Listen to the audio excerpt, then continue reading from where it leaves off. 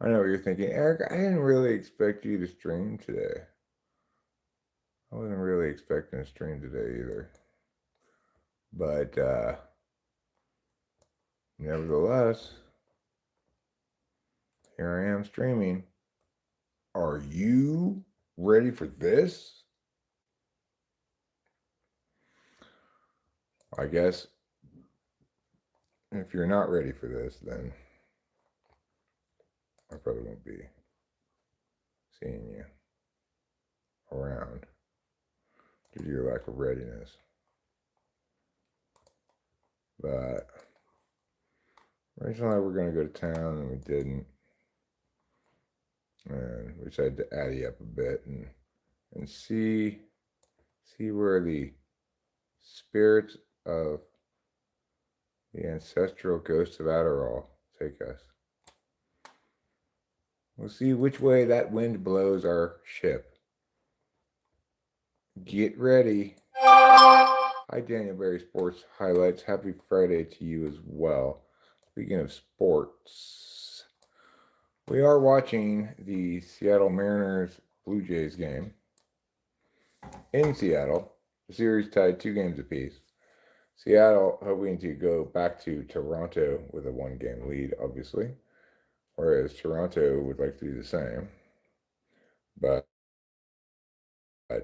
or to lose this game because we'd still be on home court, so to speak. See, Senor Worthy? I don't know what you mean. Am I worthy of what? Am I worthy of all the fabulous prizes? Hi, Acacia. Hi, Winston's mom. Hi, G. How are you? I hope you're doing fine. I hope none of you are currently on fire.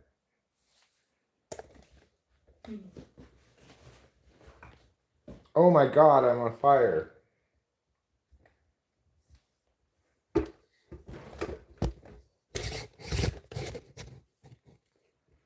Hunker tarts. I smell very, very, very bad.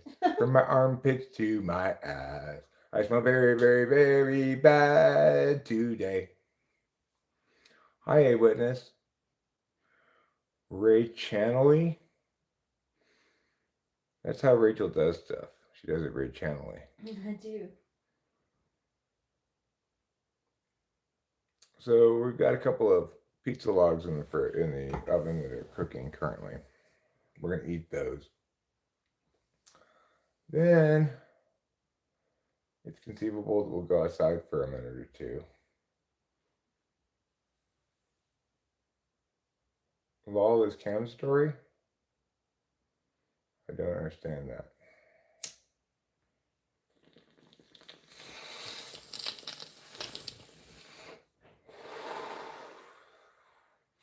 Yeah, it was, to feel enthused, energetic, etc., it helps to include food into your diet. You cannot live on pills and weed alone. People with poor SI would definitely try. Yeah. Well, I sometimes try, and I guess that's because I have poor SI. Oh, that's true. Poor SLAT's not great. No. What would you call weak sauce? Applesauce. Cam TLD a story with someone about someone's stress. Yes, right. That was a reference to that. Exactly. Somebody wants in. I'll let her in.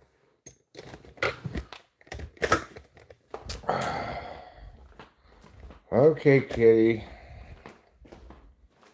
Come on.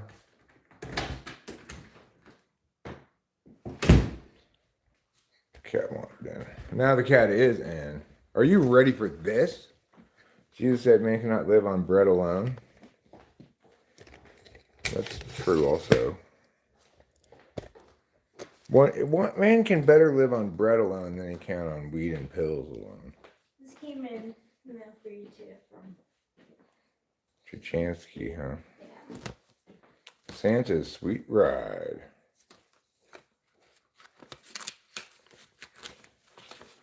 I wonder if I could win Santa's sweet ride.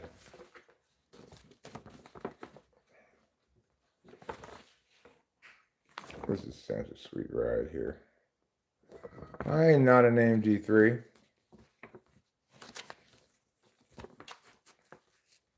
It is a name though. I don't mean to be pedantic, but not a name G3 is a name.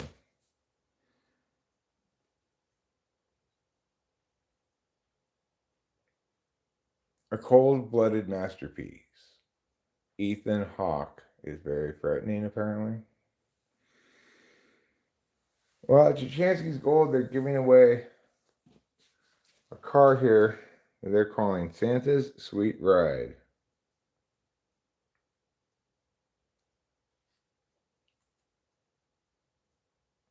It's a 2026 Ford Explorer Platinum.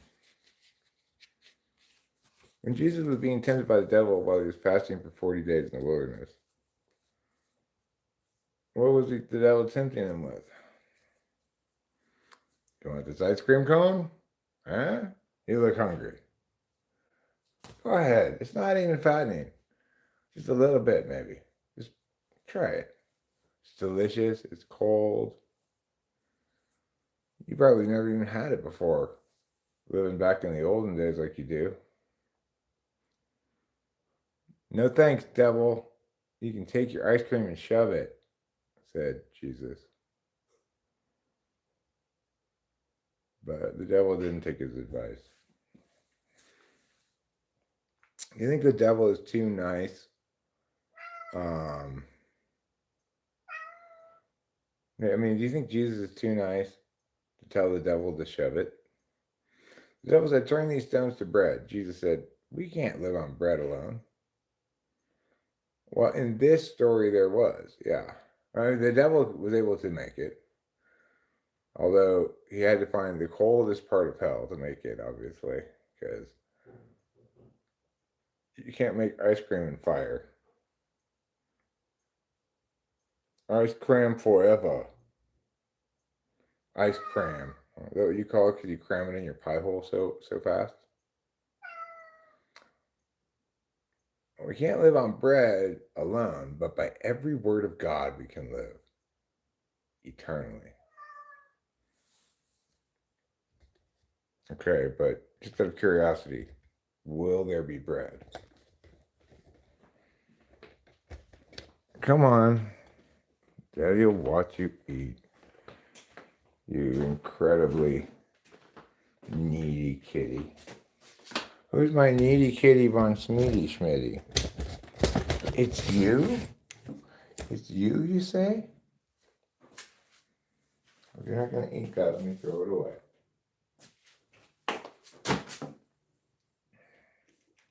There he is. In the darkness unthinkable. I like that expression, a darkness unthinkable. What a nice turn of phrase.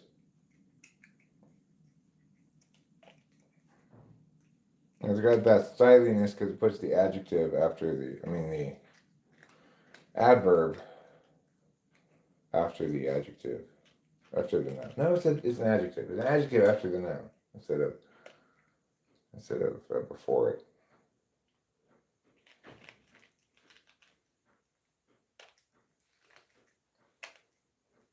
Because how is the opposite of God and Jesus, which are light and comfort?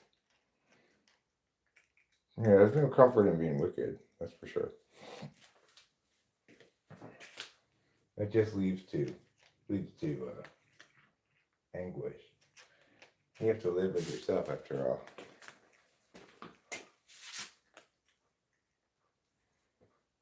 Oh, silly boy. You are such a silly boy, McGillygoy. Somebody asked one time for Jesus to make the silliest kitty in the world.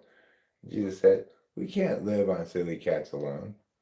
And they're like, just do it anyway. He's like, all right, fine. And then he made you trouble. And that's where you came from. Jesus made my cat. That's right. Could I make a cat? Well, I could probably successfully encourage 2 cats to make a cat. If I had a male and a female that were not fixed, I bet we'd have kittens before we knew it.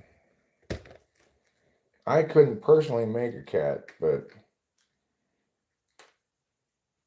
if I had made a cat like that anyway, it would be incredibly some other way. If I made a cat some other way than having 2 cats make a cat, it would be incredibly and comparatively inefficient way to make a cat. There's no more efficient way to make a cat than have 2 cats breed. Anything else involves way more effort and attention on your part.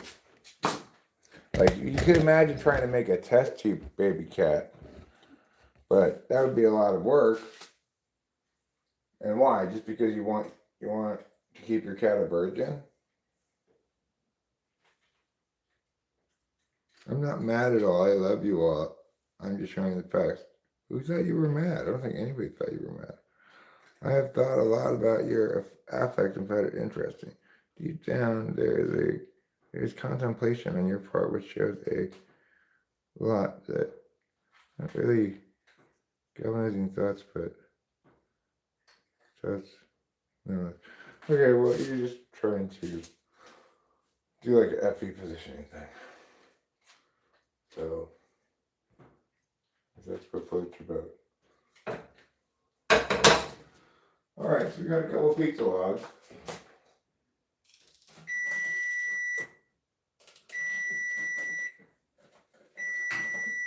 But you got one thing right, Tits. You have been thinking about my affect, not what I'm saying.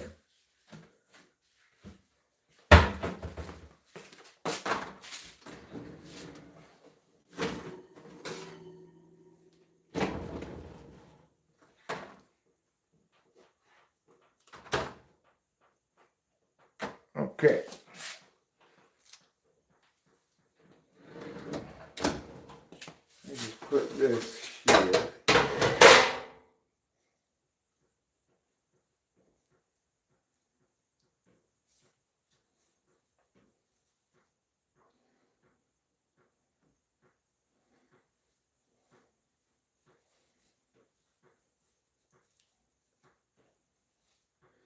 But I do think, Tuts, that you represent kind of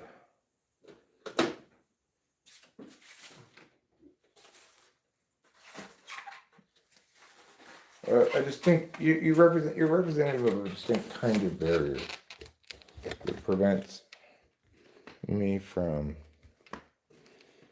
accomplishing the desired impacts ideationally. Oh, Thank you. And it's a shortcoming of mine, obviously, but there are no strengths without corresponding deficits, intentionally, anyway. Watch out, Trouble. Get out of the way, please.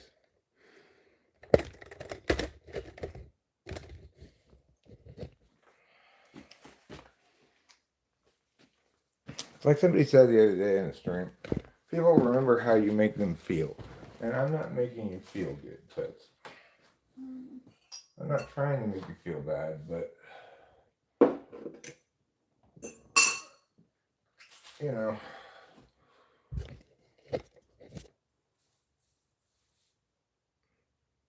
I'm human too. I have a lot of years doing this, and I've encountered pushback from along the same lines and on many of the same issues as I do now for years. So people forget when they come in, like, you're not the first person who's had this with me. But I forget or don't prioritize remembering that it's the first time for them. So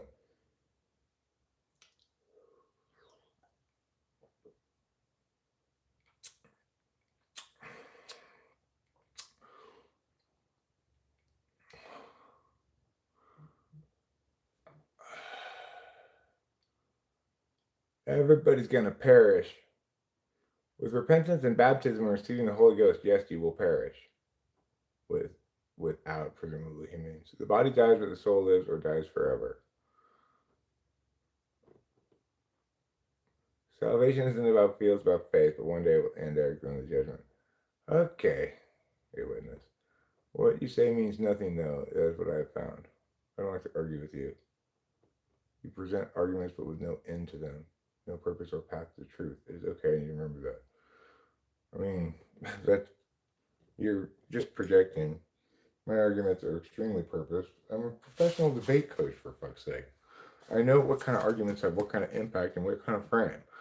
I know how to make arguments because it's my fucking job. It was for years.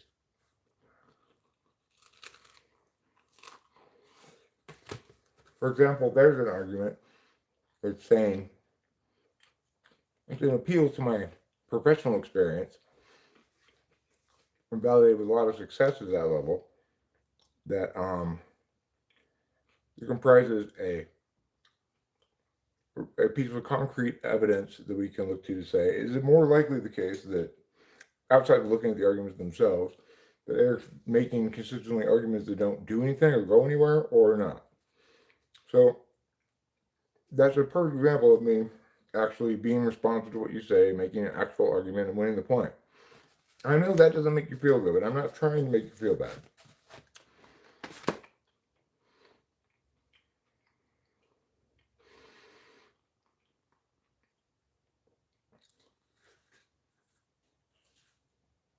Exactly, you choose to argue no matter if truth is sacrificed.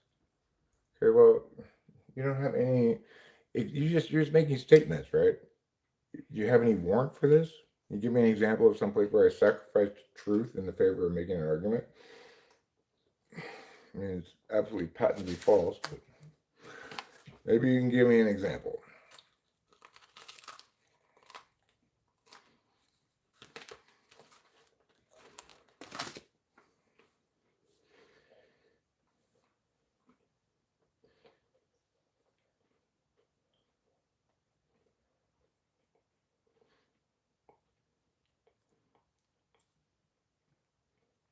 Because, the actual reality is argumentation is close to my ontological center, it's somewhat who I am.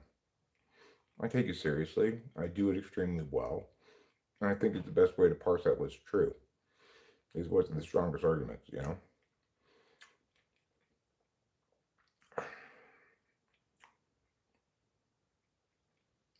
what you're saying about me is,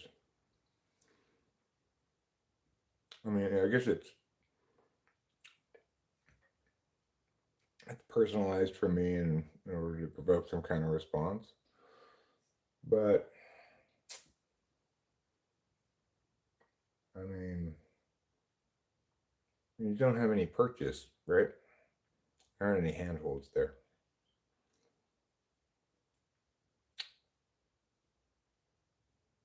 I don't know, Seth. If you want to just come and be snarky and try to position yourself as the superior knower who is rendering judgment on me and this in holistic terms, then just move along. I'm not really in the mood for it. To be prepared for heaven. Hey, easy BCLS.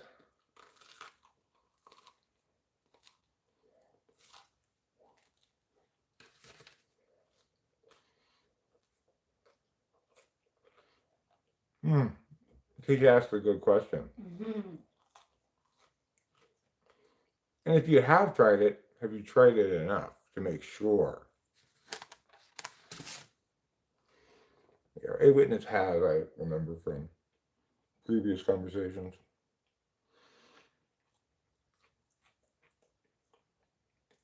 Apparently the former partier.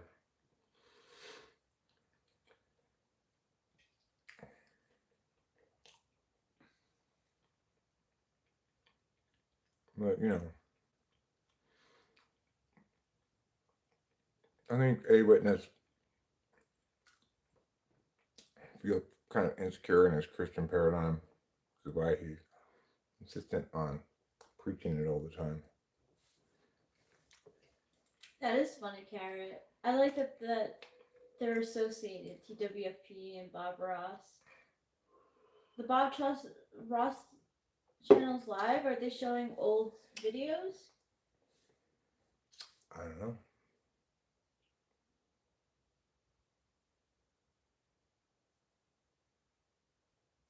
Okay, I may have lots to learn.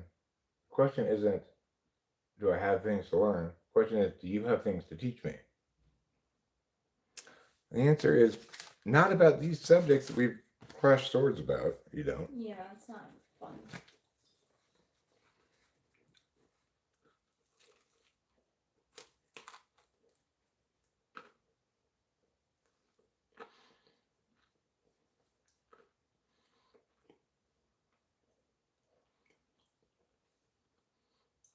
Yeah, AI is pretty successful in its realism. Yeah, like those videos that Ruben sent us, I was like, oh my gosh, how is that not him? Like, there wasn't, like, nothing smoothed over, like, nothing blurred. I had a question, like, Ruben, like, wait, you didn't make this? Like, this isn't you? Filming yourself? It looks so much like you. It's crazy. Have you ever been ghosted? I don't think so. Yeah. It was traumatic for you, I know. Yeah,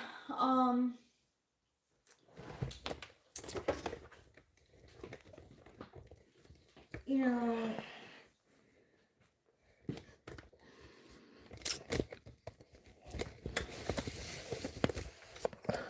I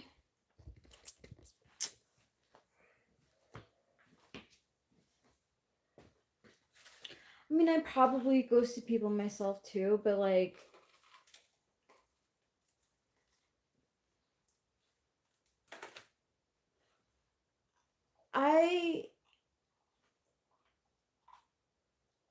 I try to give, so like, I think that this person that my friend is dating or was dating has borderline personality disorder, and uh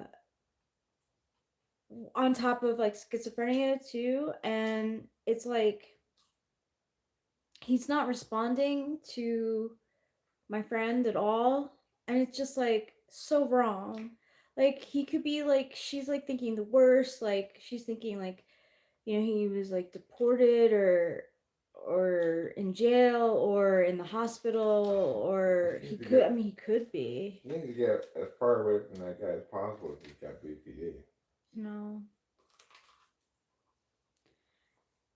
I think the empathy in her wants to be like, oh, you know, like, yeah, I can fix this.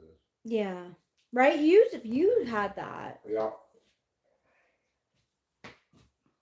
Proselytizing party foul. Uh-oh. Uh-oh. Did somebody get a yellow card? People forget that Acacia is the one that rules around here. Yeah. Hey, Winston's mom. I'm. Hey, everyone. Acacia's official title is Rules Nazi.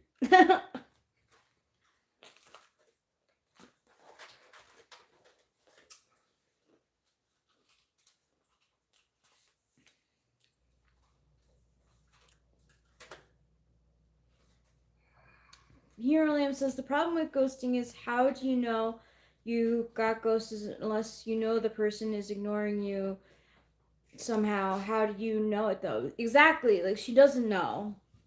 She doesn't know what's going on at all. Like, she doesn't know if he's hurt or like something serious is going on. And her like the phone calls are going like right to voicemail. So like,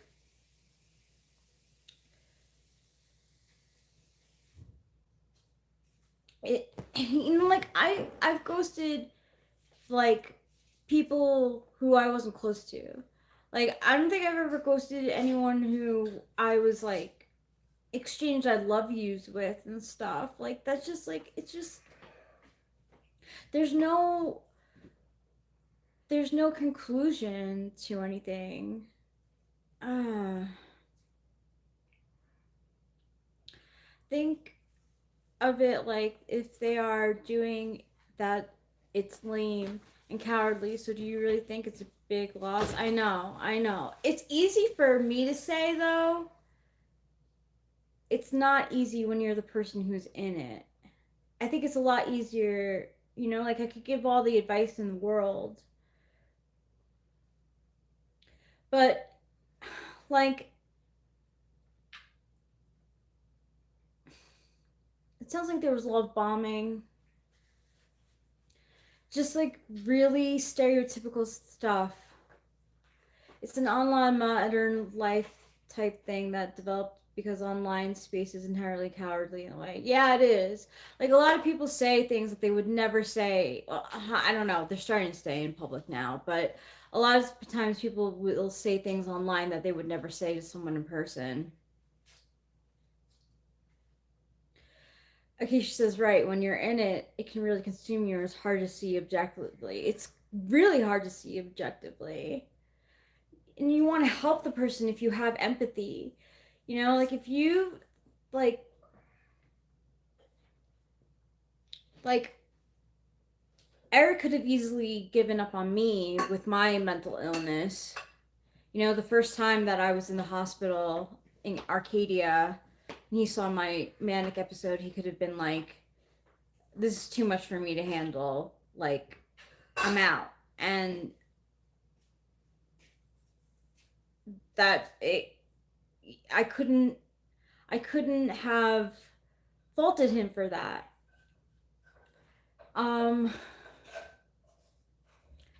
I love popping in and seeing how you guys are doing. I'm sorry about your friend. Love bombing does serious damage, not to be understated. It's so true, Joseph Morrow. It is serious. Like,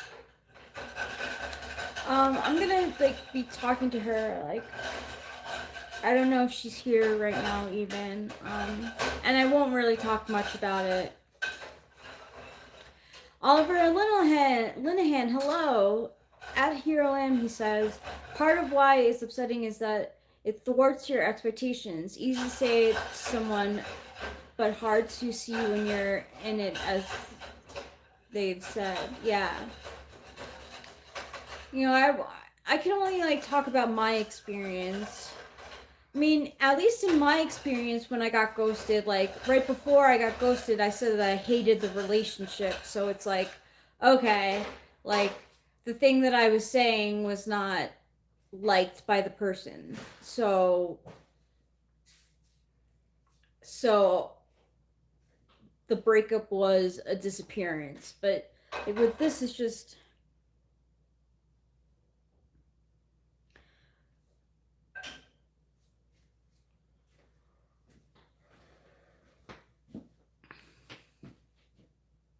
Think about it.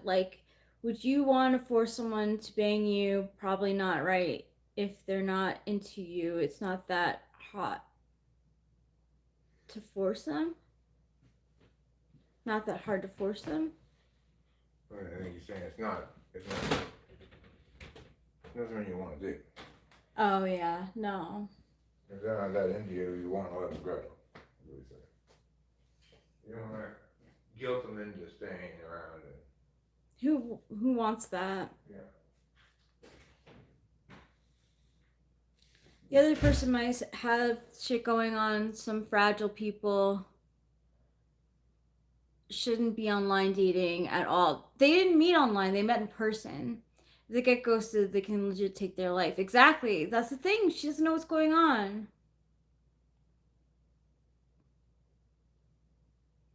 You don't want to force a relationship. I mean, you might at the time, right? In desperation, you might be trying to. It's a form of grief when you lose someone that you've been intimate with. Oliver Linehan says, I guess I've been ghosted twice. I think both actually did have some sort of attachment thing, thinking back on it. Hasn't happened to me for a while now. It's leaving without closure. I truly felt for her. she put all out there publicly asking for closure. Did you ever see the channel where the INFP and the INTJ talked about typology, something coffee? Yeah. When clips of the INFP talked about Alex slamming the door shut. Yeah. I mean, it is really tough.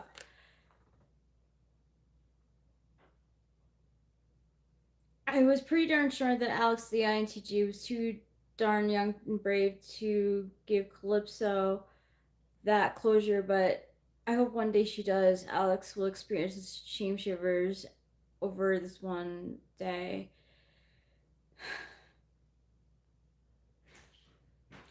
I don't know. Here's what I think. I think that the INTJ actually, the girl actually is an INTJ and got sick of having to play along with the other girl, who said she was an INFP. I don't think she was an INFP, and I think that just the INTJ was like not in it anymore. Rachel, we got another little rattlesnake over here. Really? We gotta look. I'm gonna get my boots on and get the bucket to deal with it. Do you want the camera? Yeah, I mean, I'd like you to do the camera. Sure.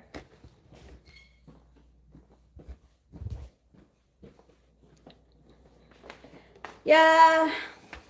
So instead of like confronting things, I think that like the INTJ girl was like over it and just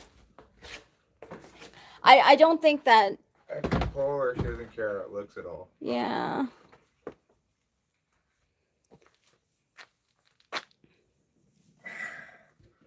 Alright.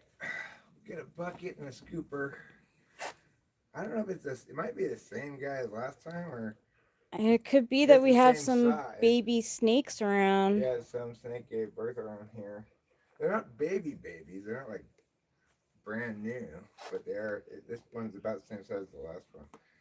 All right. Yeah, I do think that Alex is the INTJ, but I don't think that the Calypso was an INFP. Okay. Scoop it into this bucket here.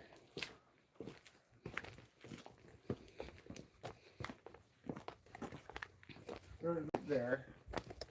Oh wow, he's bigger. Oh, he is bigger? Oh no, maybe the same size. No, he's the same size. Look at that. Look at that snake right there. Wow. Yeah, it's feeling threatened, Tina. I think she might have been an ESFP. Maybe ENFP.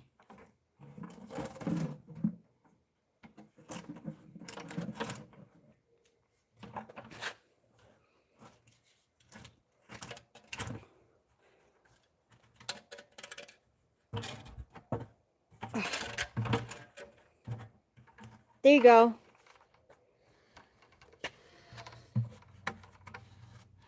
Put it down on the ground here. I'll show you.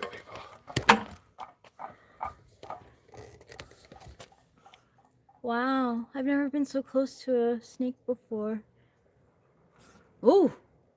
I think he's a rattlesnake. I think you can see the little rattles on the back of him, but he might be a little corn snake. I'm not entirely sure. I think it's a rattlesnake. I thought I saw the rattles. Anybody have an opinion about that? Oh, you heard it rattle. Okay, maybe it did. I'm gonna go dump it across the street where it's further away from it. Actually, let me put it down here so it doesn't end up hurting anybody else. I guess over there. Yeah, it's over there. So put it down the hill.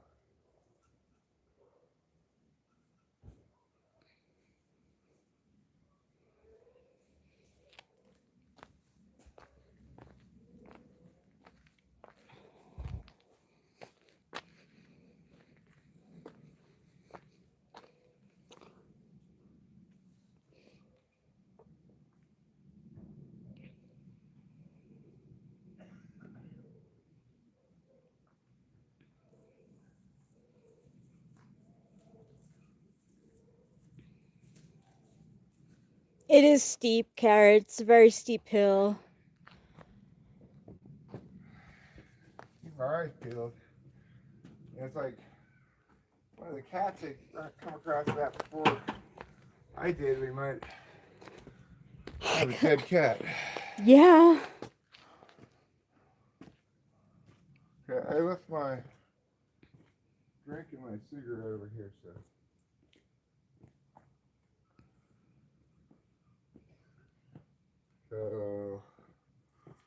yeah, maybe I should try to get in the habit of wearing my boots when I'm walking around the other side. Yeah, me too.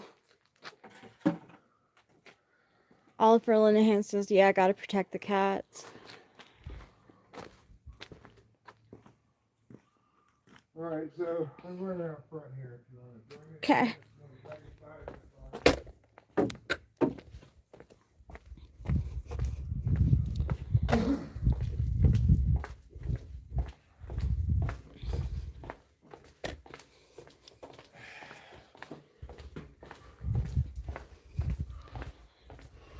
I'm really gonna keep my eyes out for snakes for a while now.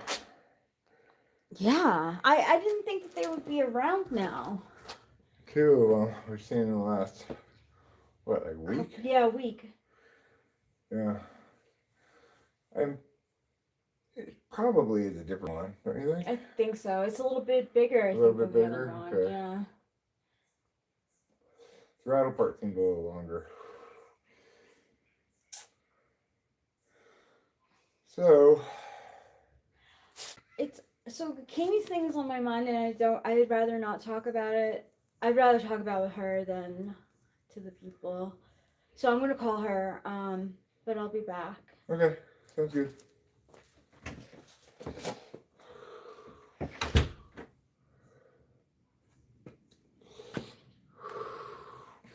Let's go inside for a second, and then we may come back outside and do a couple of little chores outside.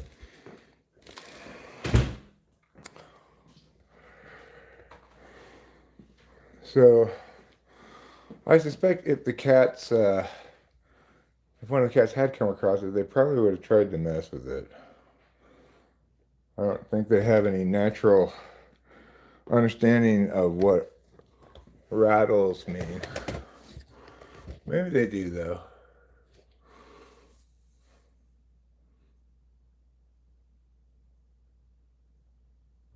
I think they'd think it was just like another lizard and go for it. And the thing about baby rattlesnakes is they're not any less deadly than big rattlesnakes, actually. Because baby rattlesnakes, when they inject their venom, they always inject all of their venom. They don't have any, they haven't learned to just inject a little bit of it yet because they don't have that much, I guess.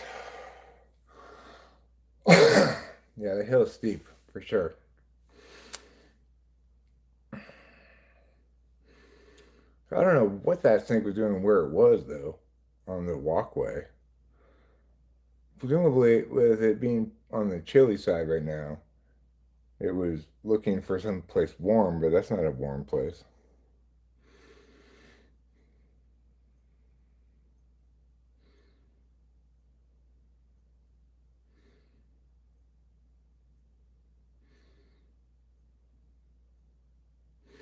That's true, Acacia.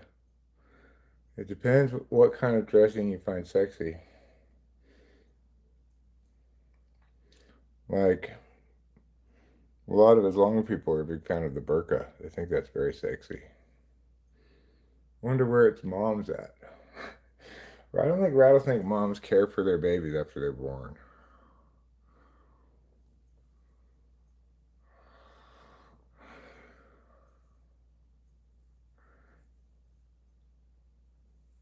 The SI girls are cute girl, good girl energy. Yeah.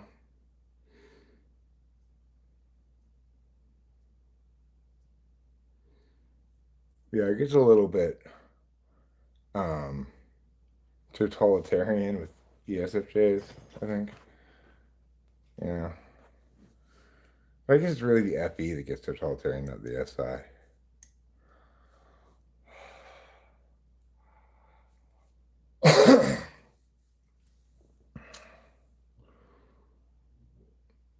Just like, I'm the dictator. We're taking pictures now.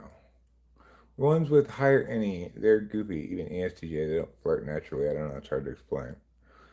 Yeah, ESTJs, they, instead of flirting, they might suggest how, hooking up with you would be mutually beneficial in some utility way. I've got three positive impacts here for you hooking up with me.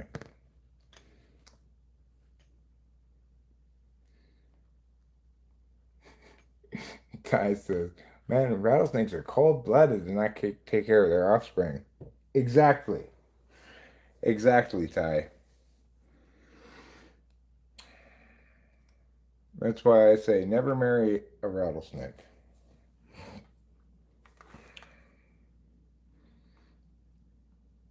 If you end up having a kid with one, they're just guaranteed to be a deadbeat dad, even if they're a mom.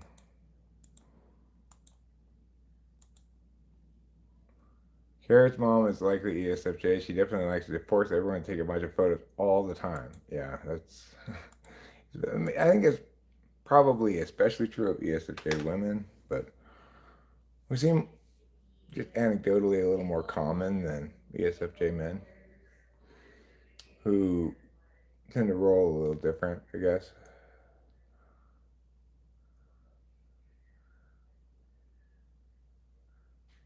But I said I was probably won't flirt with you unless you're already in a relationship. I mean, with them, you mean. Right. If you're in a relationship with them already, they'll flirt with you. I want to hear those ESFJ photo men stories. I don't know. I think about my personal experiences with the type. I've known a few different ESFJ women, but only one man in person in real life.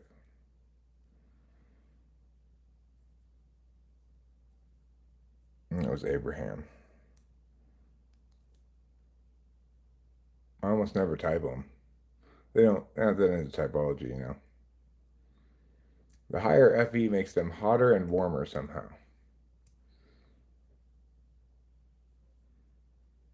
Well, it's like that immortal song once said, it's getting hot in here, so take off all your clothes.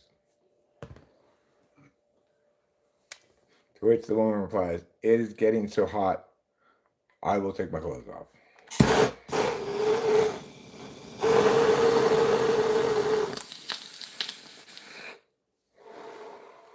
Neither of them thought to maybe turn on the air conditioning. There are other ways to cool down besides taking off all of your clothes.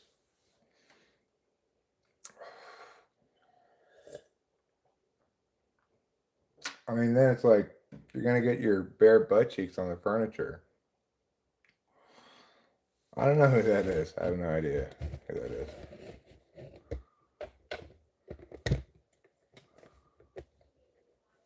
Oh, there are butt cheeks all over this. I don't want to sit there. Nelly. Short for Nelson.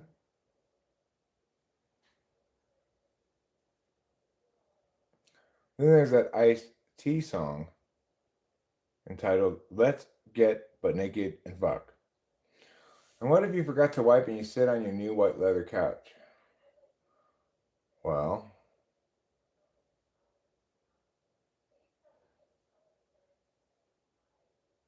hopefully you can wipe it up afterwards. You know. Maybe you sprayed Scotch Guard on it, in which case it's fine. Eric always calls dibs on the butt cheek surfaces. Oh, butt cheek chair, I want to sit there. I like to get other people's butt cheeks on the bottom of my pants. I think INFP even make banging goofy. They aren't smooth or athletic at all. So, you hear that, Acacia? Your insecurities, they're right. Okay.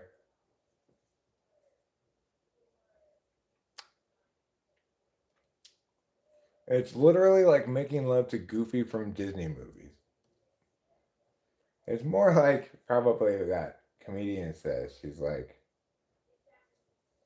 look, if you want to, if you want me to move during sex, it's got to be right about 11 a.m. At that point, I've pooped, I've stretched and whatever, gotten out of bed. I have a little bit of energy. After that, not so much, but you know, this time I just lie there and smile. I don't think Harry Lamb was trying to insult you. I think he just didn't think about it.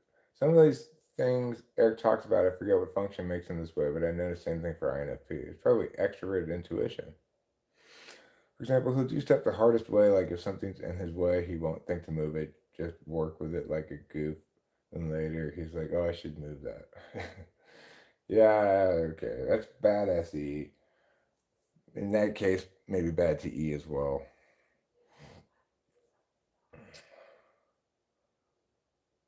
This time it wasn't overt. I mean, usually he tries to overtly insult you. For example, he'll do stuff the hardest way, like if something. Oh yeah, I read that already. Really, Hero Land's trying to insult you all the time? That's exciting and surprising news. What what have you got against Acacia, Hero Lamb? You want to shit in her tomato soup for some reason? You're like, get out of here, SE Polar. SE Polar is fine. This is their natural environment. SE Polar. Acacia's doing something, and it involves no extrovert sensing at all. She's chatting. Just a little SI to remember who's insulted her, and a little extroverted intuition to come up with new ways of saying it.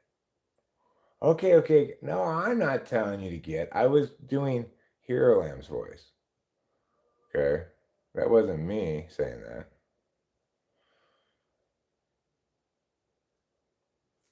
I was just imitating what Hero Lamb must be thinking, I guess. Now that I know there's beef between you two.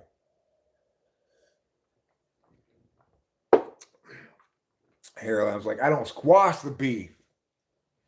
And Acacia's like, well, I don't squash the beef either. So then they both have beef without any squash. It's not really insulting. It's kind of funny how they're goofy, but can't say it's hot or whatever. They got librarian vibes. Oh, you were playing along. Well, I'm never gonna understand that in a million billion years. I mean, banging original, like you see someone think, dang, she's banging. Right, I got you here. I that didn't confuse me too much. But oh, I see. You meant they're goofy, not when having sex, but about being sexy. I don't think I've ever. Yeah, I did actually. Never mind. I'll just not go there. I was like you said the first time that we spoke on the phone, the only time that you thought my voice would be squeaky. It's not. Could you now please do some of the chat's voices as you imagine them? Sure. Carrot talks like this. Hi, my name is Carrot. I live in Canada, up in the faraway north. That's what Carrot sounds like. Um, Acacia, she's got a bit of an English accent. She talks like this. I say, hello, lamb. Are you insulting me in my sex? I don't think I like that. My sex is sexy. That's how Acacia talks. Let's see. Hero Lamb talks like kind of like Mike Tyson. I mean, you gotta really see what I'm saying here. He talks like that.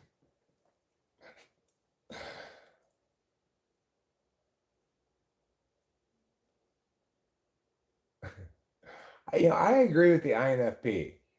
I had an INFP girl tell me her idea of getting ready for action is make sure I'm well fed and we'd make sure we're clean before from showering. I have the same rule too. Like Let's get clean. No, that's every single INFP, Acacia. Once you've had sex with one INFP, you had sex with them all. That's why venereal disease is so rampant among INFPs.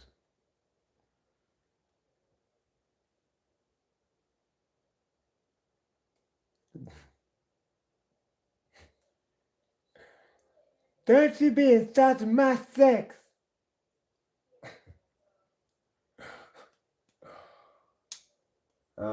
Anyway, who else is there in the chat? There's nobody else for me to do their voice. Let's see if I go up a bit, maybe. Let's go up a long way. Oliver Lanahan is here. My name is Oliver Lanahan, and I be rocking the ocean waves in me scrawler. Your scrawler? It's a kind of pirate boat. It's not, but maybe it is. Who knows? Nobody's ever Googled it before.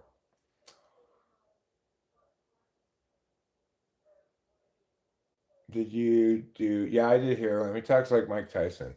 My name's Helen. Let's clean your apartment first. It's kind of like Mike Tyson, but not quite as high pitched.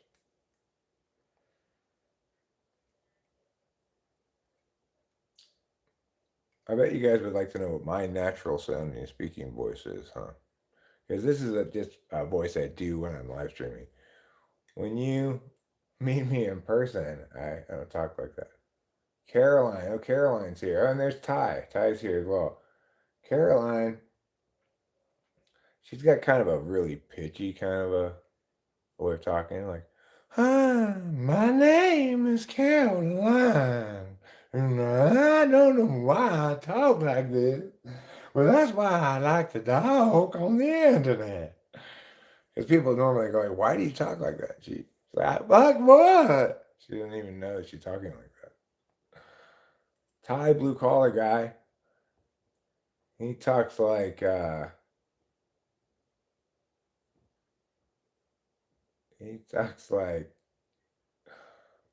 know. That's why I know exactly what you sound like, Ty collar guy.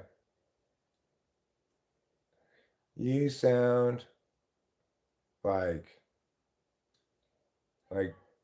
Bob Dylan, but you're talking.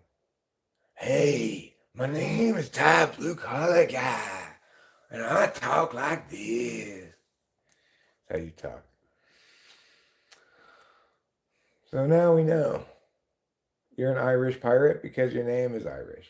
Both of your names are Irish. Oliver is Irish for pirate, and Linehan is Irish for pirate. So your name translates to pirate.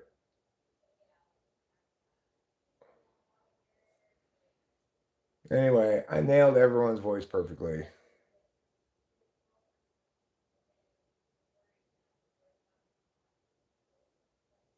Talk to Chris Chapin. He only pronounces his consonants, so it's hard to understand him. He's like,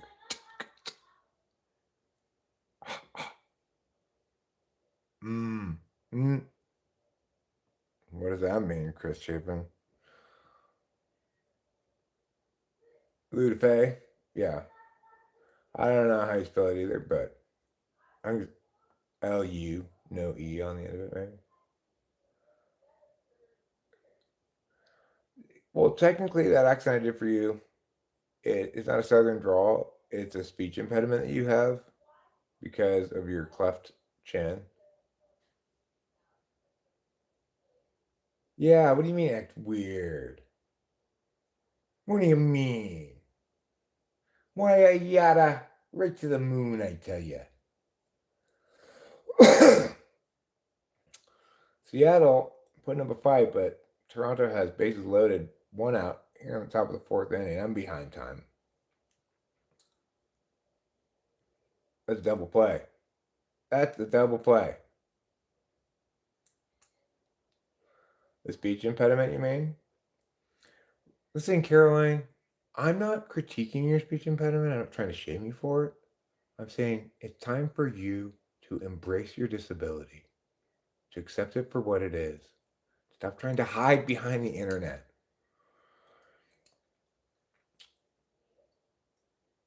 Her chin is so cleft that it looks distinctly like two chins. Like this. Like two horns coming down from the bottom of her face.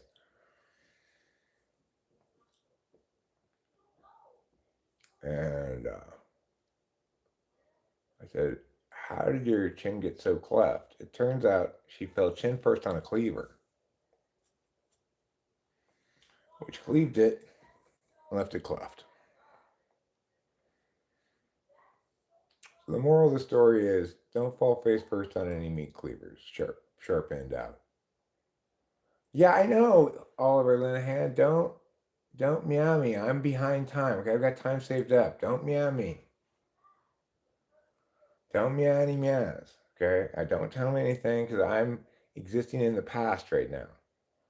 I've got like I don't know, at least 30 minutes of time saved up for skipping through commercials. I don't like commercials. No, I don't like commercials. Let me see what the neighbor texted me. I'll be right back. I'm back. It was inconsequential. Whoever that chick was, who was her friend used to come here?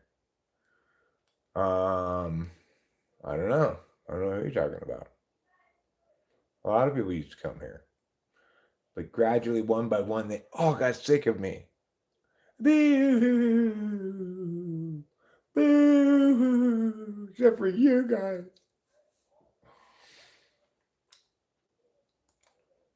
Boo hoo hoo hoo hoo hoo. Boo boo hoo hoo hoo hoo hoo.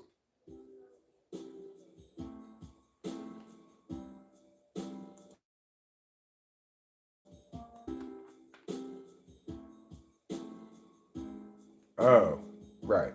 Who was that chick? I don't recall. I can't remember who it was called.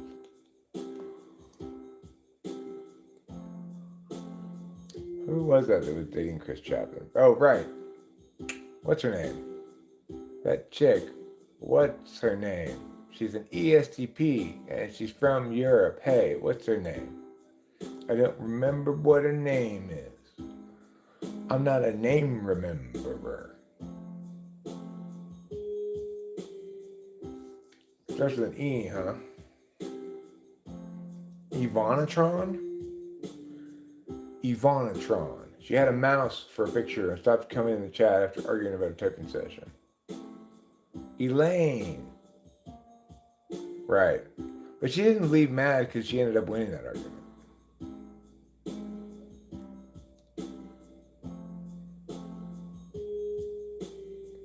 Elaine is correct. That is the correct answer, though. E to the L to the A to the I to the N to the E, Elaine. My name's Elaine. I'm not lame. I live in Europe. That's not a shame. My name's Elaine. Starts with an E, but it also ends with one. Another E. My name's Elaine. I'm not lame. Don't forget about all your shame. My name's Elaine. I need a lane on the highway, just to myself. Oh, Elaine, we hereby dedicate this lane to you. It's called Elaine's Lane from now on, and only you are allowed to drive in it. I, Elaine, accept this presentation and express my appreciation for finally getting my own lane.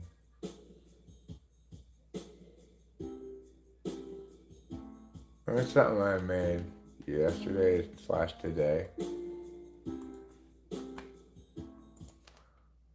I think it came up pretty good. I don't know what I'm going to do over it yet, but probably sing a song over it or something. Thanks, Acacia.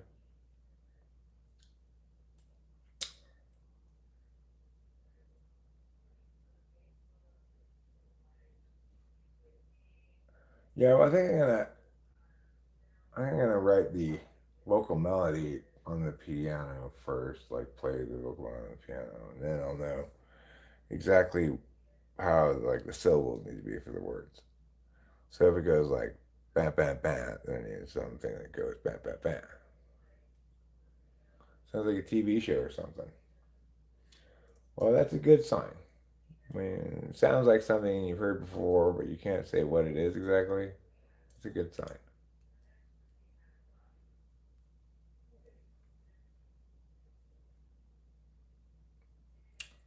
I was having a pretty good time playing around with the piano.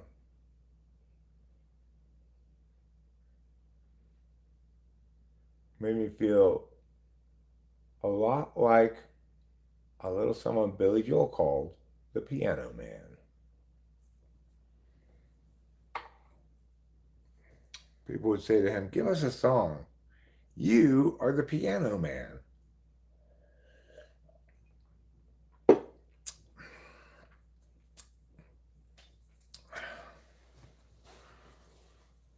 Well, not wanting to be rude, he'd accommodate them. The truth was, he didn't want to give them a song. He didn't care if they were in the mood for a melody. They could just go ahead and make love to their tonic and gin without his accompanying music, as far as he was concerned. Well, I'll tell you where they've all gone. Some of them failed to know when to hold them. Some of them failed to know when to fold them. But some of them did know when to run.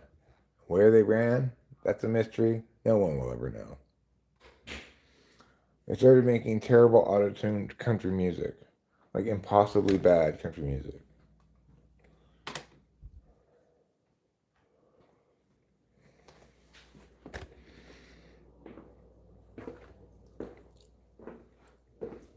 Things I hear in the supermarket on the loudspeaker. You don't hear speakers referred to as loudspeakers very much anymore. But nobody wants a quiet speaker. Am I doing something outside? Is that why I came back outside? It seems like it's too cold to do anything. I already got the rattlesnake out of the way. Let's see if there are any more rattlesnakes around. Rattlesnakes! Listen. Just stay over there. We don't want you around here. Sure, you're cute. You're adorable, all that. But you carry a very strong venom inside your venom sacs. Oh, is that where all the snakes have gone? To wherever all the cowboys went. Open a cutlet bar. I think maybe you should check your settings.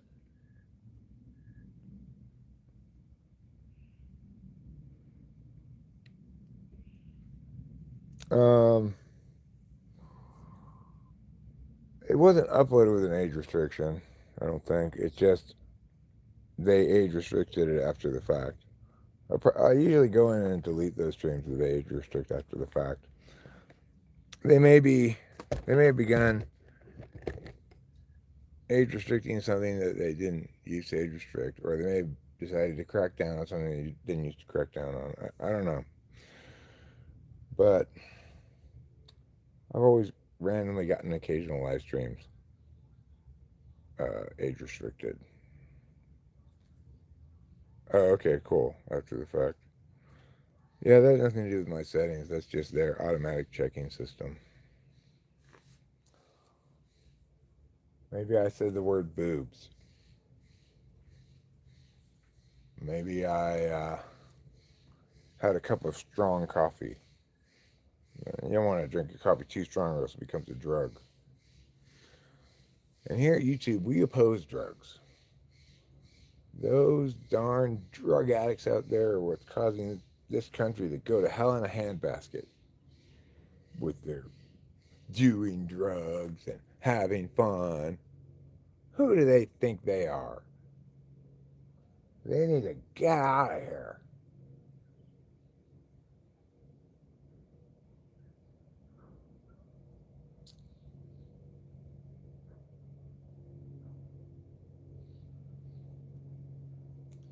weird. I feel a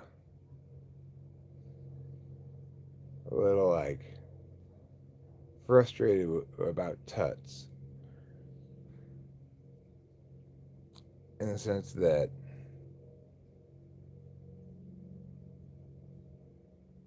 I didn't I didn't mean to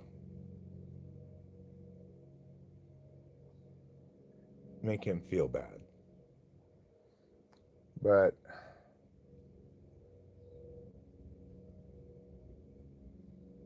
I guess there's just no way to avoid that.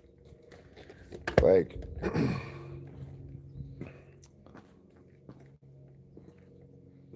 I'm not gonna be wrong about stuff.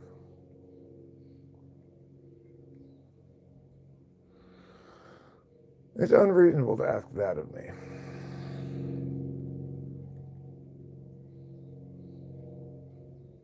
Or what does Fly Guy sound like? That's gonna feel bad. He's a dick. Okay. Well, yeah. I mean, he's being a dick, but he's being a dick out of pain, Fly Guy. You have to feel his pain. Fly Guy sounds like it is. Hello, my name is Fly Guy. I like to walk around and do stuff. That's what Fly Guy sounds like. It's perfect. It might as well have just played a recording of his voice. That's how perfect it was. I keep going out there, but I keep not doing anything out there. Why? Well, because instead of doing something, I get consumed by failure. Forgive me, but I doubt Touch feels bad. I think Touch may be frustrated that you are not ready to receive their wisdoms and they can't cut you down to size they believe you should be. I think that's correct, Winston's mom. But I think that he feels bad because he feels like threatened or something. I don't know. It's various people take exception to what I would consider an FE failing ultimately. Like, yeah, it's never gonna play very well to talk about how you're right and everybody else is wrong. if FE is too much of an absolute value, um, I think people have trouble watching me accordingly. Like, I think I would have trouble watching me because I'd be like, this fucking guy needs to be taken down a notch, just like a lot of other people do. Maybe that's why I'm empathetic. Because I don't want to. I don't want to draw into stark resolve other people's comparative deficits. If they thought those areas in which the deficits are obvious were areas of strength for them, it's going to be especially difficult for them to deal with that. But, you can't know your way to a deliberator's correctness. I think FI, more than maybe any other function, is actually a metabolism function. You metabolize various hopes, excitements, fears, disappointments, loss, whatever. You experience those things and you have to experience them for some amount of time before they stop being a force to be reckoned with. I'm ready to give Touch lots of room. They appear to be trying. I wonder if they're ENFJ. Is Jeff Shoshness is something I observed in ENFJs, which is my belief about true knowledge. I mean, I don't know what type he is. He does seem to be very NI in what he's saying. Very NIFE, FENI. Uh, he's writing text that's designed to position himself as the one which has the the special knowledge and is able to say, hey, you know what? You're putting up a great effort there, Slugger. And you should be proud of yourself for that. Obviously, you've got a lot to learn, but you're getting there. Like that kind of shit, you know. That's totally it's FB nonsense.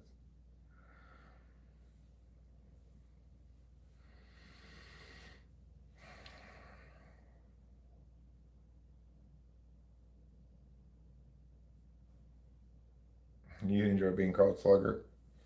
Well, maybe in certain contexts I'd enjoy being called slugger.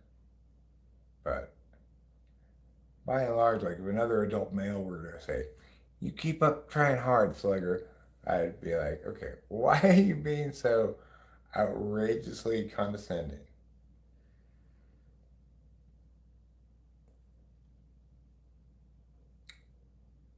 They might as well just call me little guy.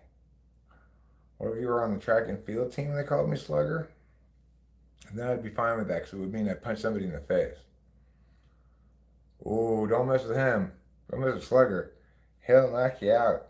He'll knock you out the box, Rick. Rick. After you just punched a gal? Well, I didn't know it was a gal, okay?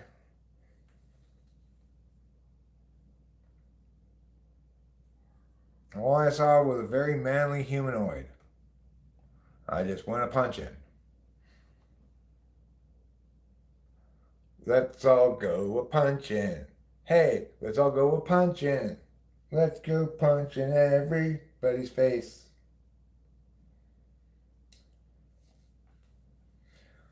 I oppose punching people. That's one of my positions in the world. Manly humanoid.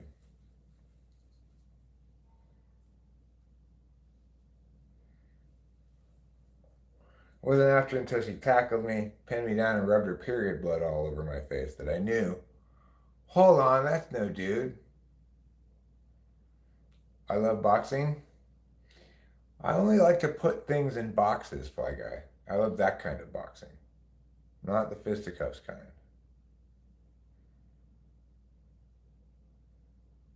And the reason I like to put things in boxes is because I believe nothing should be sitting out without a container, including other containers.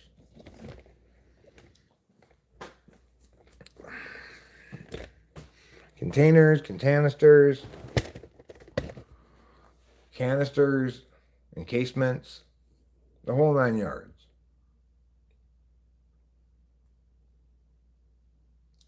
Only like dude fighting, getting up in their nooks and crannies.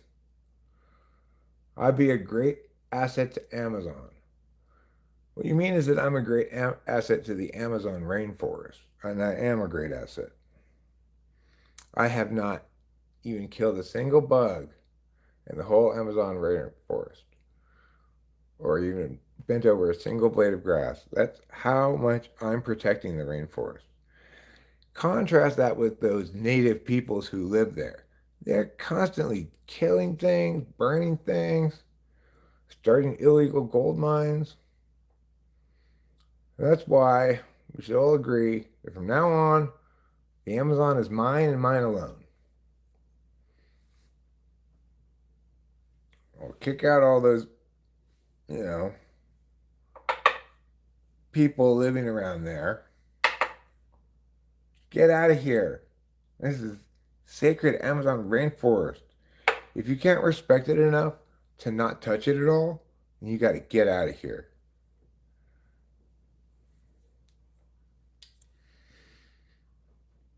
I am. And you gold miners, I'm taking all the gold you pulled out of here. You do not deserve it. It's very destructive.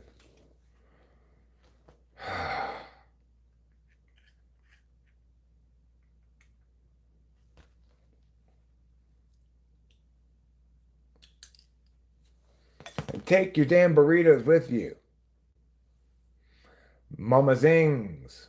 Mamazons. Renaming the Amazon Mamazons, yeah. And then insisted on every map that shows the Amazon rainforest, they draw two boobs on it.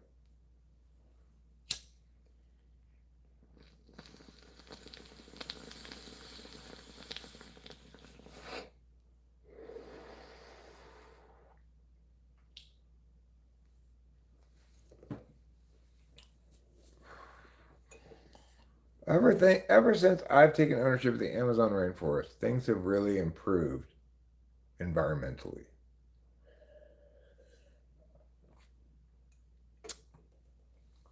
I've put trash cans in multiple places all up and down the Amazon River. So now people can throw their trash in the trash can instead of just littering in the Amazon.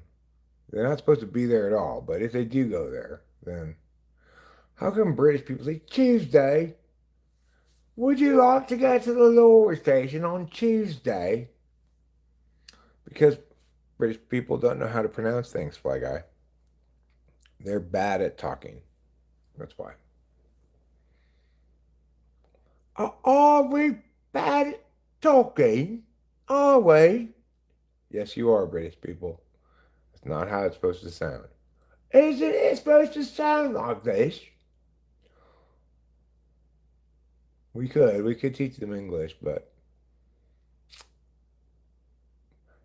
Tuesday comes after Monday, and Swallows days are on Thursdays. Thursday. I think Thursday is more Australian and Thursday is more British.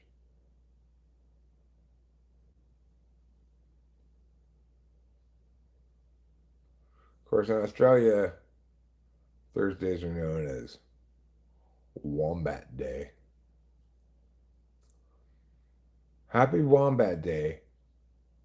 Something you should say to every Australian whenever you meet them, even if it's not a Thursday. What about me? Aren't you gonna ask me if I got any wombats? No, British guy, we're not asking you, okay? You don't have any wombats. You're not in Australia. Well, I might be. You're not in Australia. Why is this speaker sad? Because it's embarrassed about its British accent.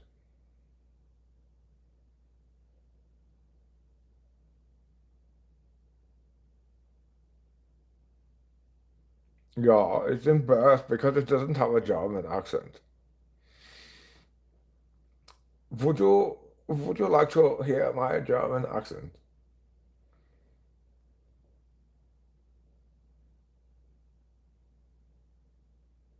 I hear Germans around town periodically. They've come to visit Yosemite. They're speaking German in the supermarket, you know, looking all fresh-faced and touristy. And I say to Rachel, look, more Germans. They sure do like to travel. That's the cortisol emotion? I don't know. Yo no say.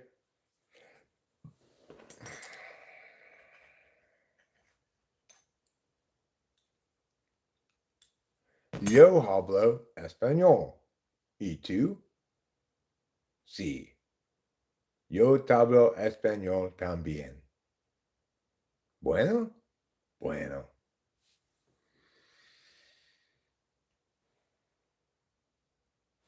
I left the meow over there. God damn it. Why do I always leave meows everywhere? I'm always leaving meows all of the time, even though my meows never rhyme.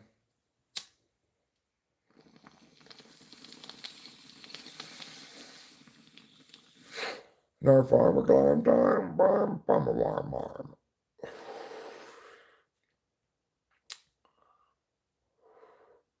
Okay, just demonstrating bipolar.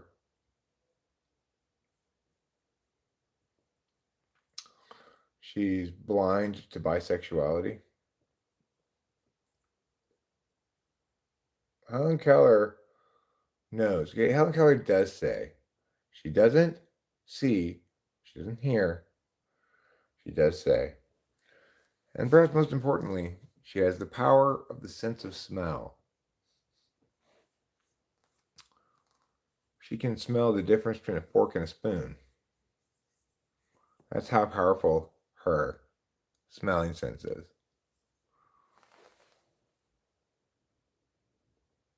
You're welcome, Thai blue collar guy. You are so very, very welcome. Well, I'm going to give you a different song to think of, okay? It's this one here. Something I mentioned multiple times because obviously it's pretty rad. You come in and complete the canon, okay? I'll start. Row, row, row your boat gently down the stream. Merrily, merrily, merrily, merrily, life is but a dream. Did everybody do it?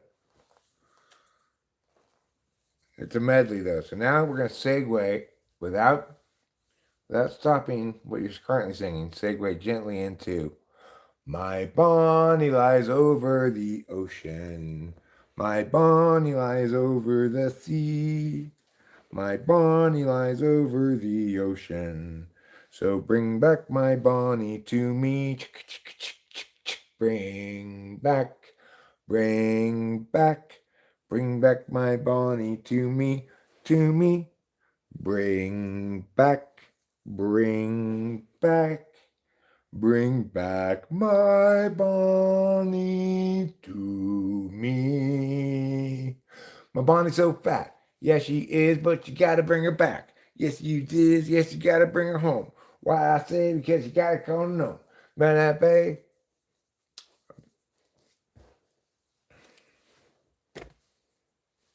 Or because she lies over the ocean. I think in that case it means on the other side of the ocean, Keisha. The question is, what does it mean by lie? Is she dead on the other side of the ocean? Is she telling untruths? Is she just sleeping over there? And to whom is he instructing, bring her back to me? Has he dispatched some bounty hunter?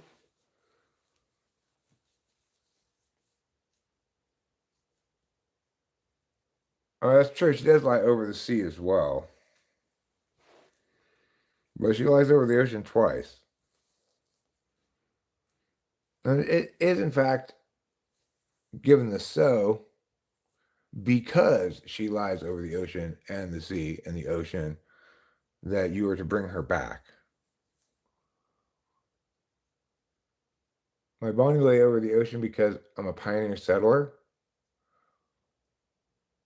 Oh, maybe it. Maybe she's the settler and he got left behind. Maybe it was a whole rapture thing.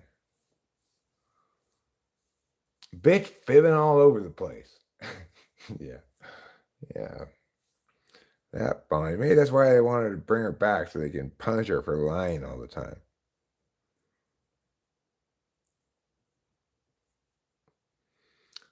She's made 3 ocean voyages or sea voyages in a row, pathologically lying throughout the whole journey. With an L for liar. Is Bonnie lay over the ocean a double entendre? I don't think so. I don't even think Bonnie is her name. I think it's like my Bonnie lass, you know? It would be convenient if her name were also Bonnie. Bonnie didn't know how to shut her bitch ass up. I know, exactly. Exactly. Now she has no credibility left. Nobody believes a word she said. I don't know what that is, Fly Guy, and I don't think I want to look it up.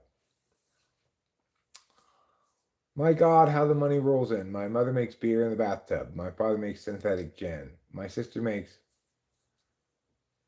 yeah, for a quarter. My God, how the money rolls in.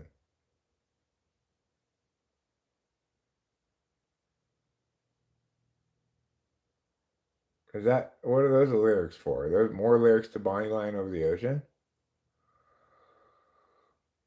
Oh, it's how the Joker got those scars. No, let's not do that then. Let's instead give her a stern finger wagging and say, that's it from now on. We're Islamic. It is likely a reference to Bonnie Prince Charlie, with lyrics expressing longing for his return after his defeat and exile following the Battle of Culloden.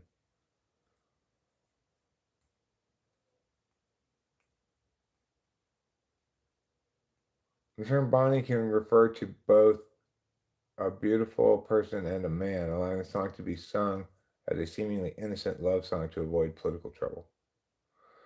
Huh.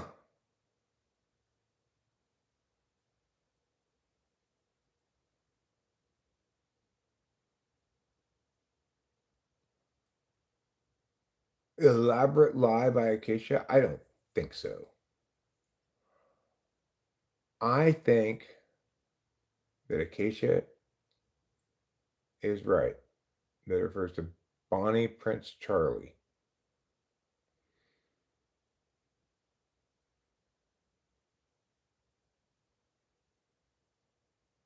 She even wrote it in a separate document and copy pasted it into two sections to make it more believable.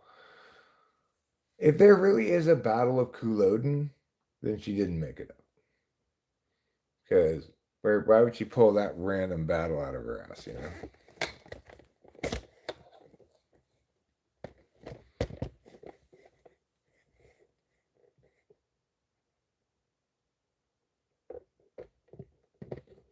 And what did we decide Bonnie was short for? Boniferous? What is Bonnie short for?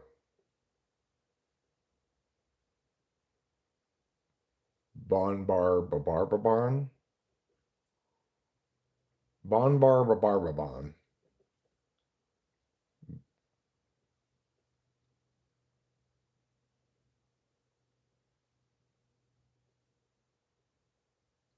Bondingen.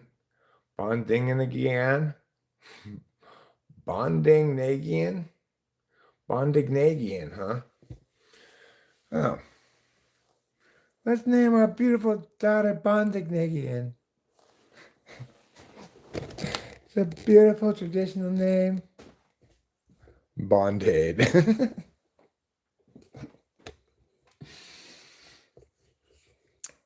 My full name is actually Bon. My parents wanted to name me after Bobo, but they wanted to switch it up a little bit. But I go by Bonnie, or you can call me Bon. Or Bon is fine. Bon's okay.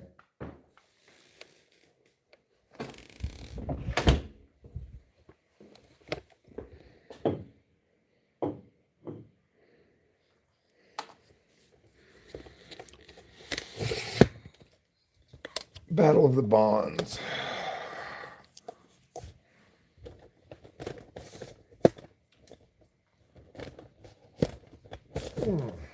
Okay, Eric, what are you doing?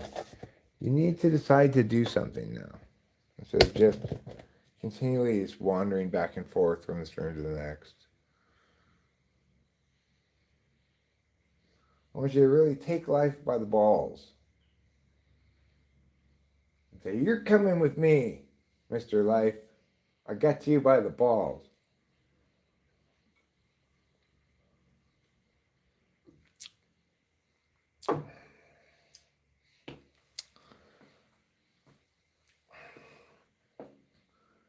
I'm tired of throwing my life away. I want to truly live for the first time. Forever without stopping.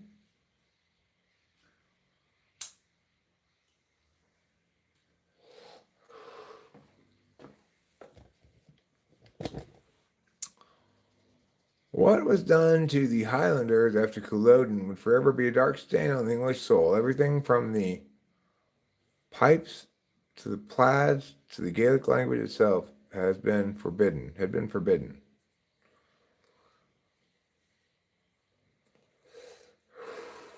Your bagpipes are illegal.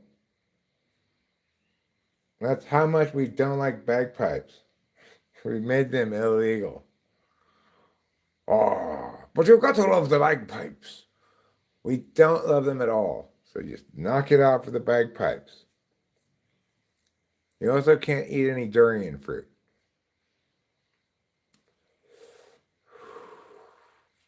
Unsettled man pacing. Dad, what's the story behind my name? Why you ask, unsettled man pacing? Oh, I'm the unsettled man pacing. I'm the Native American named Unsettled Man Pacing. I was reading it as unsettled man pacing, even though it's clearly you have a space between man and pacing. It should have been read as unsettled man pacing. It's still life with unsettled man pacing. You can have a still life with motion in it, Eric. Don't be dumb. Yeah, I can. Yeah, I can. It can be in motion, but also just be still. Bonnie is short for Zamboni? Huh. One man escaped. He meant to die on Culloden Field, Roger whispered, but he didn't.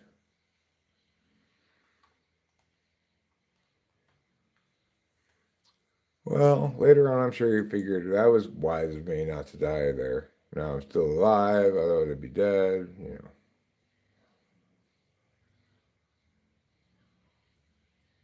Outlander #3, one of my favorite book series ever. Maybe let's check it out. The Outlander series. I like the title. Makes it sound interesting to me. Okay, let's go around back and let's accomplish something. Not anything big. I'm not saying let's destroy ourselves with effort. Okay, nobody's saying that. So stop saying that I'm saying that. I'm sick of you saying that. See what the score is now. 2-1 Toronto. 2 outs in the bottom of the 6th. Seattle's got a man on first.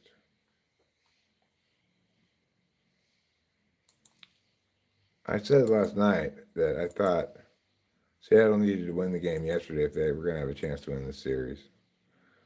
But obviously it's even more so the case if they lose this game. They'd be down 3-2 with 2 games remaining in Toronto. It's a city in Canada.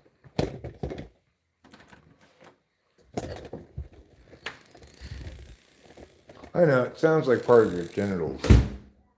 Don't touch my Toronto. But it's not. My Toronto is private.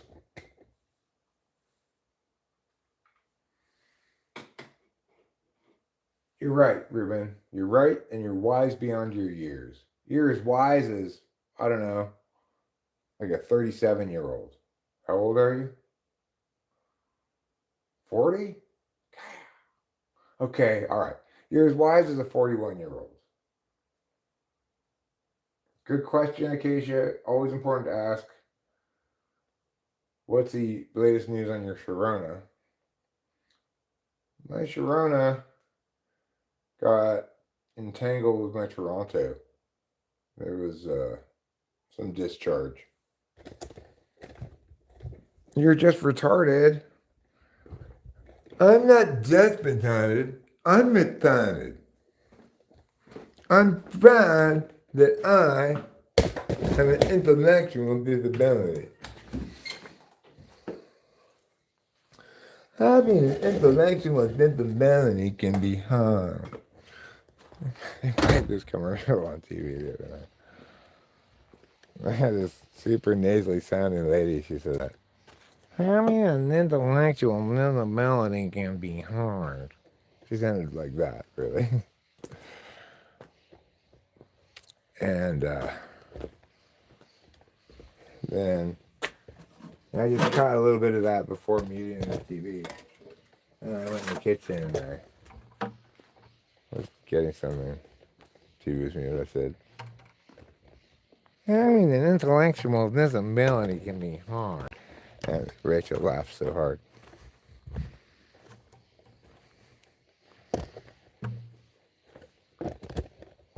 telling me that whole story was about how Rachel laughed at this joke you made, Eric?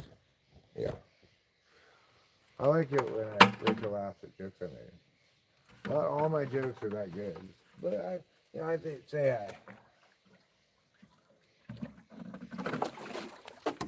I compare myself against alternatives rather than an ideal, I'd say I do a good job. But in an ideal universe, I'd be the most hilarious guy in the history of the world.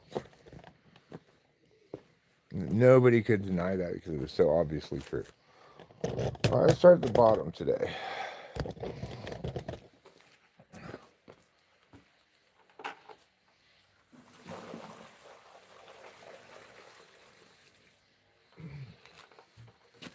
It is called Recycling Rainwater.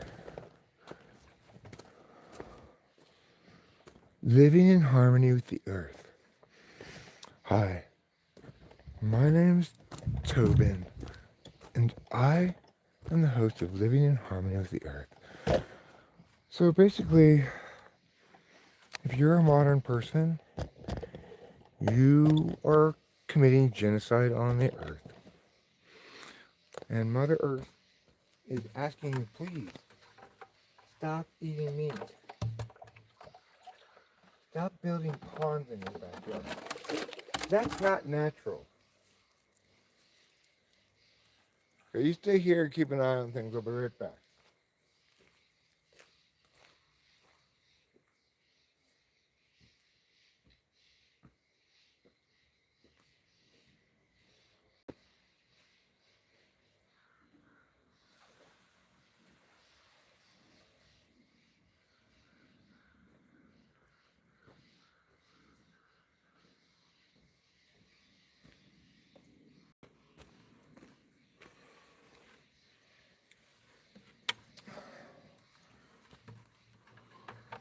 So, what are some more things that you're doing wrong in your rape of Mother Earth? Well, are you buying things that are wrapped in plastic? If so, hello, Hitler.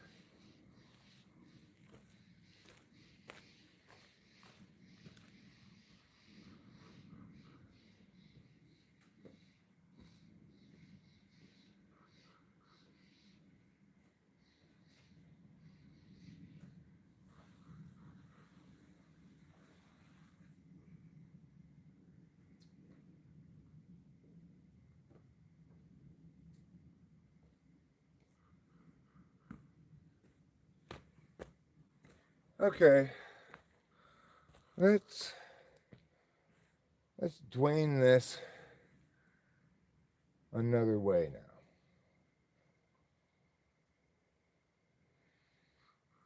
How are we going to Dwayne it?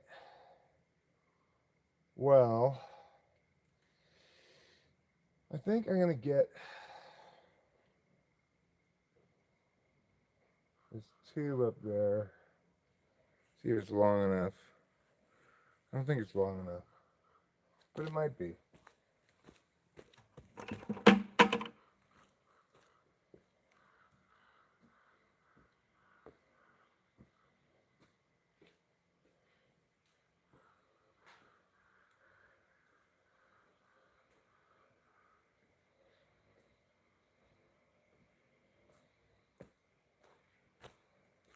It's not long enough. God damn it. Alright, I guess I gotta get the pump out and pump this out. I mean, I could get more bucket full of it and put it down the hill. Alright, well,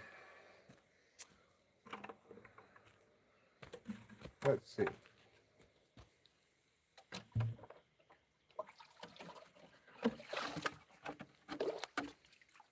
Alright, I'll put this on the plant.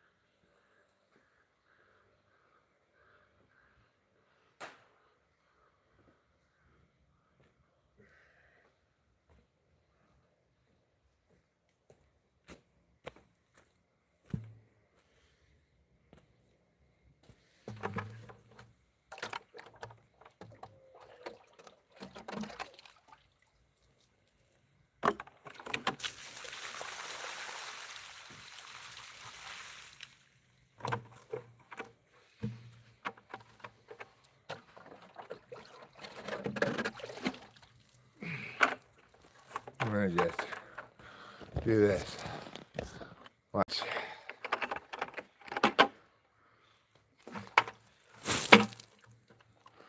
Pretty exciting, huh?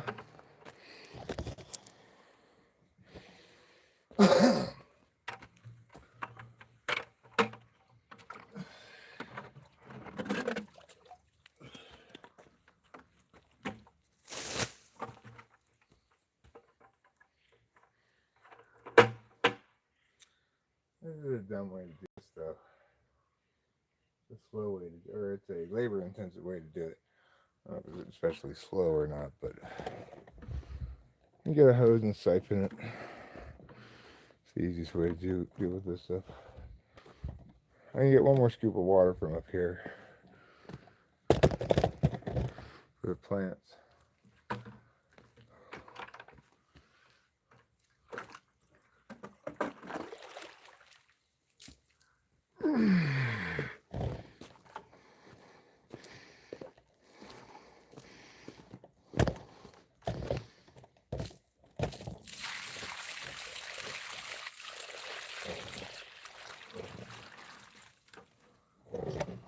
Let's get one more scoop from the bottom. I seem to get a lot of water in that scoop.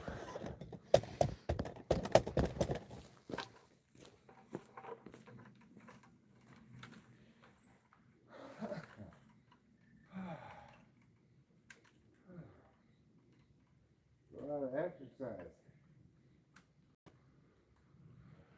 Someone call the gym and tell them I won't be coming in today.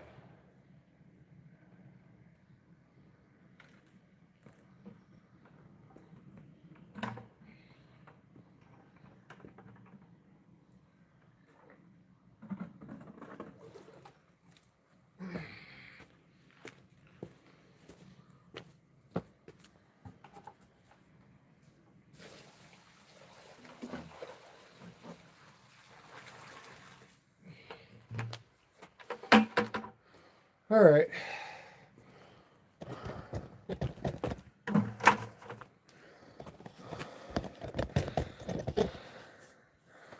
All right, should we get the hose and run the siphon? Forget cattails. Can you plant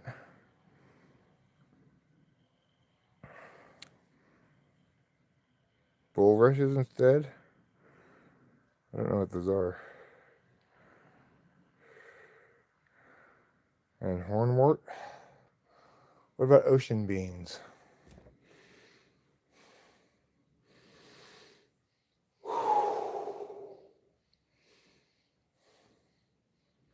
Obviously, ocean beans need a saltwater environment.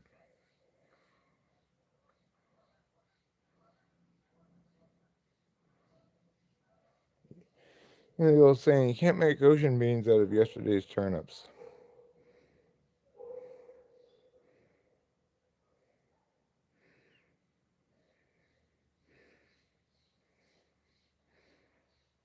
Thanks, Winston Mom. Appreciate that. I like long grass pond.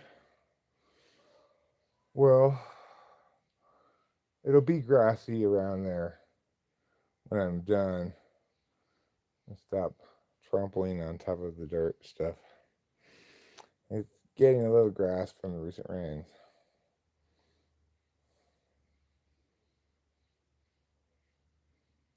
Okay, so if I wanted to get a tube, I guess that's the tube I'd have to get. I could get the hose from over there.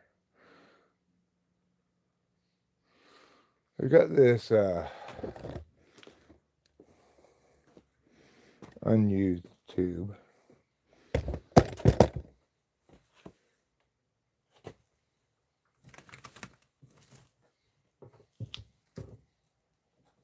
What is that? Oh my god. I never noticed that or thought about that before. There's this hose. Like, where did this come from? There's this hose here. And it's tucked up underneath the house here. And runs along the house. I don't know for what purpose. Did it come out over here? I think it's still here. I see it right here. Oh, this is the end of it right here. What in the world?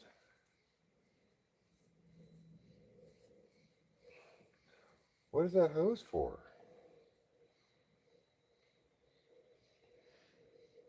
I have no idea. I never noticed it before. All right, I know what's something we could do.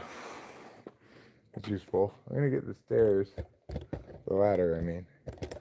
Put it right here and pull out this drain.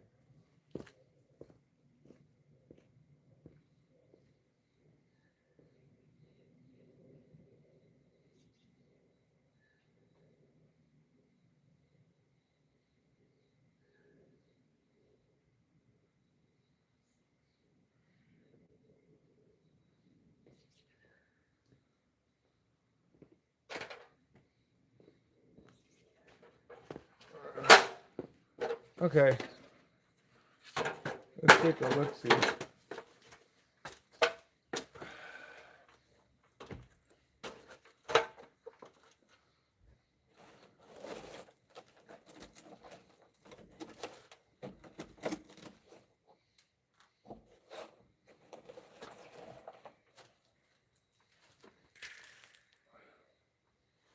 Okay.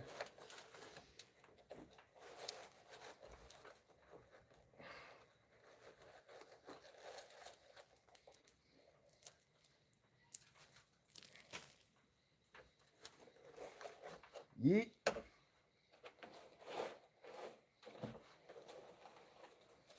I've got to yeet that crap all night.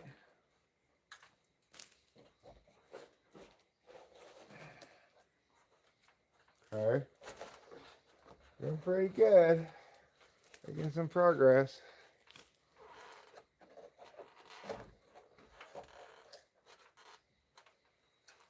There. That's good enough for now. I'm not gonna do like the whole thing or whatever.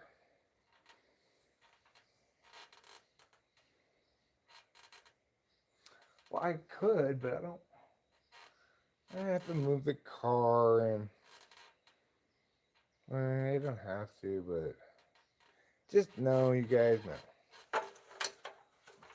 Not right now. Now's no time for shenanigans. Now's the time for getting all serious. Hello there, Z999. French is nice on the ears. Ho ho ho ho ho.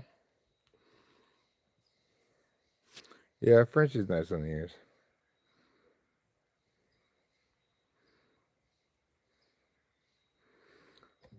Fall Guy doesn't exist unless directly addressed. Wow. I thought the fact that there was at least one instance of you meant that you existed. I'll have to revisit. Existentiality and instantiation.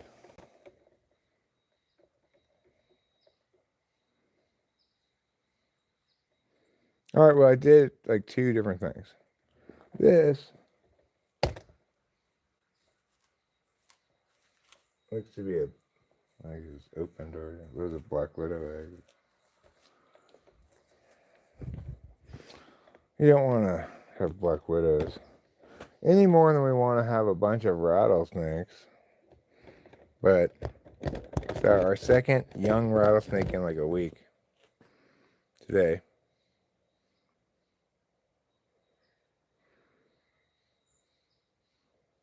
I'm pretty confident that Z999 is an ENFJ. I'm increasingly confident the further away I get from the typing that he's ENFJ.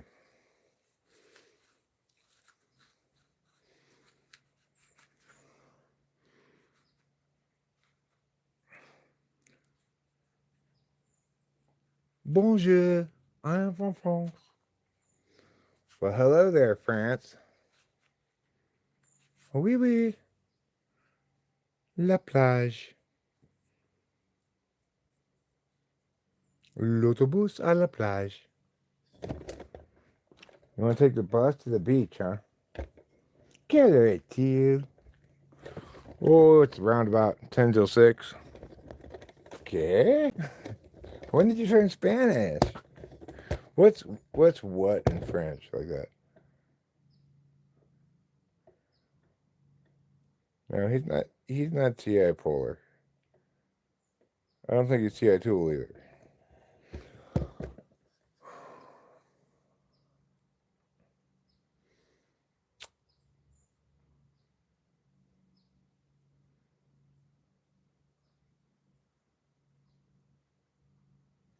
I'm looking forward to getting all this harvest manicure stuff done off my plate, but it's also true that while I started harvesting because of broken branches and such after the first big rain, there are a couple of plants that really look like they could even use a little more time. So I'm inclined to let them do their thing, you know. Killer at you. Kel. Kel? I said 10 till 6, Frenchie. What do I look like? The Rosetta Stone? I obviously don't speak those foreign languages. I don't know how they operate. I didn't grow up speaking them. So no thanks. No thanks, cultural broadness.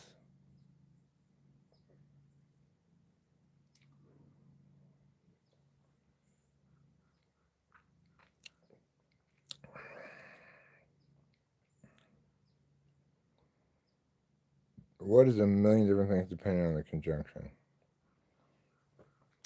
Leave it to the French to complicate something as simple as what?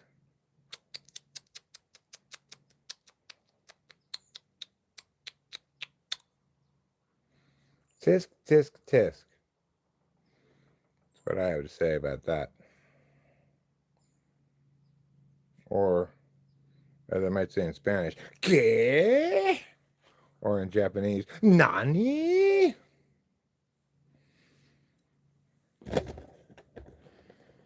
K, nani, nani, nani, K, K, K. Alright, so I've gotten some things done, but the next thing was such a big undertaking, I wasn't sure if I wanted to undertake it.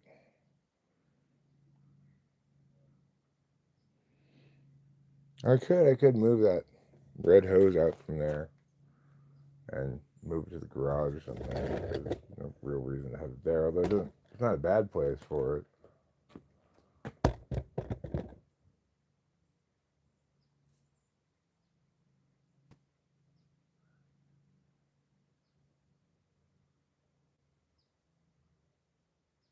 I mean, it's a fine place for it, but the garage would be a fine place for it too. Or I could not mess with those hoses, get the hose from the side there, and use that as a siphon hose.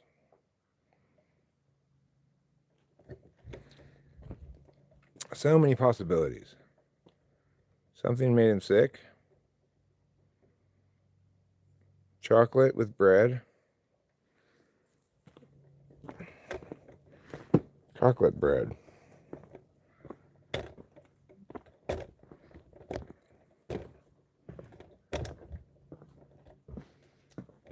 No, chocolate bread, not pain de coton.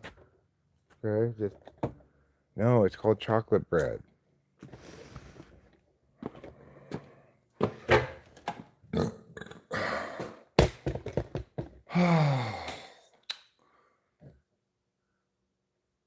All right,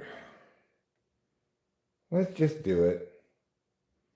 Let's stop being big wimpy puss. Let's just do it.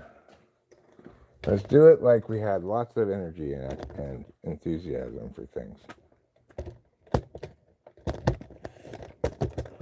Well, we don't have lots of energy and enthusiasm for things. I know, that's what we're going to pretend. Woohoo! I'm so energetic, enthusiastic about everything.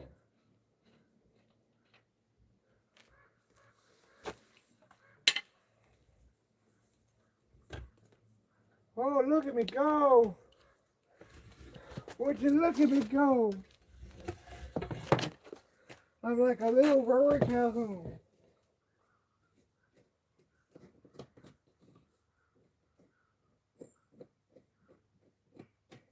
All right.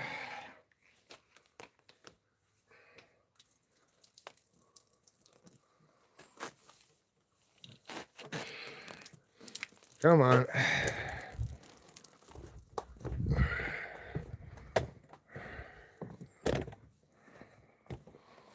I'll go down this way. It's a little muddy right now.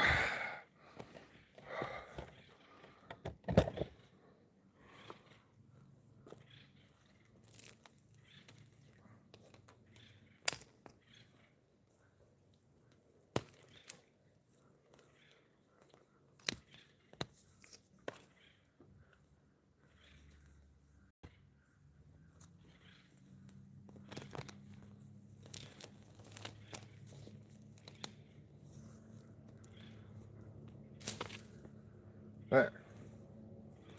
Now, put this in here. Right at the bottom. I'll put this rock on top of it.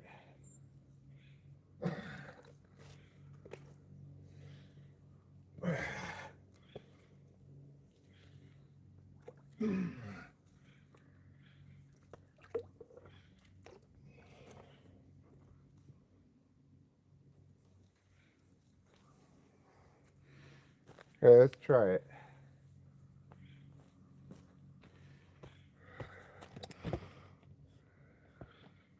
Let's try it.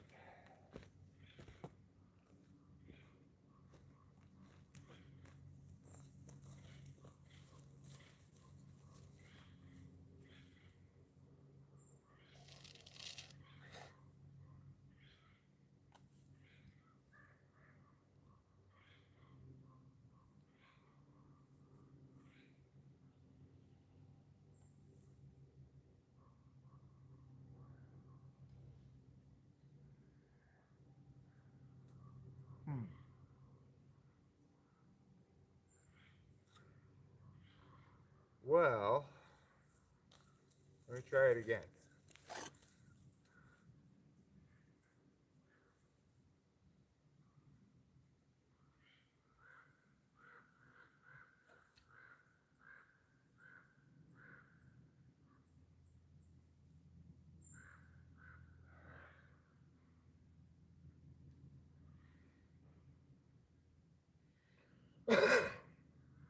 Maybe this hose is too long.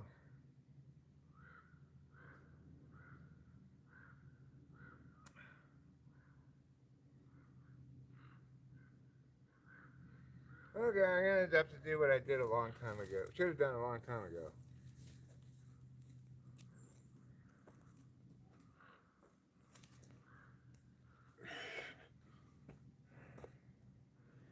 Here's the problem. It's this kink here, probably.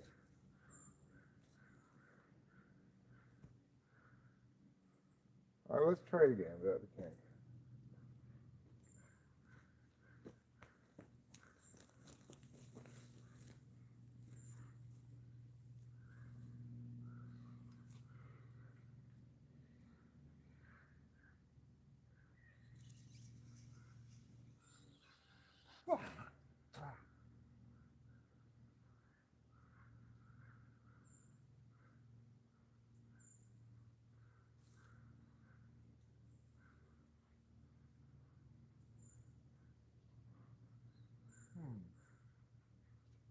That seems to be coming out.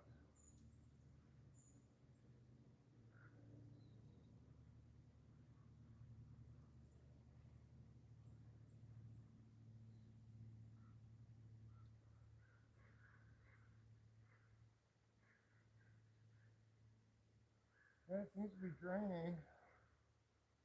Slowly but surely.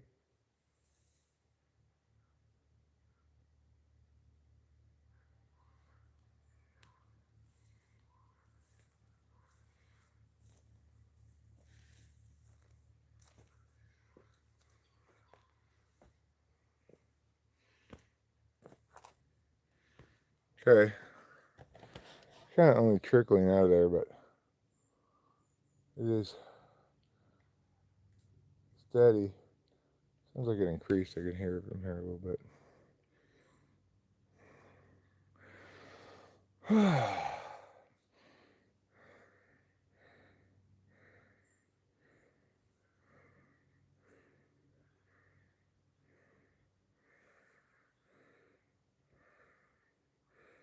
$700, huh?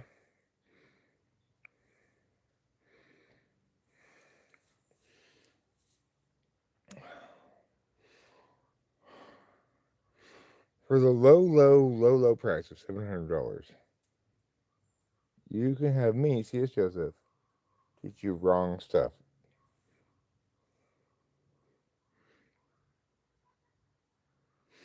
Oh my God, could I?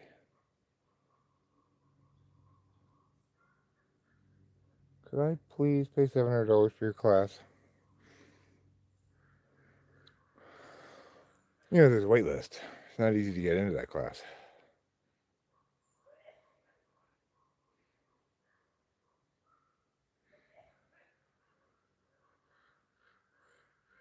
It's still going.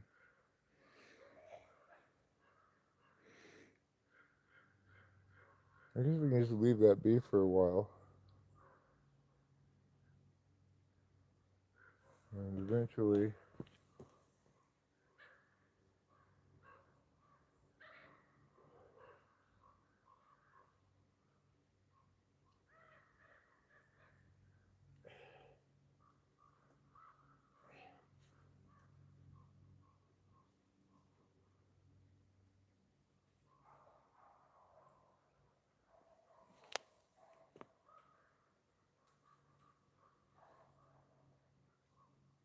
It should be still going.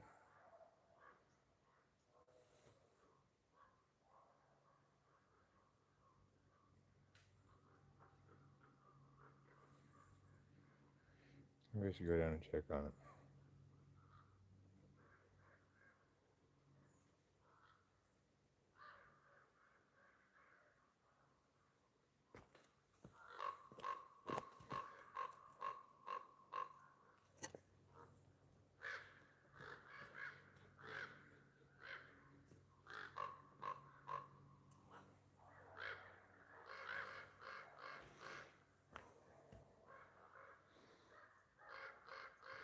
It does seem to be going down.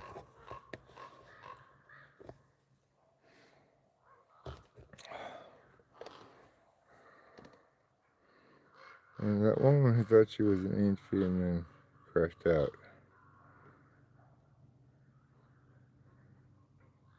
No, I don't think there's a wait list. I don't know.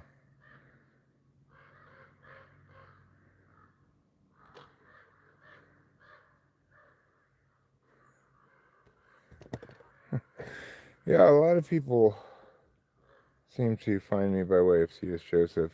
People who get typed, I'm talking about, not viewers, but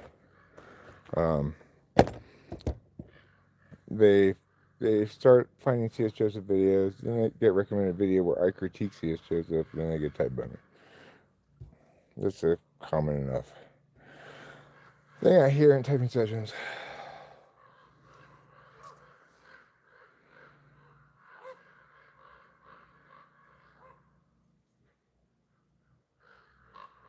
Should I go check on it? Alright, we can go check on it, but we'll go down this way. This is a better way to go. Not quite as steep.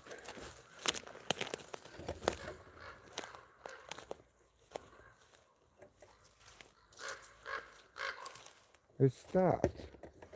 Why did it stop?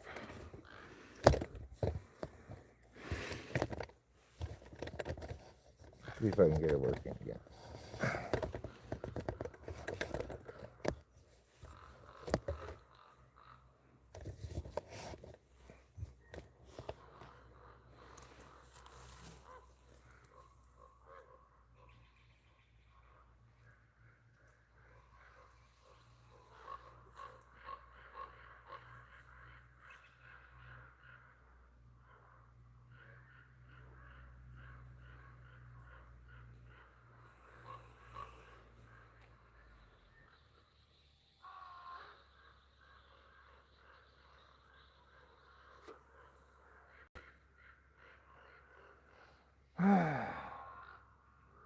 Right.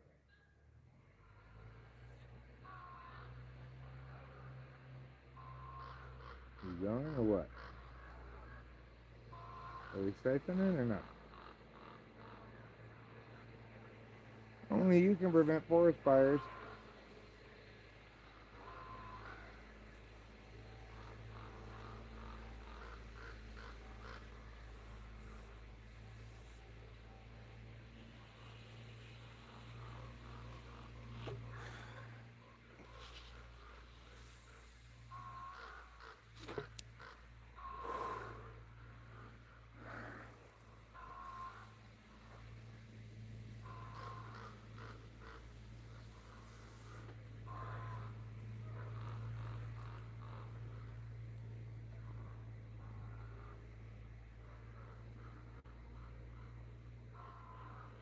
Okay.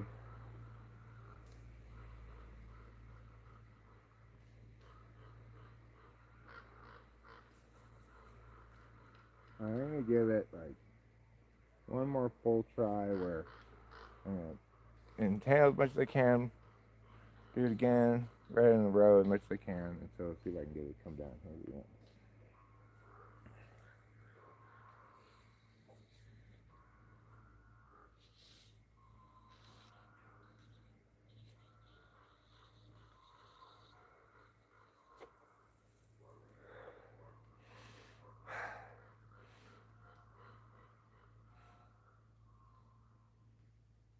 This is just the wrong tool for the job.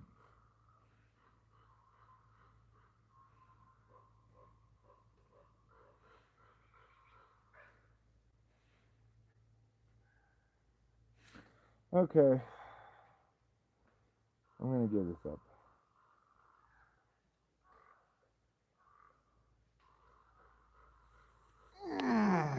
It's a little frustrating.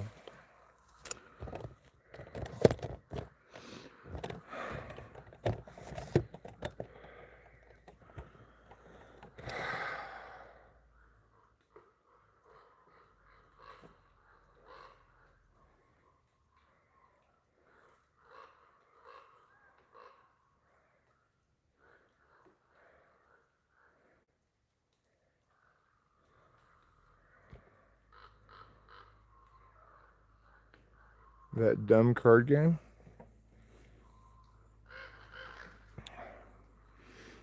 What dumb card game were we talking about?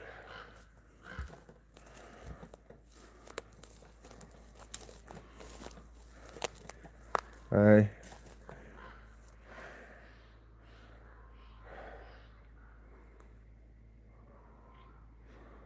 guess I'm gonna give up on that.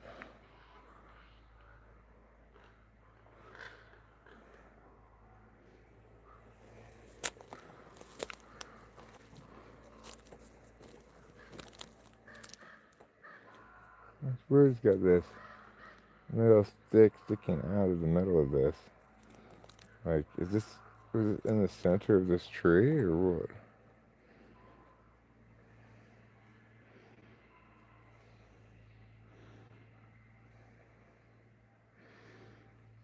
Something over here made a hole. There's multiple mounds of dirt right here. I don't know. Probably a mole, I guess. There's a lot of mounds of dirt around here, actually.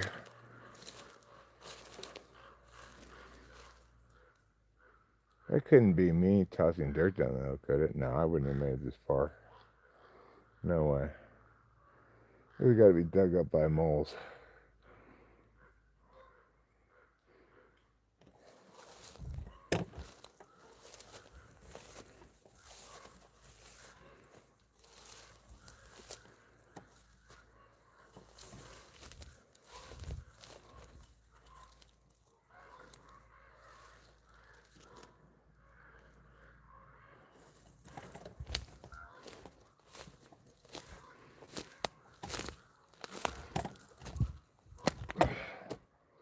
Okay. I guess I'll actually bring that hose back. Up to the top. really don't feel like doing that right now.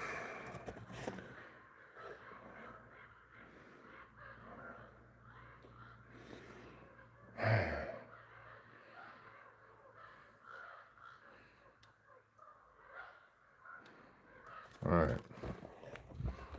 Hold on. Let's not be too lazy. Brought that head down there. It didn't work. What you can do is put it back.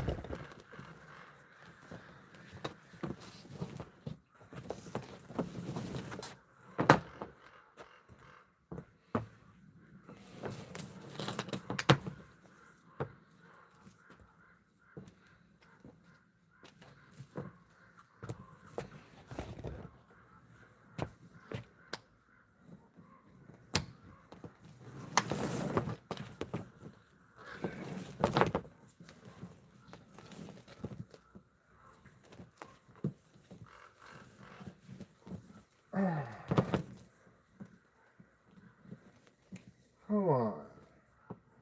Why are you all like that?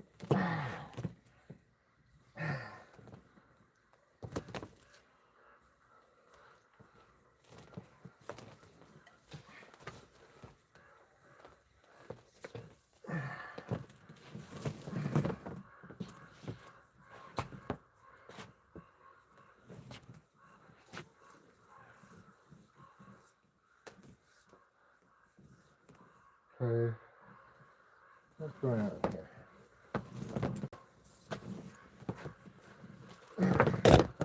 God damn it. What a tangled mess. What a tangled web we weave.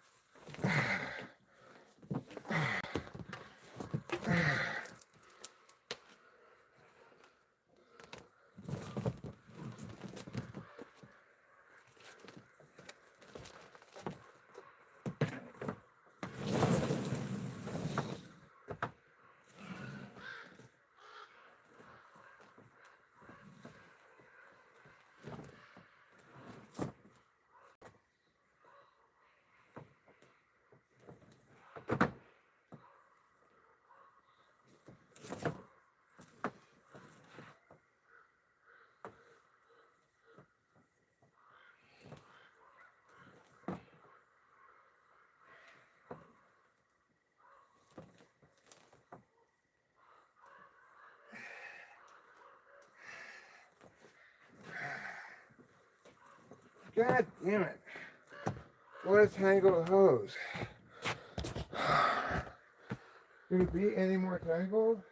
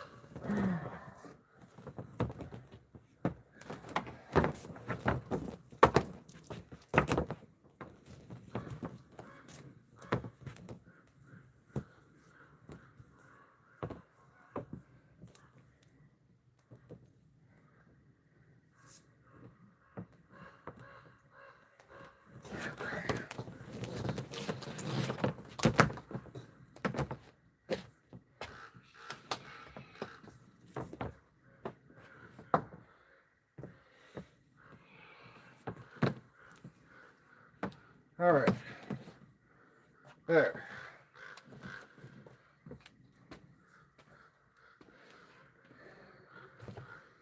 Okay. Let's try to get some tape to wrap around that kinked part.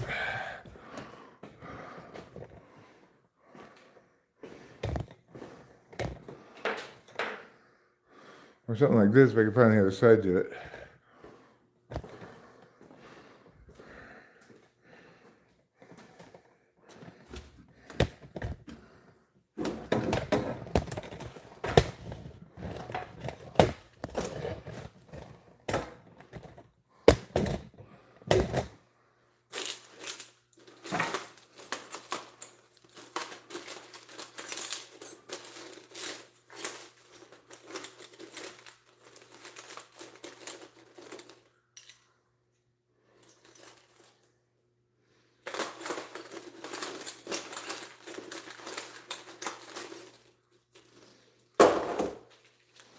I'm gonna use something from here.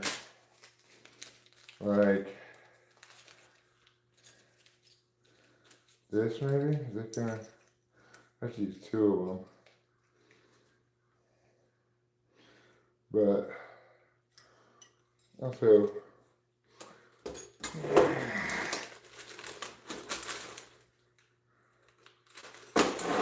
let's use this with some tape maybe, if we can find some tape.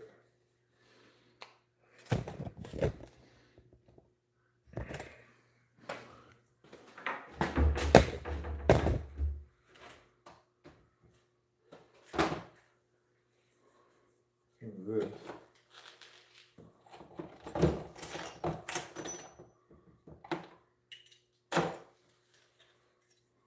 And some of this with a mirror.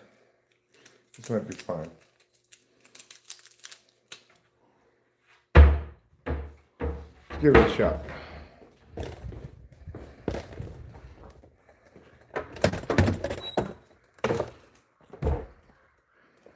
Okay, so this is the first kink right here. There's a few different spots that are kinked, but we'll do what we can.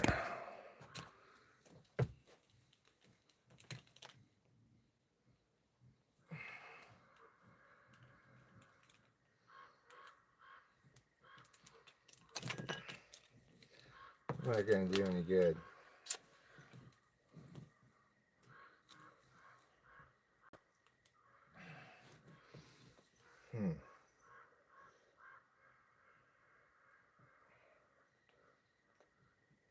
It's like too, I guess a little bit too big. I'll try just tape.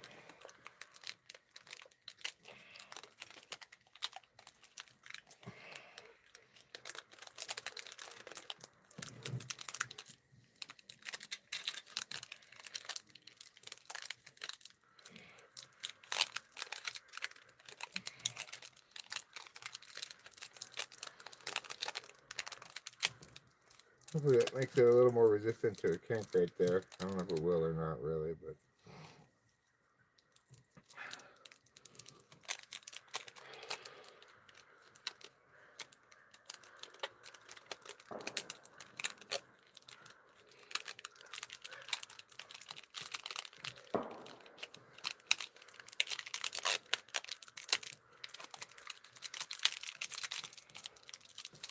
Okay, well, let's see if that works any better. It's obviously not an adequate solution.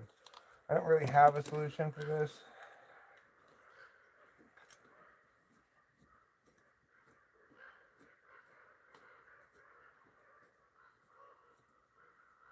Okay. Well, there's another kink right there, but I'm gonna go this way. I'm gonna go around that.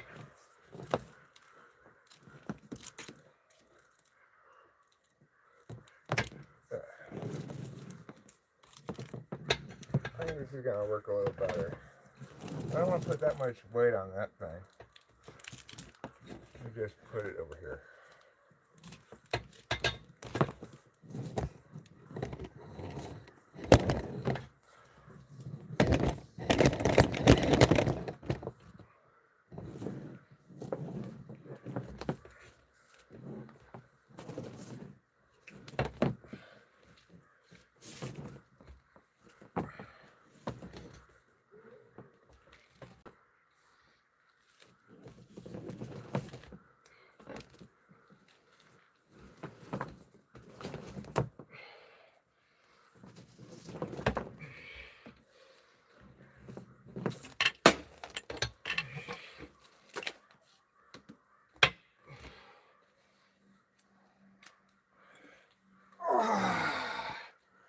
Okay.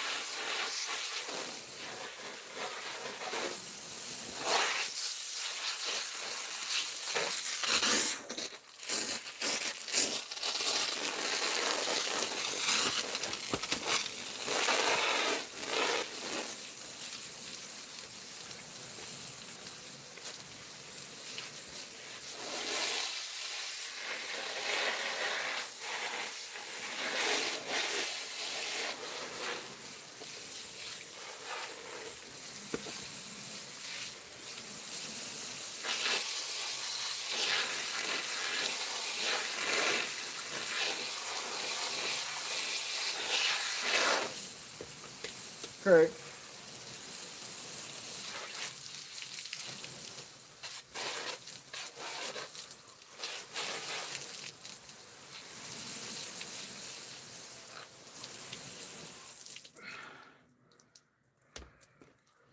Well, that's good. I got that hose unkinked, tied up in so it's not tangled.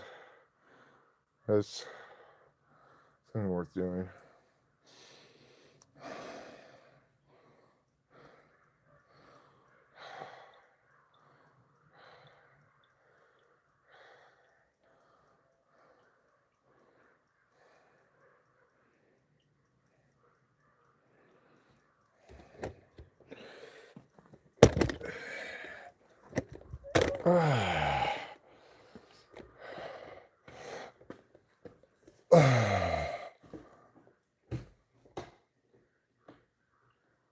Okay. Let me close this door. Got a few, but a few.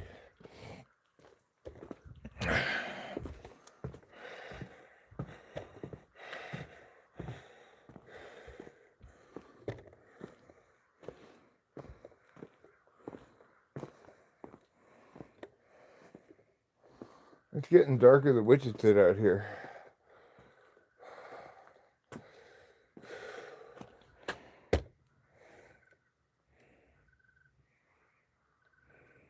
See you later, Keisha. You burb. You burb your way right back here whenever you feel like it. Because I don't have any cigarettes out here, right? No. I did wash off my shoes, so.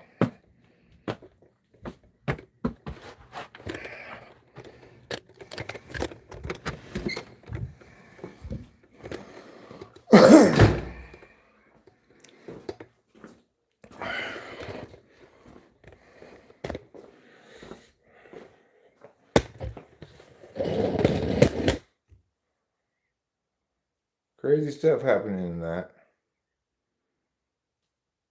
Is Winston's mom actually a mom? Yes, she is. But Winston is not her child, though. It's her ferret. She does have children, but she identifies with her ferret's mom in its name. Obviously. Looks like Seattle wins this game. It's going to win it. Or has won it already, actually. They're up 6-2 in the top of the ninth in my recording of it, but it's already over. Hi, Sean. See, Perro. Yes, but a see, Perro. A yes, what? A see, Perro. A yes, who? A see, Perro. That's woo. Personality, it's not always. Are we gonna sit soft? No, you don't come off the plan. What you do is the man. Maybe this. Okay. Legit opportunity. All right. Got the Dodger game on. Again, I'm at the beginning of the game, even though it's not no longer the beginning of the game. So don't spoil my Christmas by opening the presents early. Okay? Stop spoiling my Christmas. That would be one. That's a good idea. So it's to use towels or whatever. But I think I'm gonna siphon it out. I just need to use the right tube. I also have a pump. I could use to pump it out, but that's not going to get the very bottom of it. That's why I wanted to siphon it.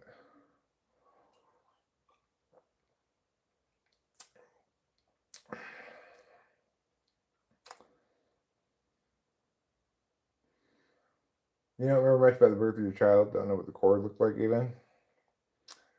It looked like just your standard umbilical cord. 120 volts. 3-prong. Torque head screws required to remove it. Or put it on, obviously, but when you're talking about birth, talking about removing it. And sometimes you go in there and it's just been riveted on, but not usually.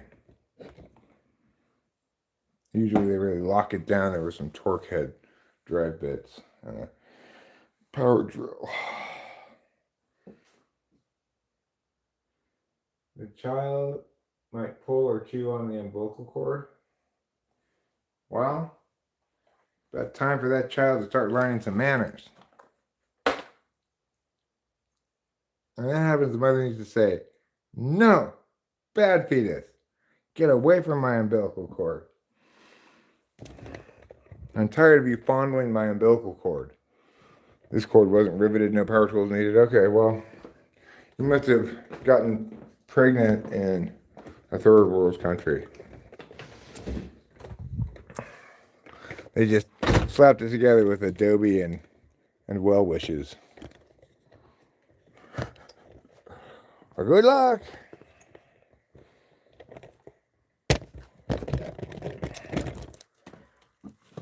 Oh. Boy, oh boy, what a day. What a life, what a day, what a strife, what a way. What a fife I can play in the Revolutionary Army. You know,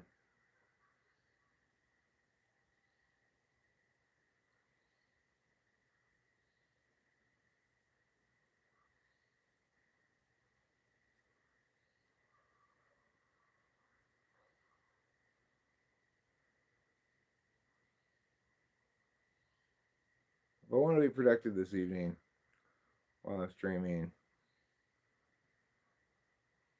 at this point with the sun mostly gone down, it'll take the shape of me harvesting some branches.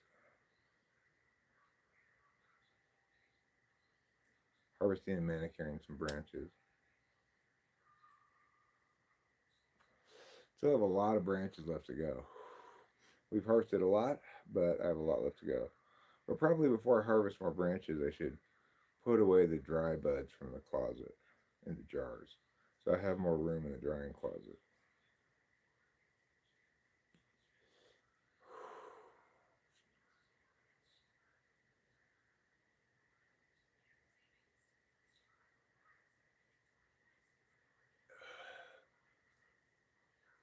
If you refuse to believe in the truth of love, then love will pass you by. But if you have faith in the heart of another, then you can give love a try. Those sound like some terrible lyrics.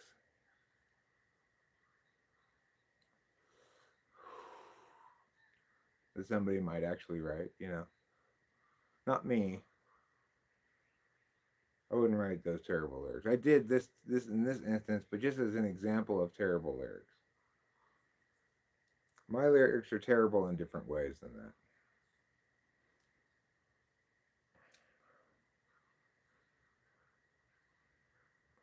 My lyrics are too complicated, not too simple.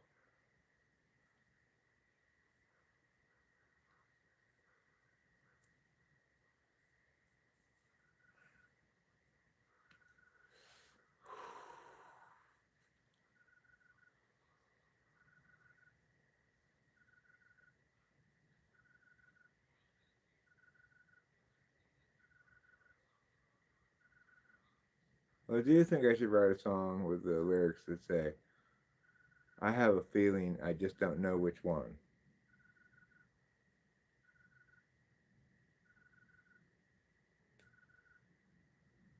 You know, it's making me jittery, heart all the fluttery, and disquiet, disrupted and such. But though I've got a feeling, I can't tell which one. There's a lot of different feelings that it might be, a lot of different feelings that we can see. Feelings like anger and shame and fear. Which one of these is my feeling most near? I don't know. Maybe it's love.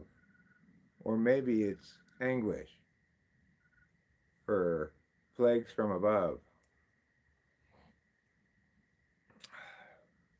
What will I do with this moistness inside? I don't like to feel. Can I run and hide?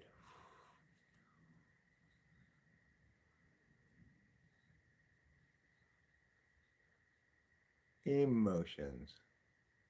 Don't you just love them? They're what makes life such a rich tapestry.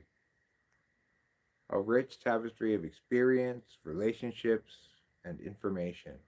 That's what life is. That's right. These are kind of important wisdoms you're going to get from here. From me, from this guy, Eric. Life. It's a bunch of different stuff. What kind of things? Like everything, bro. Like everything you can think of, that's part of life. Pretty crazy, huh? Blows your mind, right? But like math, yeah, even math is part of life. But bears? Yes, even bears are part of life. That's why you got to put your trash in the garage. Because otherwise the bears will get in it. They'll have a real Beartown jamboree.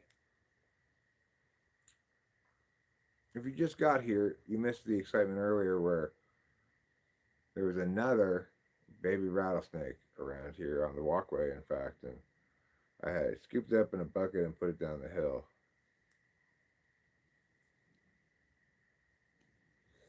Not the same one. This one was a little bit bigger, but basically the same size. It had a little bit longer rattles on it. Hopefully it doesn't come back up here. I put it way down the hill this time.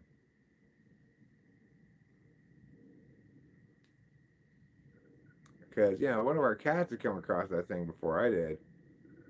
We'd be mourning a dead cat probably right now. Baby rattlesnakes are very much just as deadly as bigger rattlesnakes.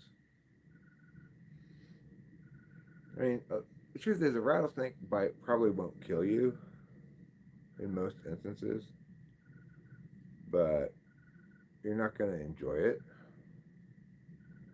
It won't be your favorite part of the day. The cat, on the other hand, probably would die. I would guess. I don't know. Maybe I'll Google it when I go inside. Will a rattlesnake bite kill a cat? Inquiring Eric's want to know. You might ask, and I think somebody did, and I wonder myself, like, why now? Why late in the fall? Is it they're looking for burrows? Maybe they're looking for burrows for the winter. Well, listen here, snaky poos. There ain't no burrows around here for you.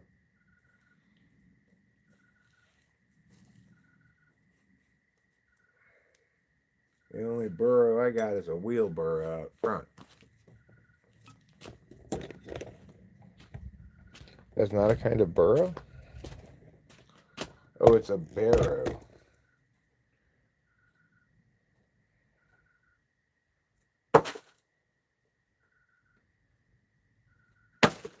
Before the invention of the wheel, they just had regular barrows. Which really was just like the top part of a wheelbarrow, but that's it. You just push it on the ground with your arms. They were called arm barrows. No one dies from rattlesnakes. They bite readily and give lots of venom, so they have lots of anti-venom. Well, maybe I should have milked the rattlesnake for its delicious venom.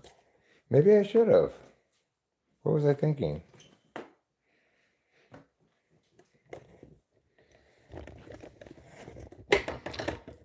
The tricky thing is, when they're little and their rattles aren't super obvious, they actually look quite a bit like corn snakes. So, you can't,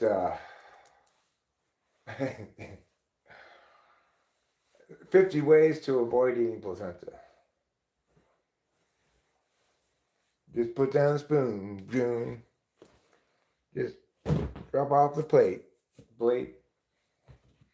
They bite you while you're young and strong so you can develop an immunity for when you're old and can't see or hear them. Well, Fly Guy, you are correct. I am extremely young and strong right now. You mean they don't even cook them, Sean? The animals? They don't cook their placentas? Well, there's been some kind of a bestseller just behind how not to jump out of a plane. There's some kind of animal around here. The neighbor identified it as either a baby bear or a mountain lion. How those two things could sound similar to each other, I don't know, but I think it was a mountain lion. I've heard it a few times at night in recent nights. It makes a weird sound. If you've never heard what a mountain lion roar sounds like, it's not a roar at all. Otani parks it. See you later. He got every last bit of that one. That was a bomb. 446 feet at a 25-degree launch angle. Well, what about cats, though? What I'm curious about is if a cat will die if it gets bitten by a rattlesnake. I know that we're not going to die. We'll go get it treated, I'm sure, because I imagine it's quite painful. But I don't plan on getting bitten. There's also scorpions around here. I haven't gotten stung yet. Knock on wood.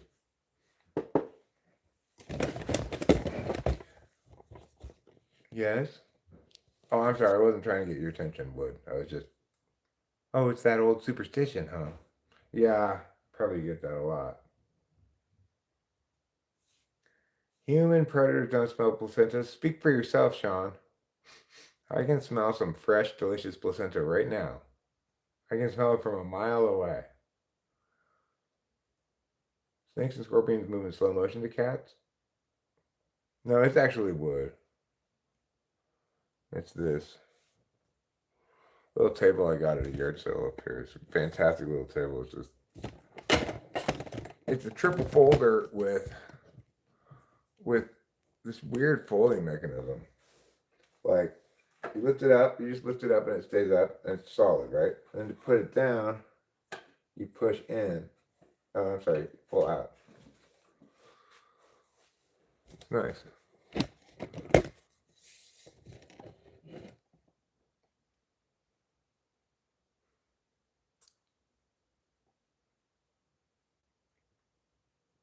Placenta is one of the first fragrances they teach you in perfume maker school. Smell the musk. Isn't that nice? Thank you, Mr. and Mrs. Crowley, again for having birth right here at the Perkin School. We appreciate it.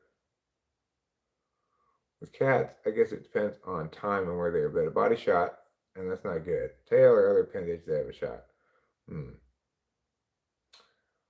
Yeah, well, I mean, we knew when we moved up here that the cats would be at least marginally less safe because there are predators in Arcadia, like coyotes, but they're a lot less likely to get hit by a car up here. In fact, they're almost completely, it's almost inconceivable they'd be hit by a car. The only way they could inconceivably be hit by a car, really, because they never go up to the street as far as I can tell, would be if one of them was in the driveway and a delivery truck came by.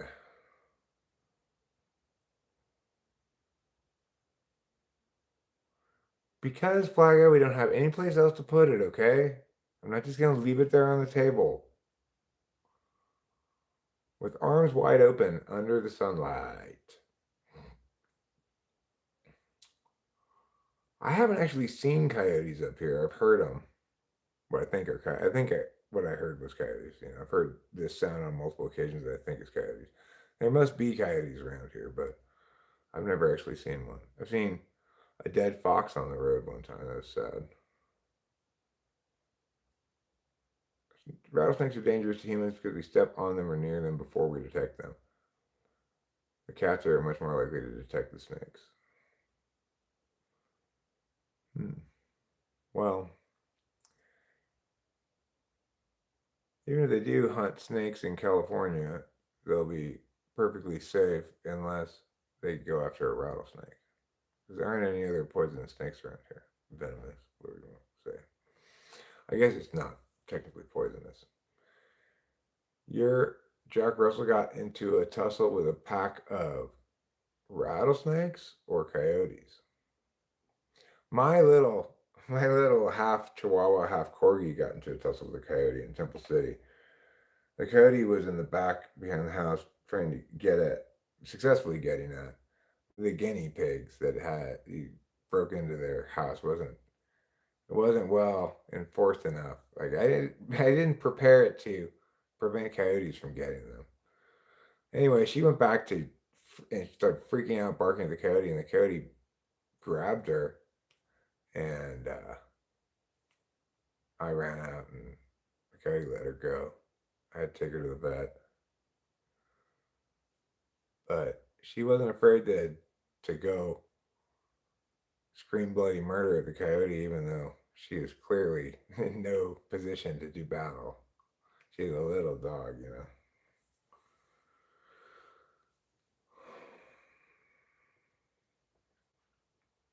Anyway, if you keep a bunch of guinea pigs behind your house, make sure you have a well-enforced guinea pig home, because otherwise the coyotes will get in there and eat them. For coyotes, the guinea pig is just like a hamburger, just perfect, this perfect little thing.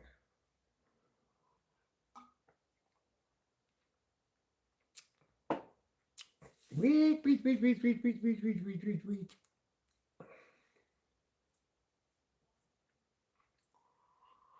What's interesting is I started out with 2 guinea pigs, a male and a female, and pretty soon we had more guinea pigs.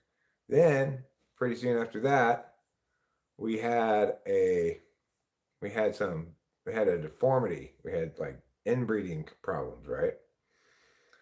But then after that, there wasn't any more inbreeding problems. So it's like they inbred enough that they built up enough of a population that inbreeding no longer applied for some reason, which seems weird because they were all directly related to each other.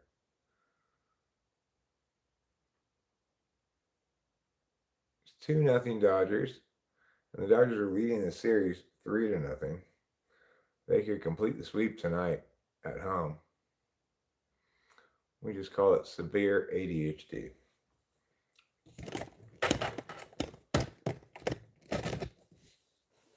It can be hard to have an intellectual disability. I have one myself. It's also called ADHD.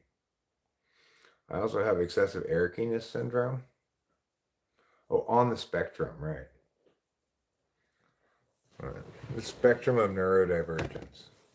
I'm so neurodivergent that you will never understand how complex I am. I have the most neurodivergent way of being since Mr. Neurodivergence himself, who invented neurodivergence, that's, his last name was Neurodivergence. That's why they called it that.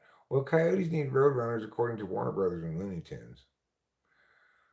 It seems to me, according to both those, they don't need roadrunners. They never win. You know, obviously they're subsisting on things other than roadrunners since they never catch them. Man, they don't seem to learn that there's no point in going after it.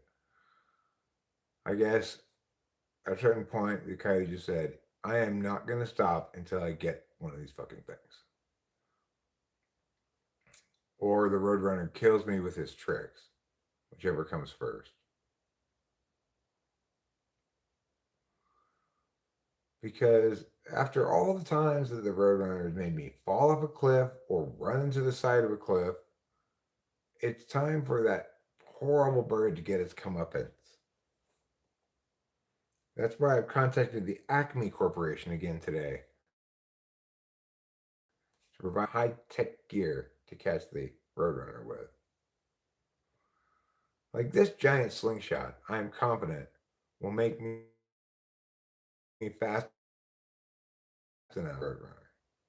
And it just came by delivery truck. I got it off Amazon, obviously. Acme giant slingshot for roadrunner catching. It says it does work with my phone too. It's got an app.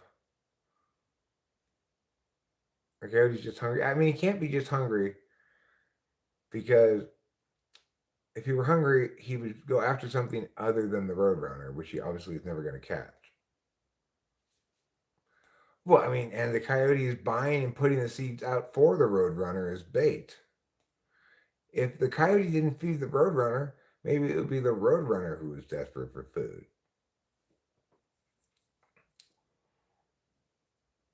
And if the coyote, as he obviously can successfully order all of those things from the internet to catch the roadrunner with, why doesn't he just order some DoorDash?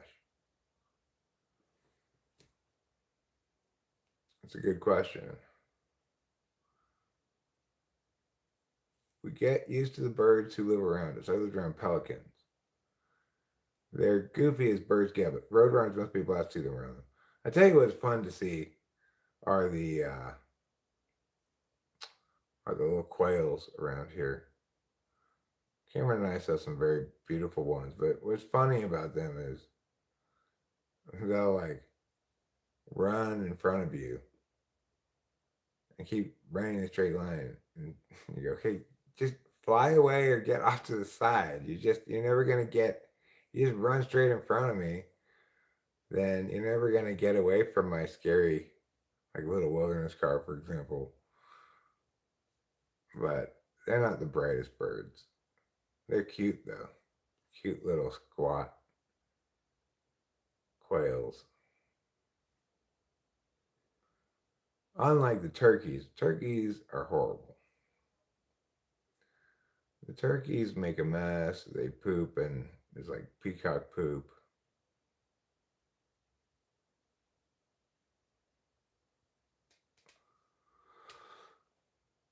Yeah, I think I've had quail before.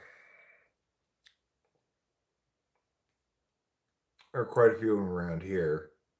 The cats got a baby quail one time. That was one of the saddest times the cats got something. It's like, oh God, even if I would have tried to successfully free this baby quail from you guys now, you separated it from its family. What am I gonna do? Just put it outside and it just die alone? Anyway, they killed the baby quail and then they fucking field dressed it. I shit you not. It looked like a little miniature turkey with the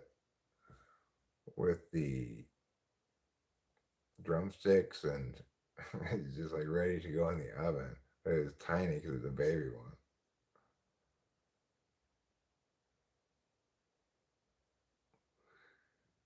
It's like literally the only other thing I would have had to do is gut it. I don't think they gutted it. But other than that, they field dressed that fucking thing. You take all the feathers off of it.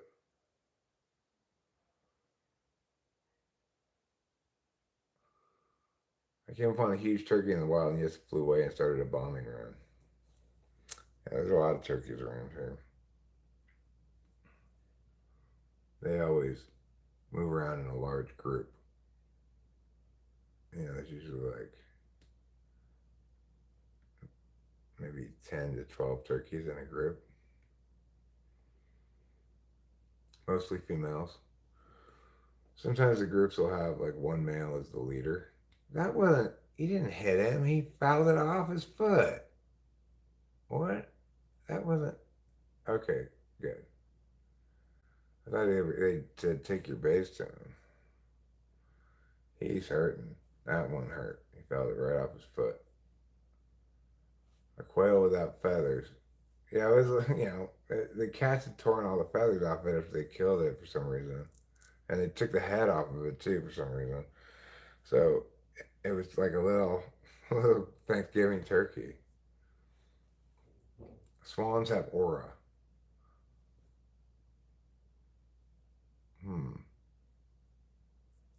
I think the crows have a fair amount of aura. They've got a lot of presence, you know. They're kind of the sky cops. Geese aura. Geese wish it was swan. Geese are a lot more aggressive than most other birds. Like if you go to a place that has geese and you try to feed them bread, they'll come try to take it all out of your hands and everything. They're sky cops and thieves. They're always chasing hawks and stuff away and cawing and patrolling. I'd like to befriend a hawk, a crow, by giving it some ground beef or something, but they never land that close to me. They don't really want to be my friend. The squirrel, he's open to a relationship with me, you know. He'll chatter at me a bit to give him some more seeds. And the blue jays, they kind of have a professional indifference towards me, but they'll keep an eye on me and caw at me sometimes to give them some more seeds. And then when I do, they'll caw to their friends, like, come over here, there's some seeds.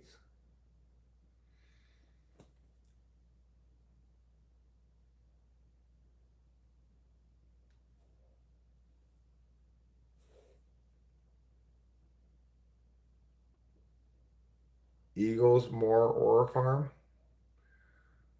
What kind of eagles? Bald eagles have the whole patriotic bonus points thing going on, so taking you back to your childhood with all this bird talk. We also have woodpeckers around here, which are pretty nice looking birds. I've seen a few woodpeckers get hit by cars, so they're not necessarily the best at avoiding cars when they're flying through the air, maybe. I don't. Maybe they were on the ground, but they peck a tree, so they'd be on the ground. I like the common dark-eyed junco. They clean up all the French fries at McDonald's.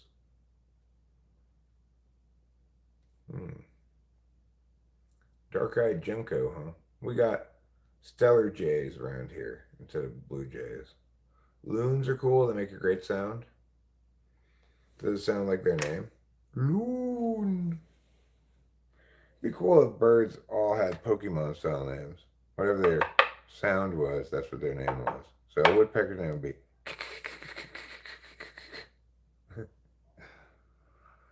Jollibee was your only meal today. Can't fathom cooking.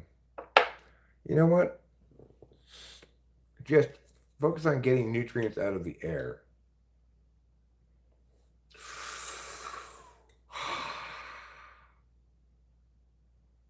And any dust that might be in the air, you know.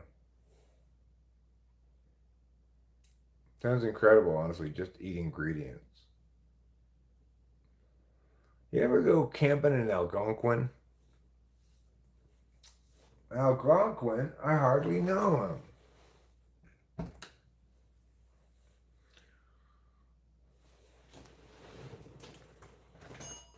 Stop with your failure jokes, Eric. You used to live in Algonquin. Those were the good old days. Fly Guy and I would meet down at the Algonquin laundromat, shoot the breeze. Then he had to go and move away to Canada. Oh, there are tariffs on oxygen. I'll just breathe American oxygen then. I'm pretty sure most of it, if not all of it, is ours anyway.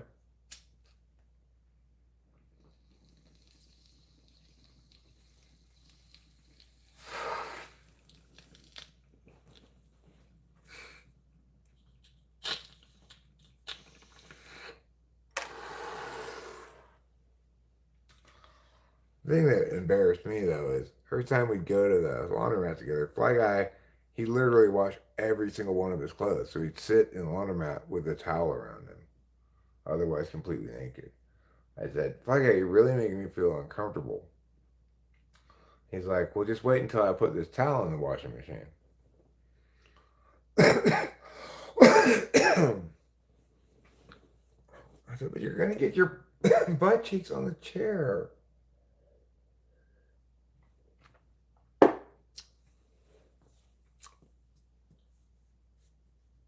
Well, you know, Fly Guy lives his way. His favorite song is that Frank Sinatra song, Fly Guy's Way. Listen, I don't want to get your butt cheek particles on my pants later on, okay? You keep your butt cheek particles to yourself.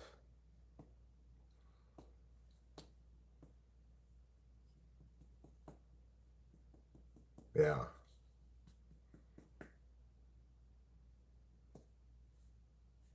Frank Sinatra had a few good songs. I think his most famous song is probably this. Fly me to the moon, I've got to meow, meow, meow, meow, meow. Meow, meow, meow, meow, meow, meow, meow, meow, meow, meow, meow, meow. In other words, I think that's Frank Sinatra's most famous song. I don't know if it's his best or not, but I think it's his most famous. Sheldon J. Plankton sang My Way. That's the theme song from Evangelion. Evangelion, however you say it.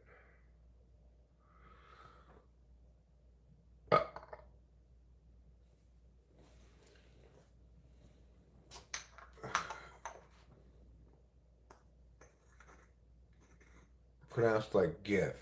Exactly. And I keep that in mind.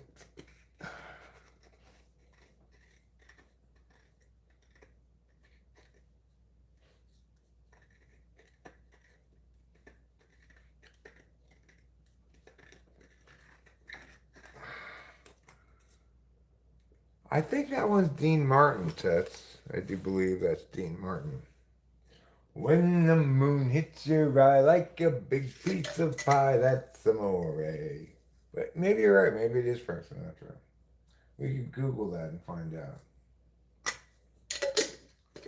Dean Martin also sang, "Ain't that a kick in the head?" Right, that's not how that one goes. That was Like Be a Lady Tonight. I got those ones mixed up in my head, I guess. Charles VII sees to find it, become Lord Nelson. R.I.P. the Rat Pack. Yeah, well, I'm sure they've been dead a while now. Sammy Davis Jr., he was in the Rat Pack, but what did he even do? He only had that one song, Candyman. He was the guy with an eye patch, you know.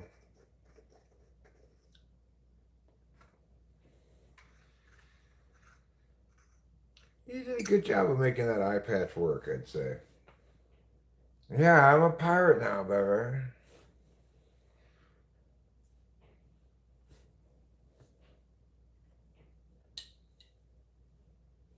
I mentioned this here before. Dean's daughter has a YouTube channel where she sings and wears sparkly 80s sweaters.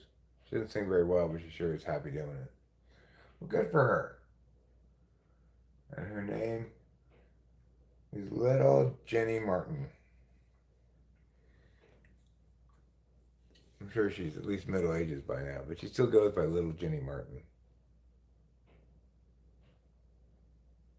You laugh through your nose quietly to yourself, but out loud. But lol anyway. Dean's daughter and Winston's mom collab coming soon? Maybe. Maybe I could get Dean Martin's daughter to sing badly on one of my songs.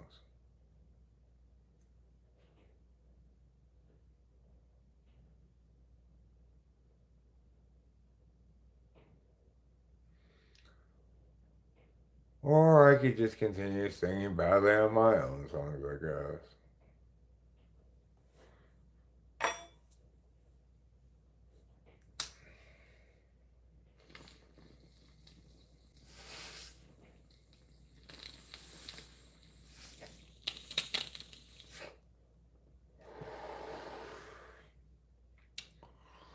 Well, a lot of you guys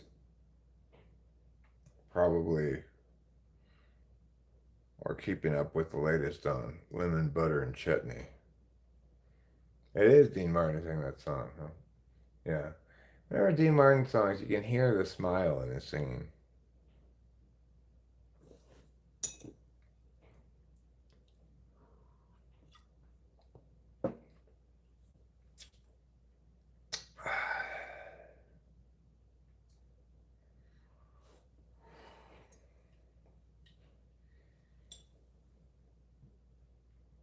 Frank Sinatra spent most of his later life in Palm Springs. And you can see some YouTube videos about his time in Palm Springs. If you go down to Palm Springs, there's a lot of Frank Sinatra themed stuff there still. And I don't really get it because it's not that great down there. It's just hot and dry. I guess if you like golf, there's golf courses. But if you're Frank Sinatra, you could choose Hawaii or Palm Springs. Why are you choosing Palm Springs? I guess it's close to Vegas, maybe, compared to Hawaii. Hot and dry and golf sounds great.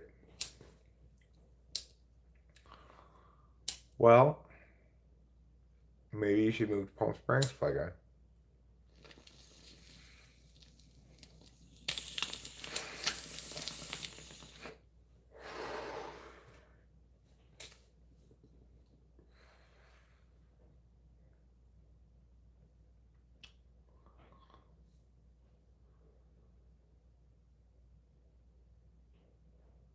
She's got 7.29. Her name's Dina? Dean Martin wanted to name his daughter Dina? Well, I guess there's no mistaking who she's related to.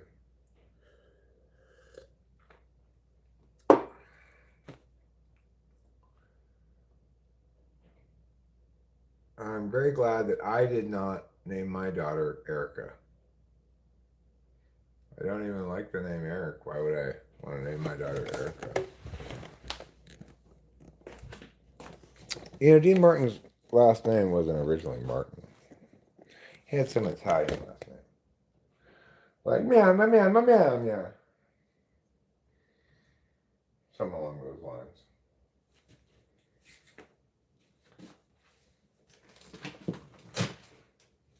I guess this goes up.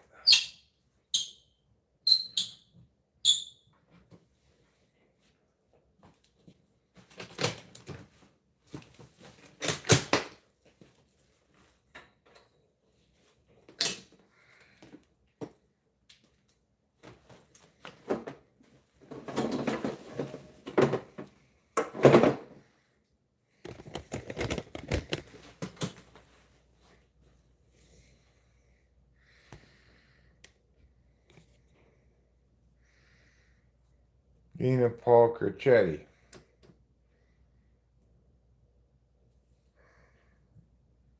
Dina Paul Paul Cacchetti indeed.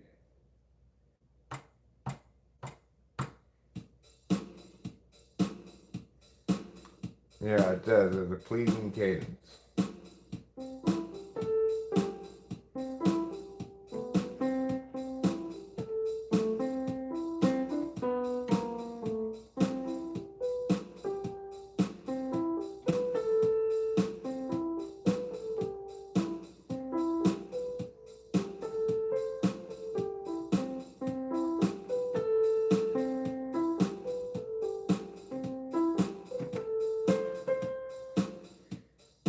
Okay. They call me the Piano Man, and here's why.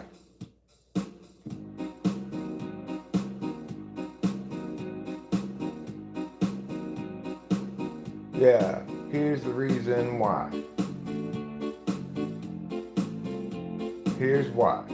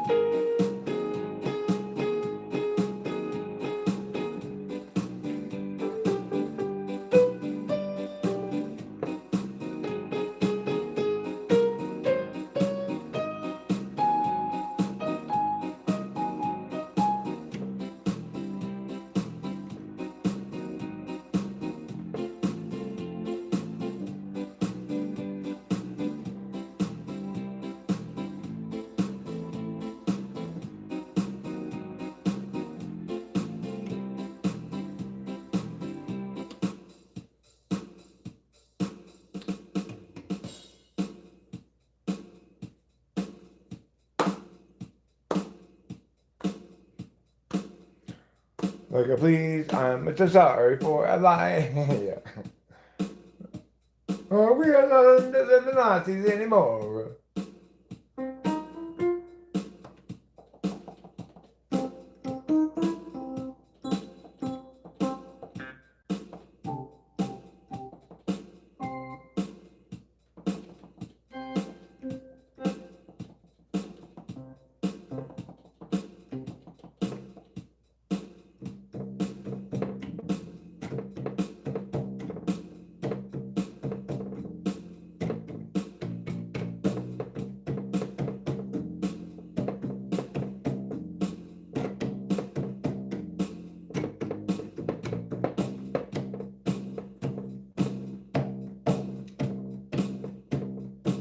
I gotta reach greater heights. I gotta reach greater heights, fulfill my potential. Let's start fights and make some potential. Make fights and make me potential. Rhymes with potential.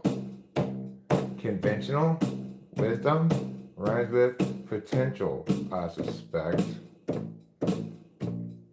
If you were to look it up in a rhyming dictionary, conventional might rhyme with potential, but if you don't, then it doesn't, because conventional does not rhyme with potential at all.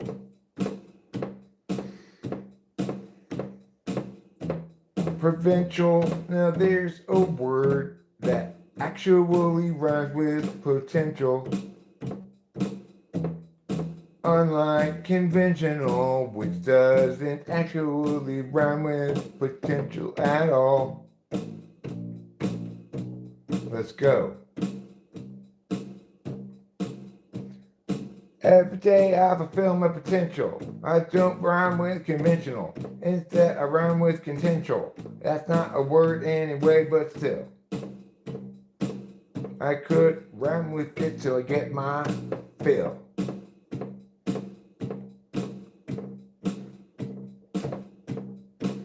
Until everyone says, let's go. Yeah, let's go. If you don't know what we're doing, we're not stewing, we're just going everywhere.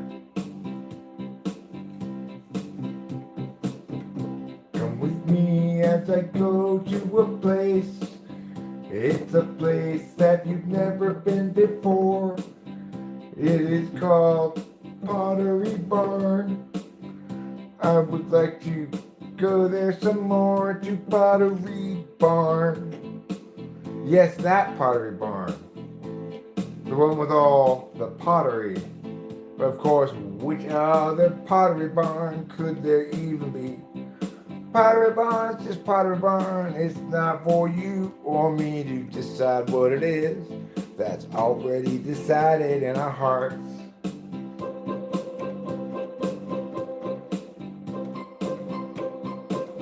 Come on, let's go to Pottery Barn. Come on, let's go to Pottery Barn. I need some pottery, and where better to go than Pottery Barn to get some pottery. I'll have enough pottery for you and me, and together we'll explore what it means to be pottery curious today. Prudential, thank you, Tuts. I am pottery curious. If you're not, that's okay, but it doesn't mean you should judge me. That's why I have my pottery pride parade.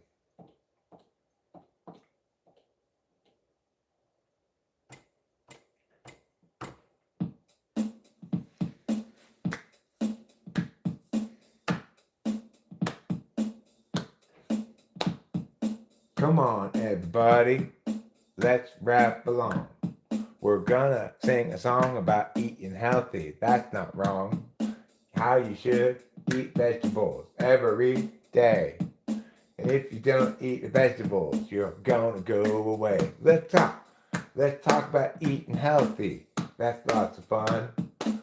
Let's talk about changing your bad habits. Come on, son. Let's talk about aerobics. We're gonna do them every day. Let's talk about feeling healthy in a healthy way. All right. This is hard. From the streets. This is hard. That's right. This is hard. From the hood. Come on, let's go. To eat real healthy, what should you do? You should avoid eating food that's bad for you. Food like hamburgers or cheeseburgers or other things that you get from McDonald's. That's why you shouldn't go there. It's full of unhealthy food for you, and that's not fair to your body. Eat all that crap. Yes, that's right. I'm now a food Nazi. You never expected that to happen, huh? I actually don't think you should eat healthy at all. You know why? Just because I'm jealous of your ability to process sugar and things that are called unhealthy, because I can't anymore because I'm super old.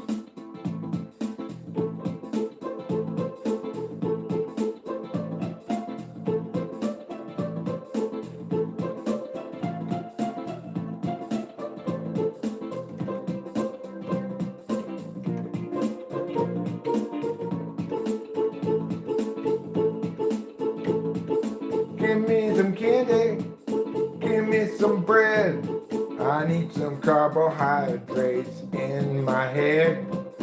Give me some sugar and some gasoline, 'cause I'm going back to being a teenager today. Don't eat what I want, doesn't matter at all. Gotta eat what I should, but I don't want to. I'll eat what I want. I'm gonna eat some candy. I'll eat what I want. Otherwise it's just tyranny. Food tyranny. Yeah. So go ahead and get out of here. Food tyrant. Go ahead and get out of here. I mean, out of here. That song is about eating healthy. This song here.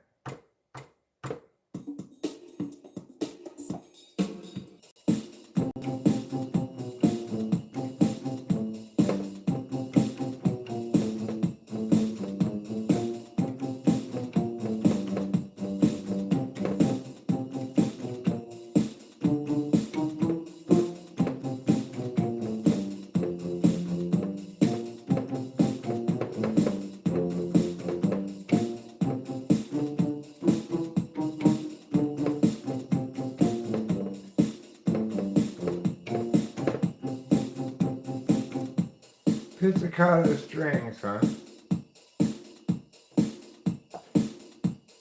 Orchestra hit. Cello.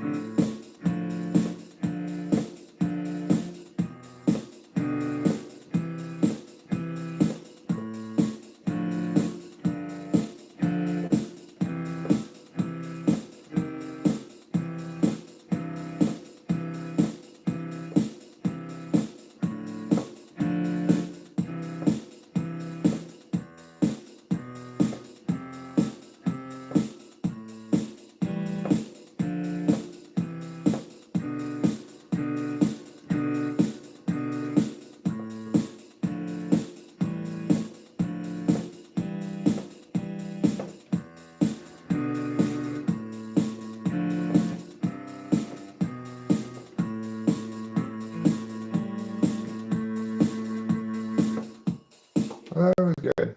That was a fine enough song. You know, it takes a while to learn how to play the piano. Doesn't just happen overnight, you know. Not the cello, no.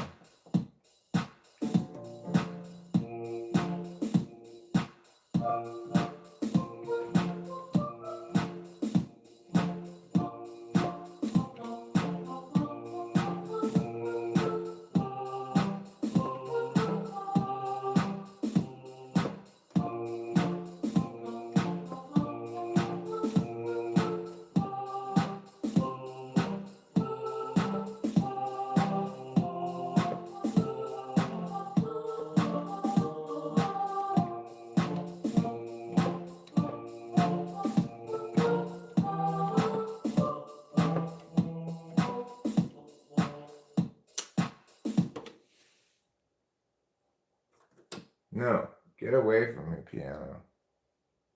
Get away from me.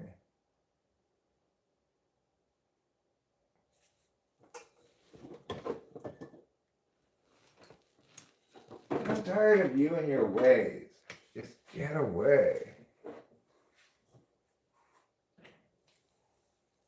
You're not the good piano I was promised you would be when I got you in foster care. More often than not, you just frustrate me by making me aware of my own incompetency. Beeson's greetings. Hi, Putty Cat. What's going on? You don't like this song. Well, yeah. You know, when I'm making up random shit, it's very much hit and miss. Sometimes I catch lightning in a bottle. Lots of times it's just frustrating failure to find the flow, you know. Thank you for your kind words, touch, but I've done better for sure. Of course, you know, it is extra challenging for me to screw around the piano compared to the guitar because I can't really play the piano and sing at the same time very effectively. where they can do that more effectively on the guitar. But, you know, the way I work is such that I'm like a baseball player, right? I don't expect to get a hit every time I come up to bat. Maybe 1 out of every 3 would be great. Sugar and gasoline is not good. Let's not put sugar in gasoline. I'm going to keep my gasoline sugar free and my sugar gasoline free. What do you want, kitty? You want me to watch you eat?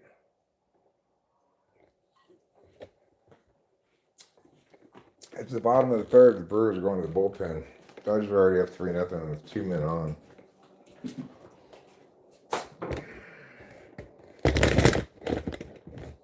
Everybody's feeling alarmed. Alright, I need to eat something, I guess. Oh no, I did make something. What did I make first? Oh yeah, pizza log. That's right. I should have gone to the store today, but I didn't feel like it.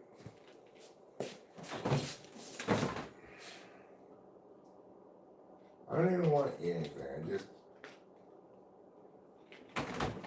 It's just the next thing to consume. I guess I'll just do without any food right now. I'm not even hungry. I'm fine. I did eat. I ate that pizza.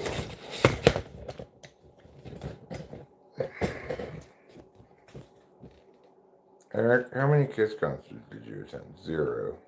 I was a Kiss fan as a kid, but I did not attend any concerts.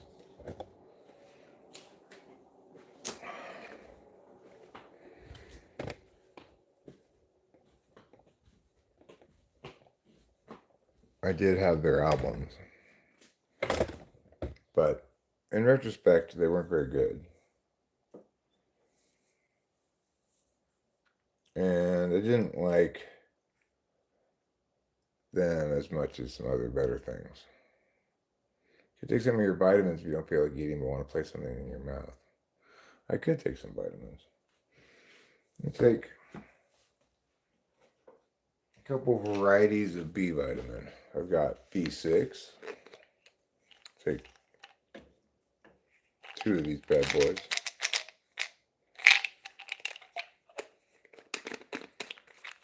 And I got your B12.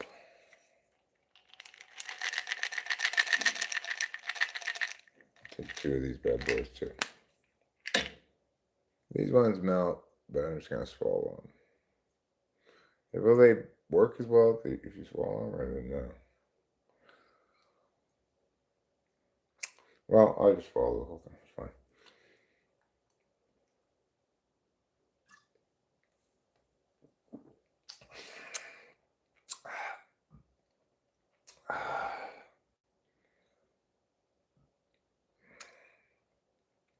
There. Now I have all the healthiness of 1,000 healths. Is that a fair ball? No, foul ball. I'm a fan of the milk thistle to counteract the effect of booze on the liver. Milk thistle, huh? Where do you get it? From your local milk thistle dealer? You just go to a regular thistle and milk it, or it has to be milk thistle, or else you won't be able to milk it? Are its nipples large on the teats?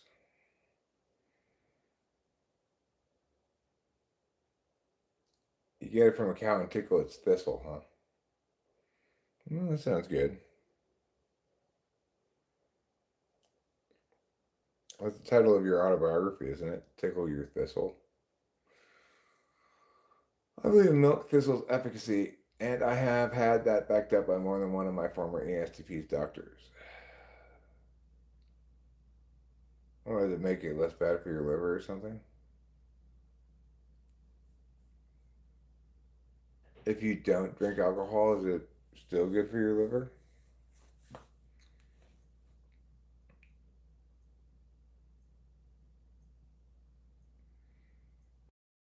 Yeah, we can't. You don't like it when I'm explaining things, or claiming to be exclusively right about them. We well understand that you don't like that. Or maybe I just speak for myself. I well understand that you don't like that. And I understand that from a purely FE evaluatory metric, it's not a good decision for me to, you know, be, for me to explain things. Because lots of people don't react well to it. It's not like I'm going to stop, but, you know, people find it off-putting for sure. One out now in the bottom of the third. Still 2 on for the Dodgers. They're looking to run away with this if they put any more runs up on the board here. Brewers are throwing whatever they can from the bullpen at this lineup here in the bottom of the third. Trying to keep it a 3-run game, stay within, within reach. Am I excited for the USC game? I'm so excited about that game. I'm nervous about it too. We shouldn't have lost to Illinois. We should have won that game. But if the team that played Michigan last week shows up at Notre Dame, I think we're going to win. We played fantastic last week. I haven't seen SC look that good against a real opponent in a long time. Brewers is a good name, but nobody's disputing that. I like the Brewers as a name for a baseball team.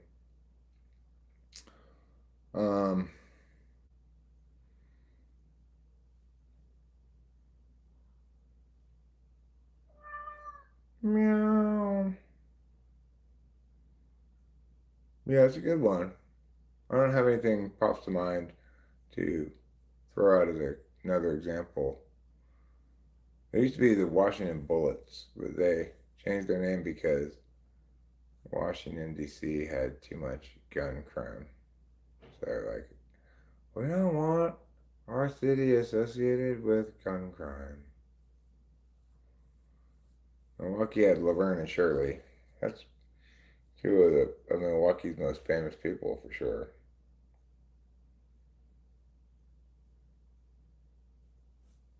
Oh, the Padres. What about the Padres? That's a great name for a baseball team. The Fathers. You gotta love the Padres.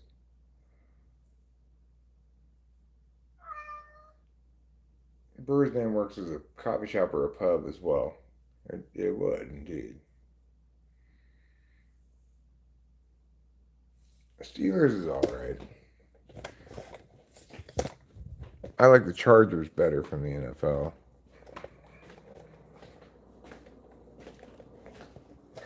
I like the Chargers uniforms a lot too. You need more food on your plate? You're getting too low. Trouble doesn't like it when the pile of food on his plate gets too low. See?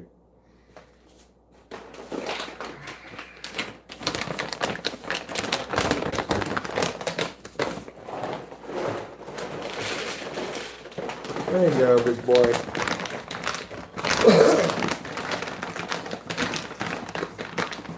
There you go, my big baby. He really is a big baby.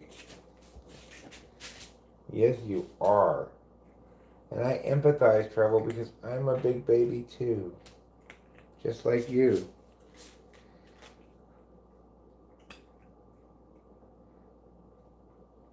I'm a big, big baby screaming, wah, wah, wah.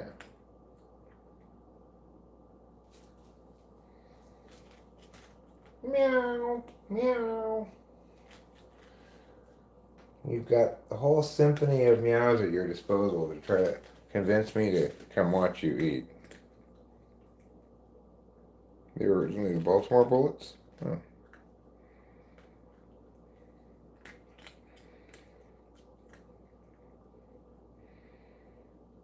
But the Padres have got a pretty great name and mascot, which is say like a Franciscan monk in a brown outfit. That's a weird name for a team. So named because at the time, like San Diego and a lot of California was known for the missions. Nowadays, they probably wouldn't name it that.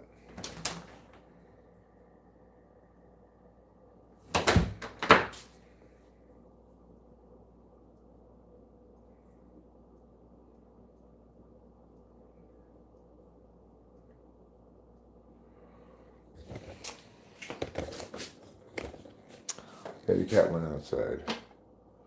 So that's good. I don't have to worry about him anymore. I think I will probably wrap up this stream now. And watch a little TV. Maybe do a couple chores here. I'm also still feeling tired, even though I did more Adderall after I got up today.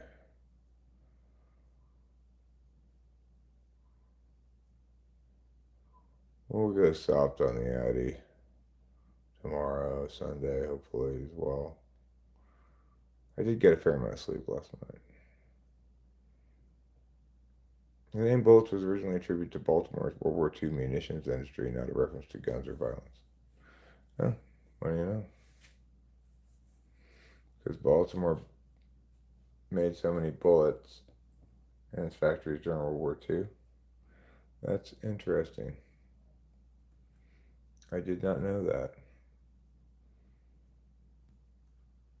And another interesting thing is it's actually pronounced Blaze.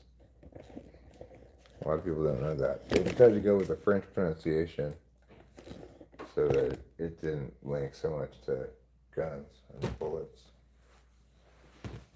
The Baltimore Blaze. See you later, Tuts. Oh, you thought I was actually leaving. I just said I was gonna wrap it up soonish, but who knows what's actually gonna happen. Until I actually leave, I haven't left yet. You may say, well, Eric, I don't want to be falsely told that you're going away and then you don't go or whatever. Well, I don't want to do it either, but I do it anyway because I have a poor relationship with extroverted sensing.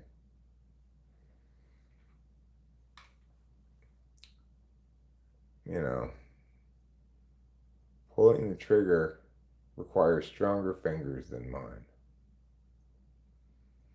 So Milwaukee just started the fourth, their half of the fourth, the top of the fourth, with a leadoff double. Ohtani still has given up 0 runs, is on his 54th pitch, and he induces a ground out to make the first out in the fourth inning. They do have a runner on third now with 1 out, and they could potentially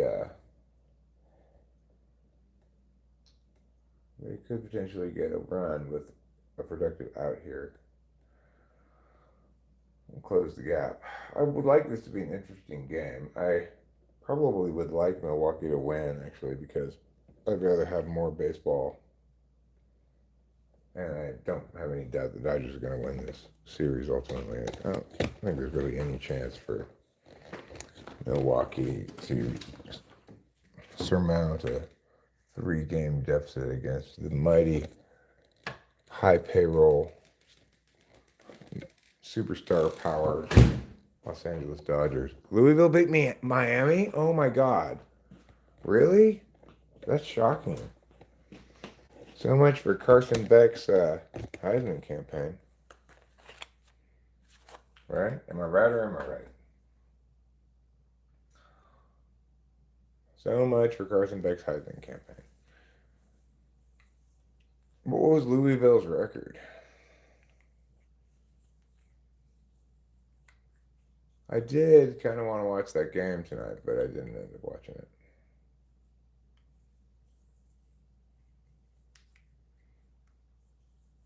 Let me look. I gotta look at the S-Pen. Oh, I don't want to skip ahead too far here. I'll see the Dodgers score for the S-Pen. They were 4-1, now 5-1. So Louisville was not a pushover, but it's still surprising they beat Miami. What was the score? No, it's fine. It's fine. I got the rest of this Dodger game to watch, and then tomorrow more college football will come on. So I was unlikely to watch it anyway. 24-21. So Louisville held them in check. I would have expected if Louisville were going to win that game that it would have been a higher scoring game.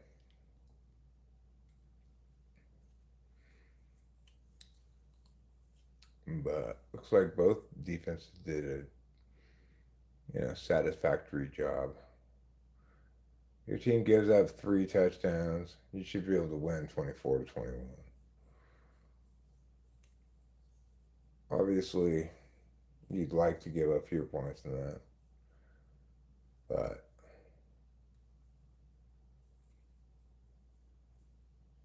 you're going to have those games where you give up more. So you're going to average giving up 3 touchdowns a game or fewer. Then you're in pretty good shape. 21 or fewer points given up. Puts you in your offense in a good position to win the game for you, I think. For most teams.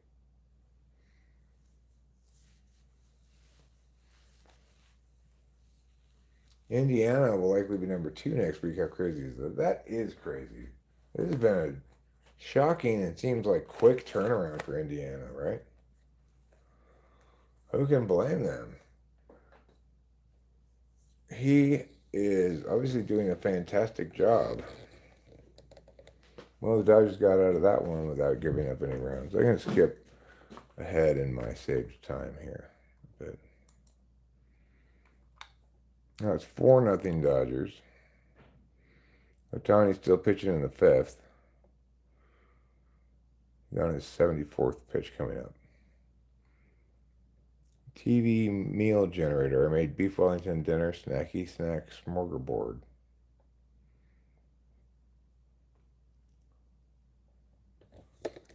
Smorgasbord. Tarek Skubal wants $450 million. Odds are he ends up in New York or maybe Boston. I wouldn't be surprised to see him on the Mets. That guy wants to win by spending the most money, for sure.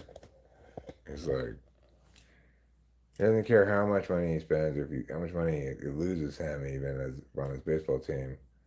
He wants to have the best players. He wants to take over New York, He wants New York to cease to be a Yankees town and become a Mets town. I don't think that'll ever happen. It's like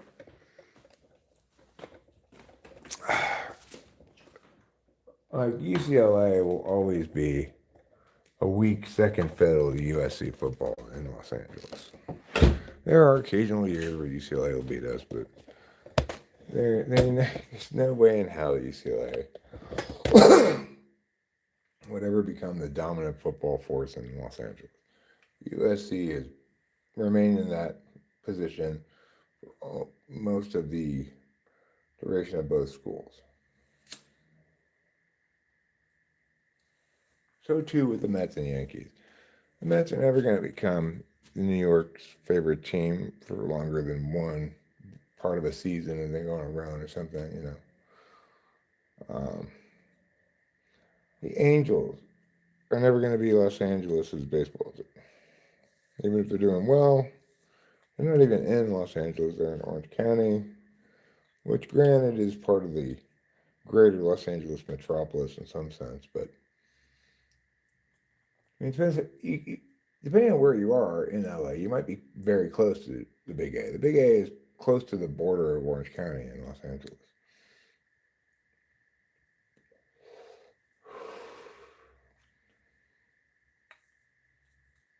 But it's not the kind of experience that going to Dodger Stadium is.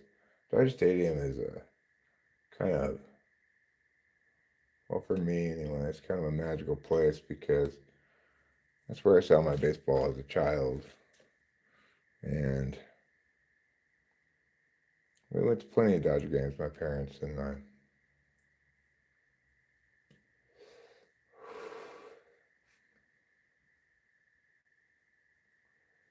And I've been there as an adult plenty of times too. ChatGPT says it costs $73,000 a year to stay for USC, all in tuition and room, etc. That's a lot of money.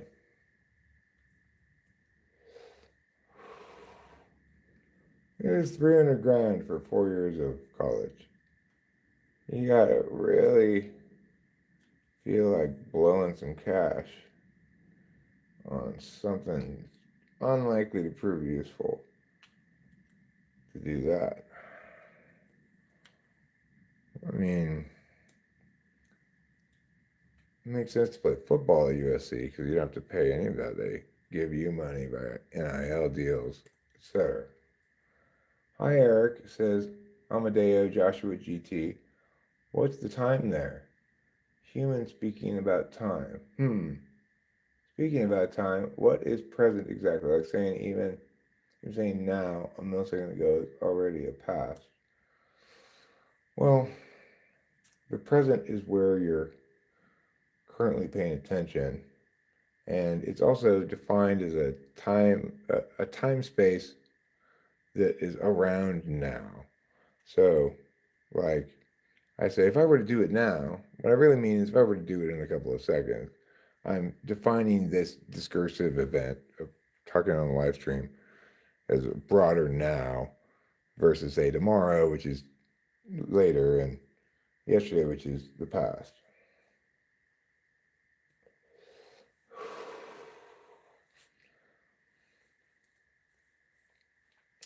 The thing is, people say things like be in the here and now. What they really mean there is, I guess, be in your subjectivities, like feel the emotional significance of the thing, feel your body, be aware of what's going on right now around you, and be receptive, be receiving type, basically.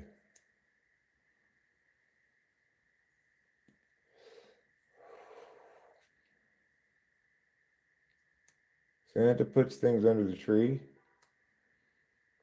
I keep telling him, Santa, that's my butt. That's not a tree. And then he quotes Putty Cat. He says, Putty Cat says I can put presents wherever I want to. Sure, Amadeo. Thanks for the question. Yeah, those kind of terms, a lot of times, it's important to remember that we use them for some purpose. And language is always making things static objects of analysis and or ground frame kind of things, whether we want to or not. So like if I'm talking about my personal change over time, I might say, well, I used to be a lot more carefree. I seem to have more creative energies and just be more busy and happy than I am now. What I mean is, stretch of time. What I mean is since my parents' death, when things changed and I had to kind of, it was a big future shock, not future shock, but death shock, I guess. My whole life changed, everything changed, So, in that case, I would probably further clarify that, like, now, I'm more removed from the harms of that and or not necessarily always harms, but the impacts of that than I was months or a year or two ago. But that I still feel fundamentally changed into a different person now than I used to be. Because it's impossible to blithely pretend that everything's always okay anymore, basically.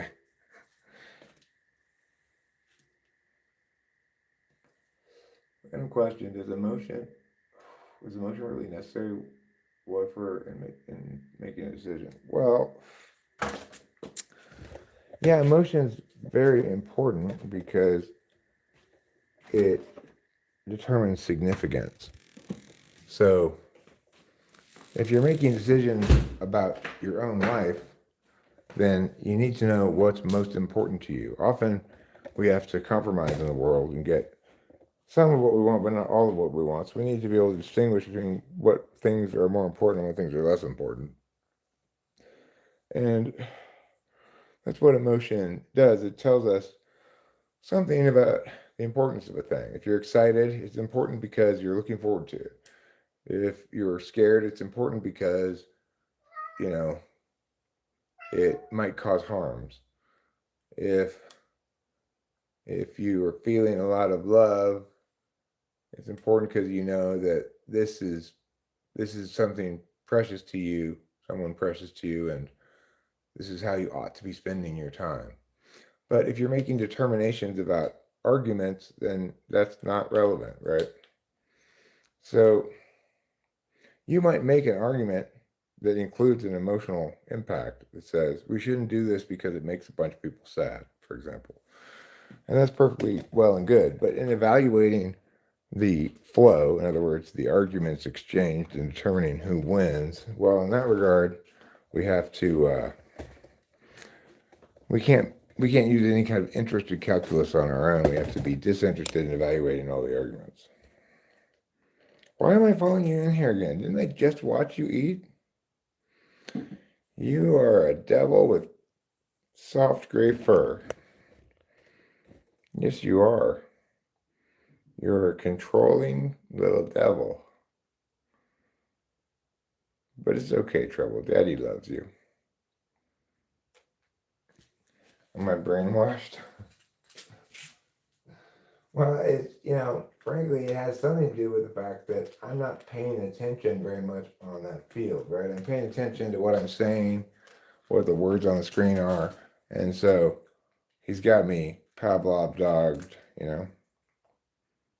He's just on my lap quite a bit now, Fly Guy, actually.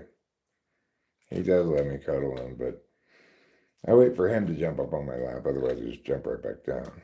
But he's become quite the lap kitty.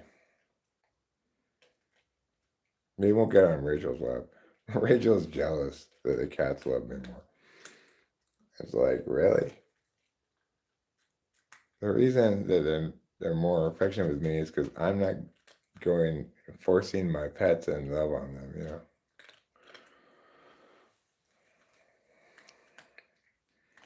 In general, I'm kind of like, okay, cats, can you just get away from me, please?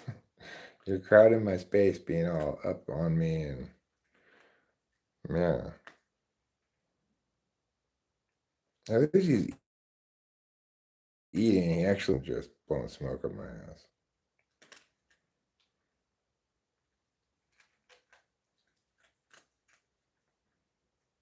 Yeah, I've unlocked lap. Lap sit.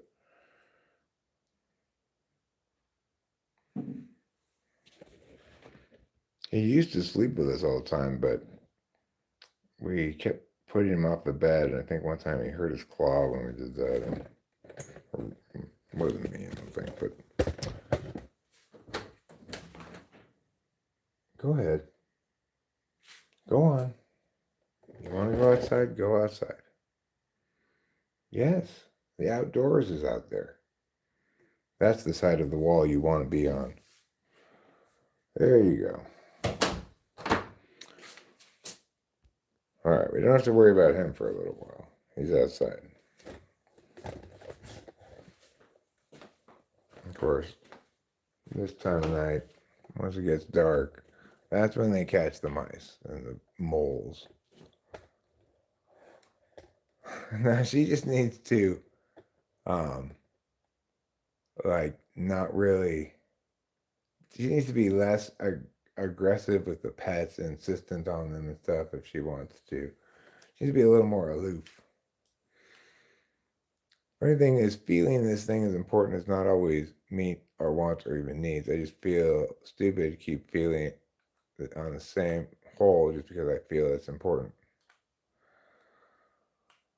Well, it's not the only thing you need to make decisions, but whether or not your feelings are going to be overactive in making decisions, in other words, you know you feel very strongly about this person, but objectively they don't treat you well.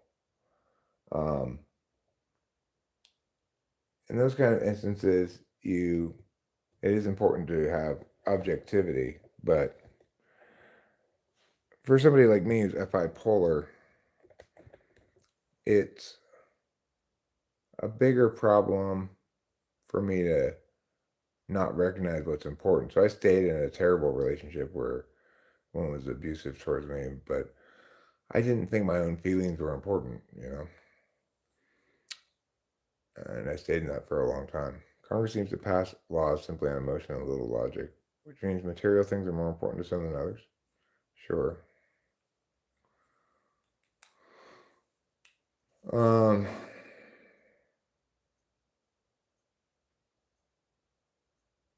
I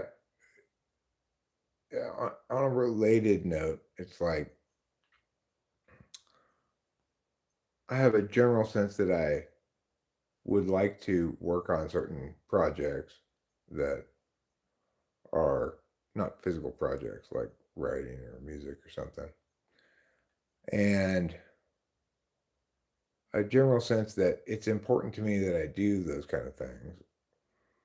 But I don't understand the significance of things very clearly, or it's not a very big factor in making decisions. I'm much more likely to indulge in what I feel like doing in the moment, whatever sounds fun. And I have a lack of self-discipline. Probably would have been good for me to go to the military, but I didn't. I'm not sure I would have done well in the military, but I might have. Probably would have learned some self-discipline or some discipline in general.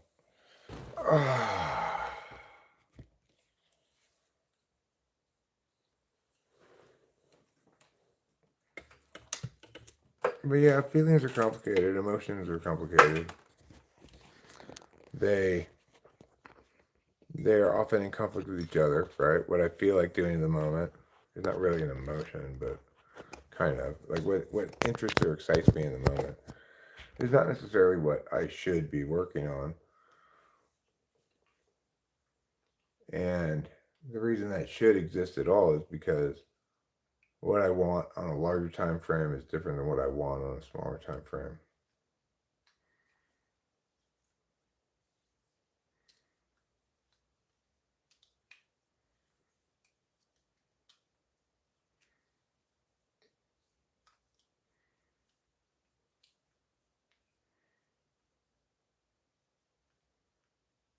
Yeah, Halloween baking championship is coming on, everybody. We've got that to look forward to Monday at 9, 8 Central. Poor Central. They always have to watch everything an hour earlier. Your feelings towards something can be completely different than your spouse. Well, yeah, Rachel and I don't feel exactly the same about everything. She, to the extent that she engages with politics at all, which isn't much, but to the extent that she does, um,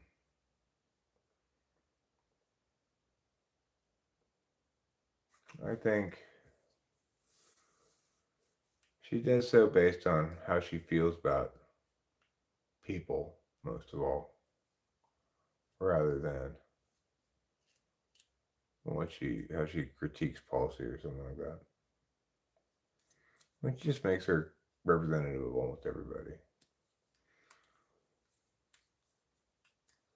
Well, originally I don't argue about stuff we don't agree about.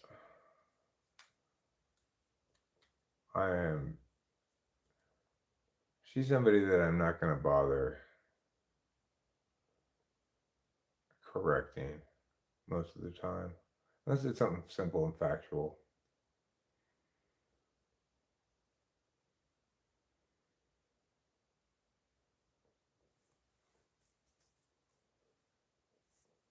But when she asks me questions, I have to give her the actual answer.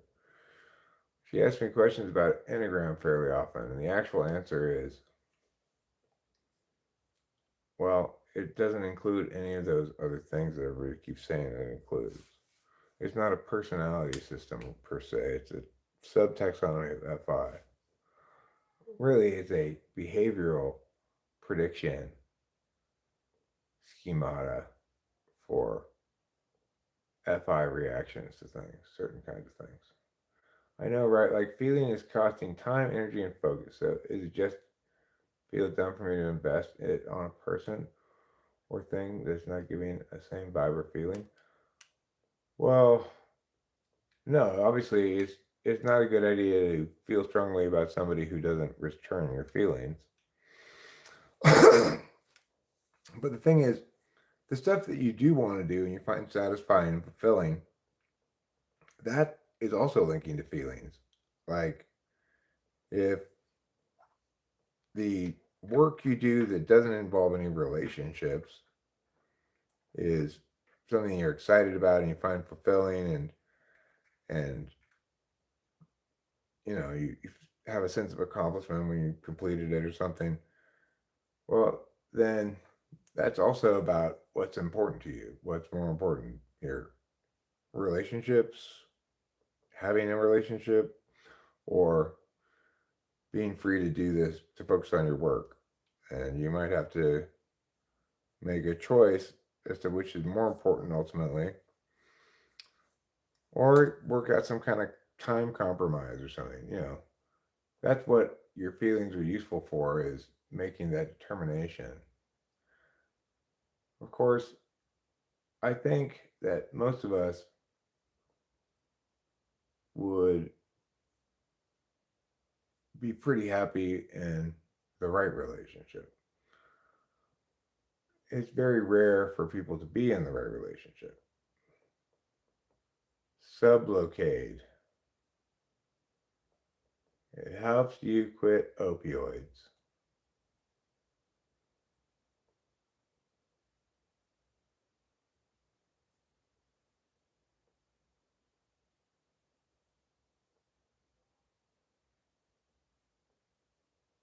Sublocade is an opioid. You only have to take it once a month. That's a long-lasting opioid. Don't take it with other opioids, benzos, alcohol, or other drugs, including street drugs, as this can cause death. I'm glad I never got addicted to any opioids or opiates. Apparently that's quite a rough addiction. Quite a bit of a challenge to kick that one.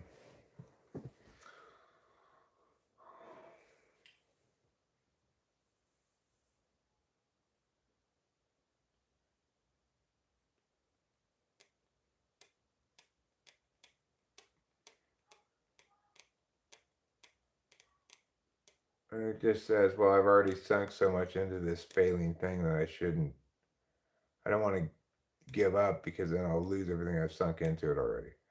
But if it's a failing thing, you should get out of whenever you can, as soon as you can, because no point in throwing good money after bad.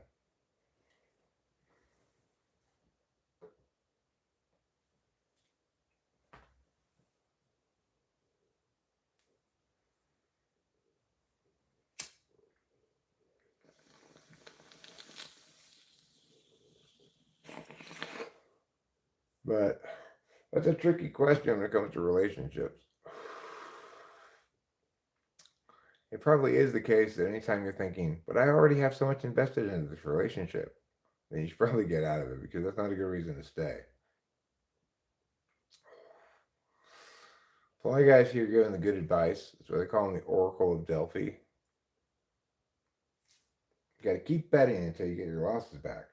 Is that how it works? I don't think so, Fly Guy. I think you're giving bad advice to people. Otani's having himself a game. 2 home runs.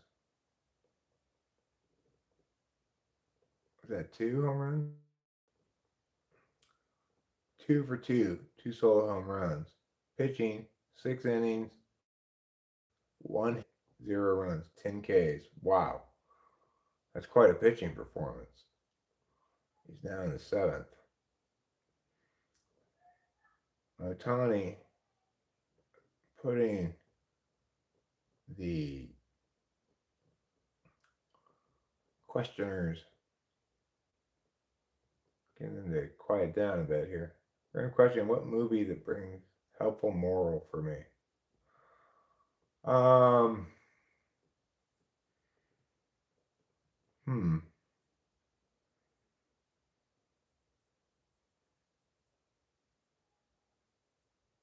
mean, I think that Quiz Lady has kind of a good message about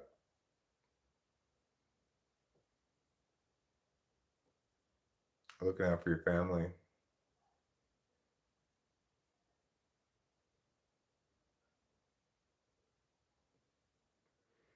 There are lots of chances to gamble in video games. Usually the strategy to get rich is to amass enough to bet with you that you start betting low and keep doubling until you win big. That's called the, I want to say Massengale strategy, but that's the douche. Must be a little bit different than that. That's a terrible strategy.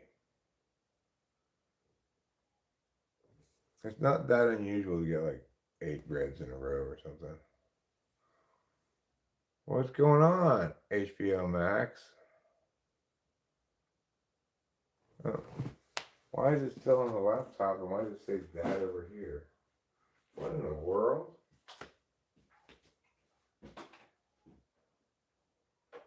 That's so weird. That doesn't make any sense at all.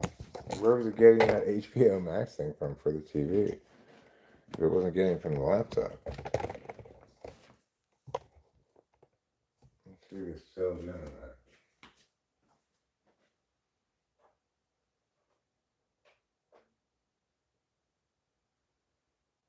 Yeah, I wouldn't want to try it in a casino either because you don't have to lose that many in a row before you've lost all of it.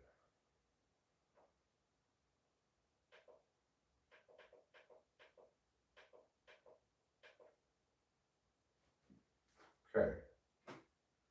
There we go.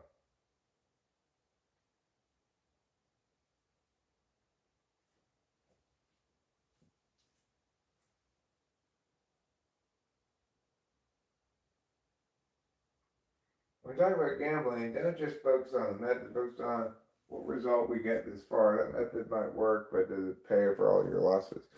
Well, yeah, obviously, if you gamble with regularly, you will overall lose money. The longer and more you gamble, the more sure the casino is to win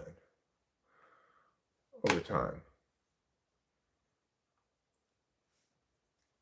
That's why the best way to gamble is to get into the casino, make a couple of sizable-ish bets, like a blackjack or something, and try to double up and get out. Just go in and get out as quickly as you can. You know, wait until you get up a certain amount. You know, I'm no professional poker player. You basically have a target you want to win with the money you want to gamble with and pull out. Yeah, there are basically two strategies to gambling, I think, that can work. one strategy is what you just said, which is set your amount. I'm going in with 300 here. If it ever gets to 500 or 600, then I'm gonna leave. If I double up, I'll leave. Or you can go like, I'm gonna play exactly this many hands of blackjack. I'm gonna play then exactly this many spins on the roulette wheel on red, and then we'll see after I'm done with all that. Then whatever I have when I'm done with my plan, then that's what I leave with. Whether it's break even, lose a little bit, up a little bit, or whatever.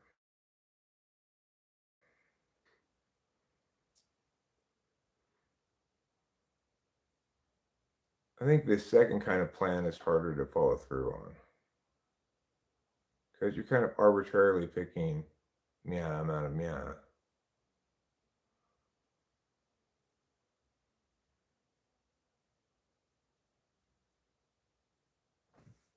Tony got pulled.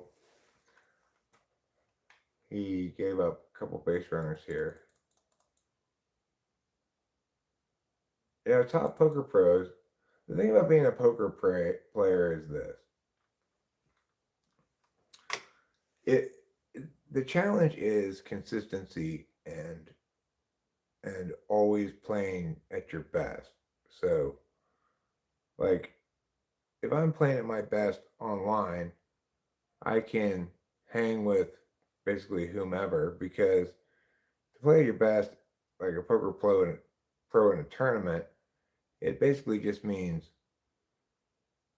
um, playing the cards and playing tight almost always, but not always. Like also continuation betting. If when you do go in raising, continue betting, some basic like understanding poker, how to play. But the problem is, of course, that I have to have exactly the right mindset and patience and be ready to sit in front of the computer for a long time, etc. Or else I'm not going to play my best. And when I don't play my best, I don't obviously win.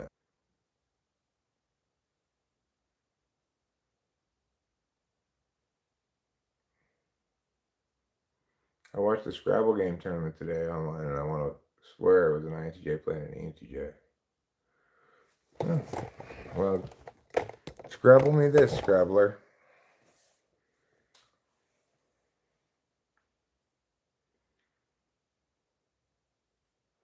Yeah, there's no like good way to gamble in a casino. There's just worse ways and better ways.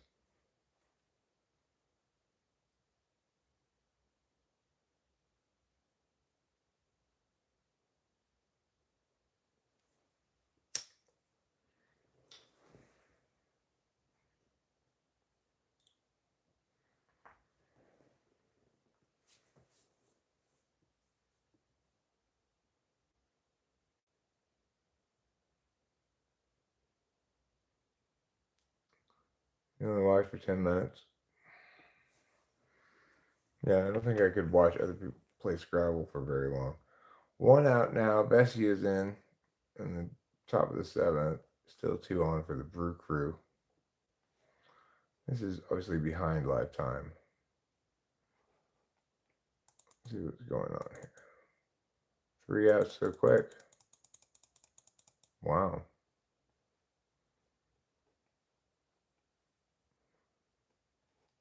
Let me go up to the current time and see what we're looking at. 5-1 now. Top of the eighth, 2 out, 2 Brewers on. So a home run here could make it a 1-run game. That'd be fun. I'd like to see the Brewers get back in this game. Swing and a miss.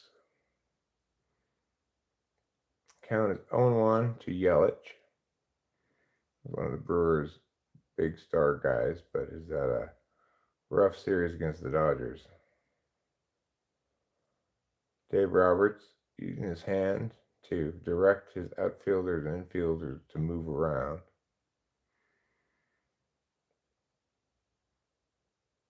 Here comes the wind up, the pitch, down and away. 1 ball, 1 strike. Will Smith tosses the pitcher a new ball. Banda, said pitcher, catches it, reflects on his life, and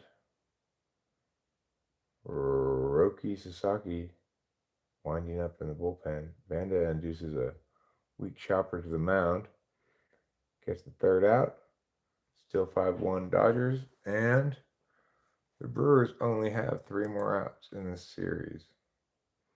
In the bottom of the 8th, now they've given up 2 base runners to the Dodgers, 2 on, 2 out. They got the Brewers have somebody else warming up in the bullpen, but chances are the Brewers are not going to get 4 runs in the top of the 9th inning, which is they need at least that to push it to extras. Here comes the boom.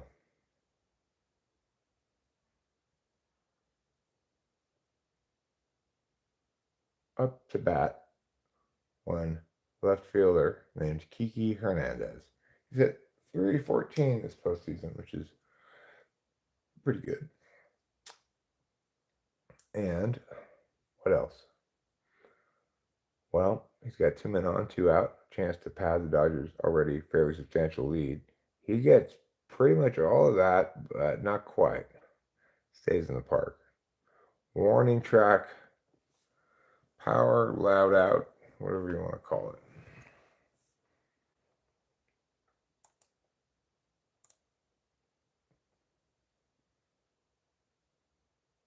With cruising live streams.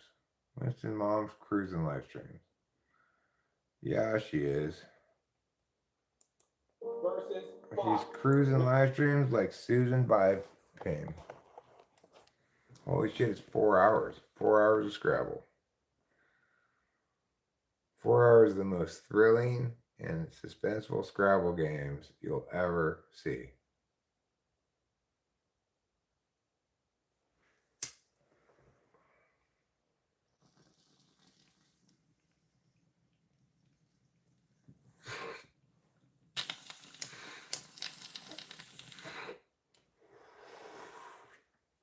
Oh my God. Please tell me he's going to make the word Zephyr. You just need one more E. Just one more E and you'll be able to make Zephyr.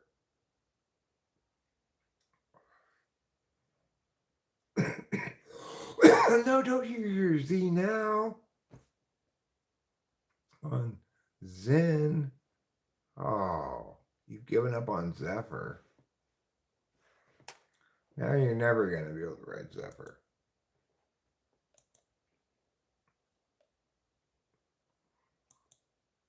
Okay, you. Yeah, that's a U. Now you can make Yule log. But watch out. Your opponent now has the makings of ghetto.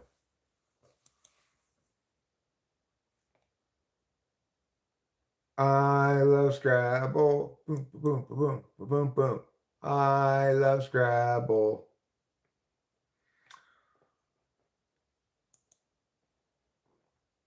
If you want to love some Scrabble, you got to get with my friends.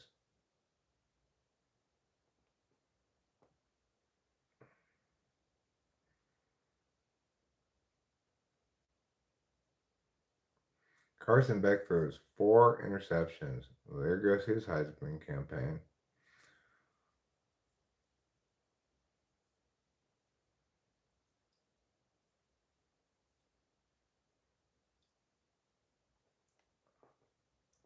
Paul Feinbaum, Jordan Rogers make their picks for USC at Notre Dame. Let's see what they picked.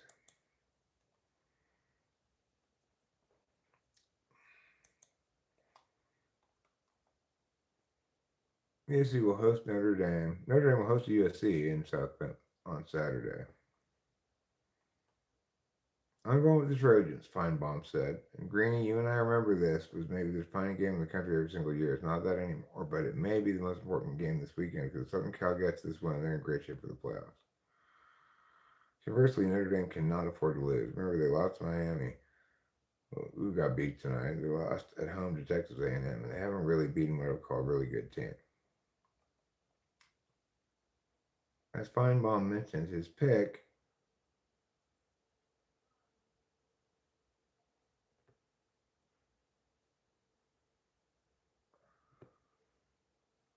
is rooted in the confidence in Riley's ability to get USC back in the national contention. The Trojans have been up and down since joining the Big Ten under his watch, but their recent win over Michigan showed signs of growth. Feinbaum believes the momentum could carry over into South Bend. However, Rogers sees things differently. He believes Notre Dame's balance and toughness will be too much for the Trojans to overcome.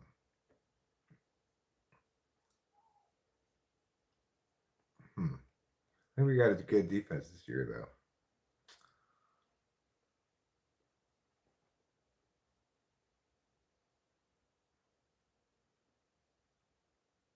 I am a nurse. Should be on the drunk bingo card on every police body cam channel. That I know my rights.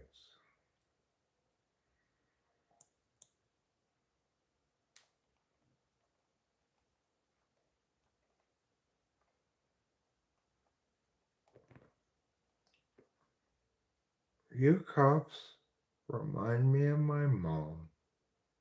What about that one? Is that frequently said? I wonder how epic it would be Eric having a podcast with Frank James. I would like to chat with them. That'd be fine. I wouldn't mind talking with him about what ifs and gifs. But, he's probably a little too successful to make a podcast with me. It could be about whatever, It could be about typology, it would be fine. 2025 Los Angeles, consecutive games allowed one or fewer runs. But it could be about anything. It could be about current events, music, art, society pages, the classified ads. Frank has visited the channel and even dropped some super chats. They know each other, had chats many years ago when the playing field was not so crowded. I read an article by an attorney who said, when the cops pull you over, and the cop says, "Do you know why I pulled you over?" You should say no. Saying yes admits guilt. Well, I mean, you should only say no if you're planning to fight it. Like, if you know you fucked up, you might as well just say, "Yeah, I know, I ran a stop sign. My bad. I'll chill out. I don't know why I'm in such a hurry." Something like that, When after you've been drinking, the answer is no. The answer is always no to that one. But when asked if it's for just an infraction, you just go, "Yeah, I guess I didn't signal when I changed lanes." Yeah, because the only reason to say to answer no is if you plan to fight it. The Dodgers win the National League pennant. Ohtani gets the win.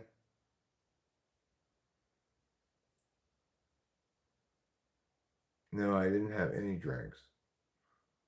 The only alcohol I've consumed tonight is no alcohol at all. I'm completely sober. I'm not on any drugs, and I haven't drank any alcohol.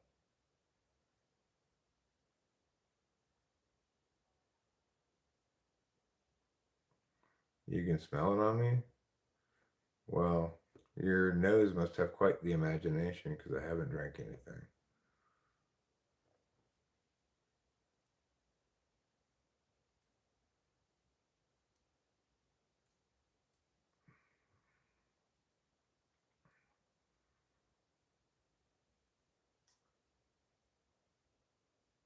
Are you sure you're not just smelling my durian fruit? Would you like a piece? You want some of this stinky fruit? No? That's what a person who wants to drive drunk should do. Is they should eat durian fruit while they drive. That way, When the cops pull him over, they just be like, "Oh God, what is that?" I say, "Oh, it's durian. You want some?" "No, I don't want any of that."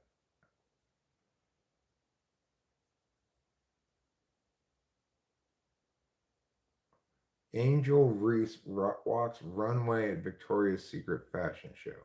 Why? She's a basketball player, not a model.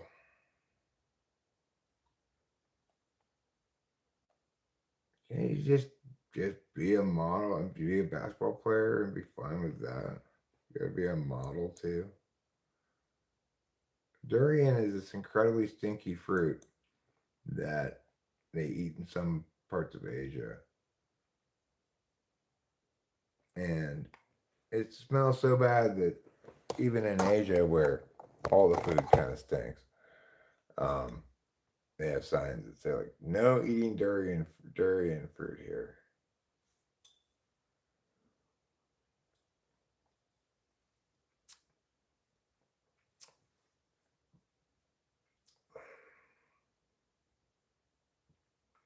Or here's a pro tip: when you're about to be pulled over and you know you're drunk, shit your pants real quick, and then if you get your hand there, rub it around on your clothes. So the cops that comes, you say, "I had an accident. I pooped myself." I go, "Get out of here, you! I don't want to deal with poop covered guy in my squad car. You're not that drunk. Get out of here." Yeah. You can keep all these things in your car. You have lutefisk, you have durian fruit. Um, you could have some very ripe papayas, and then you could also poop yourself.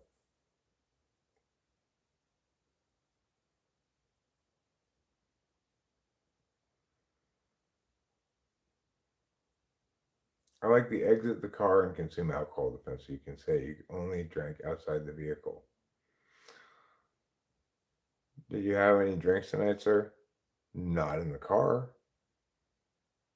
Okay, what about outside of the car? How is that relevant? I'm not outside the car now. You're not pulling me over for drunk walking, are you?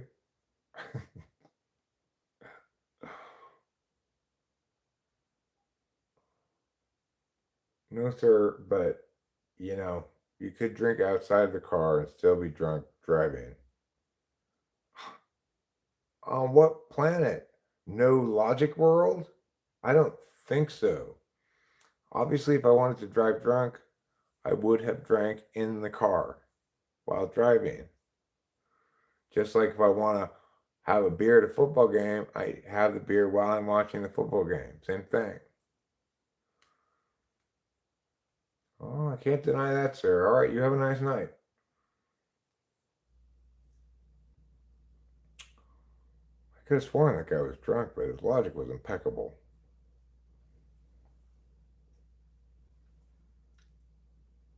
Nobody could resist the feeling.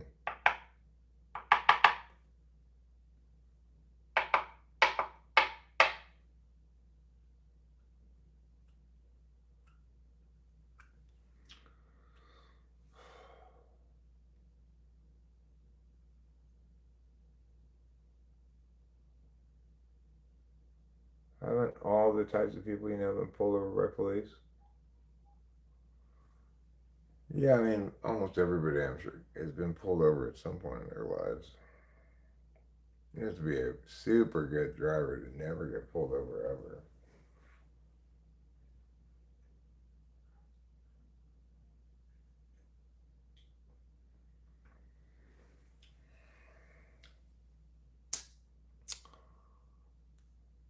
I'm pulling you over for being a hippie.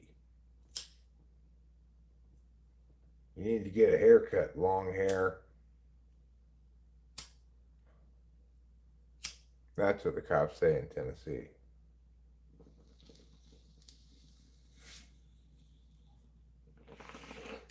To women who have long hair.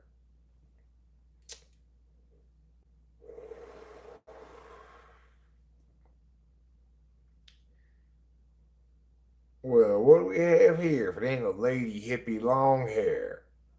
Hippie long hair stockings.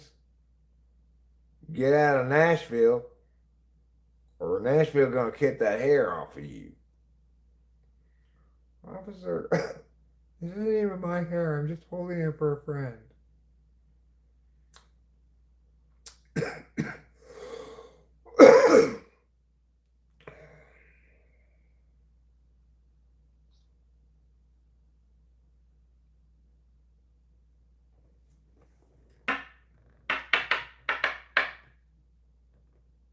Likely story.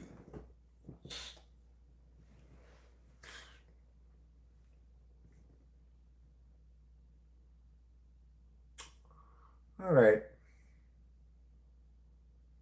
Game's over.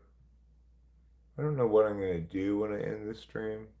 I think I'm ready to call it a night. Thanks a lot for being here. It was pleasant chatting. Don't forget to eat plenty of cheese.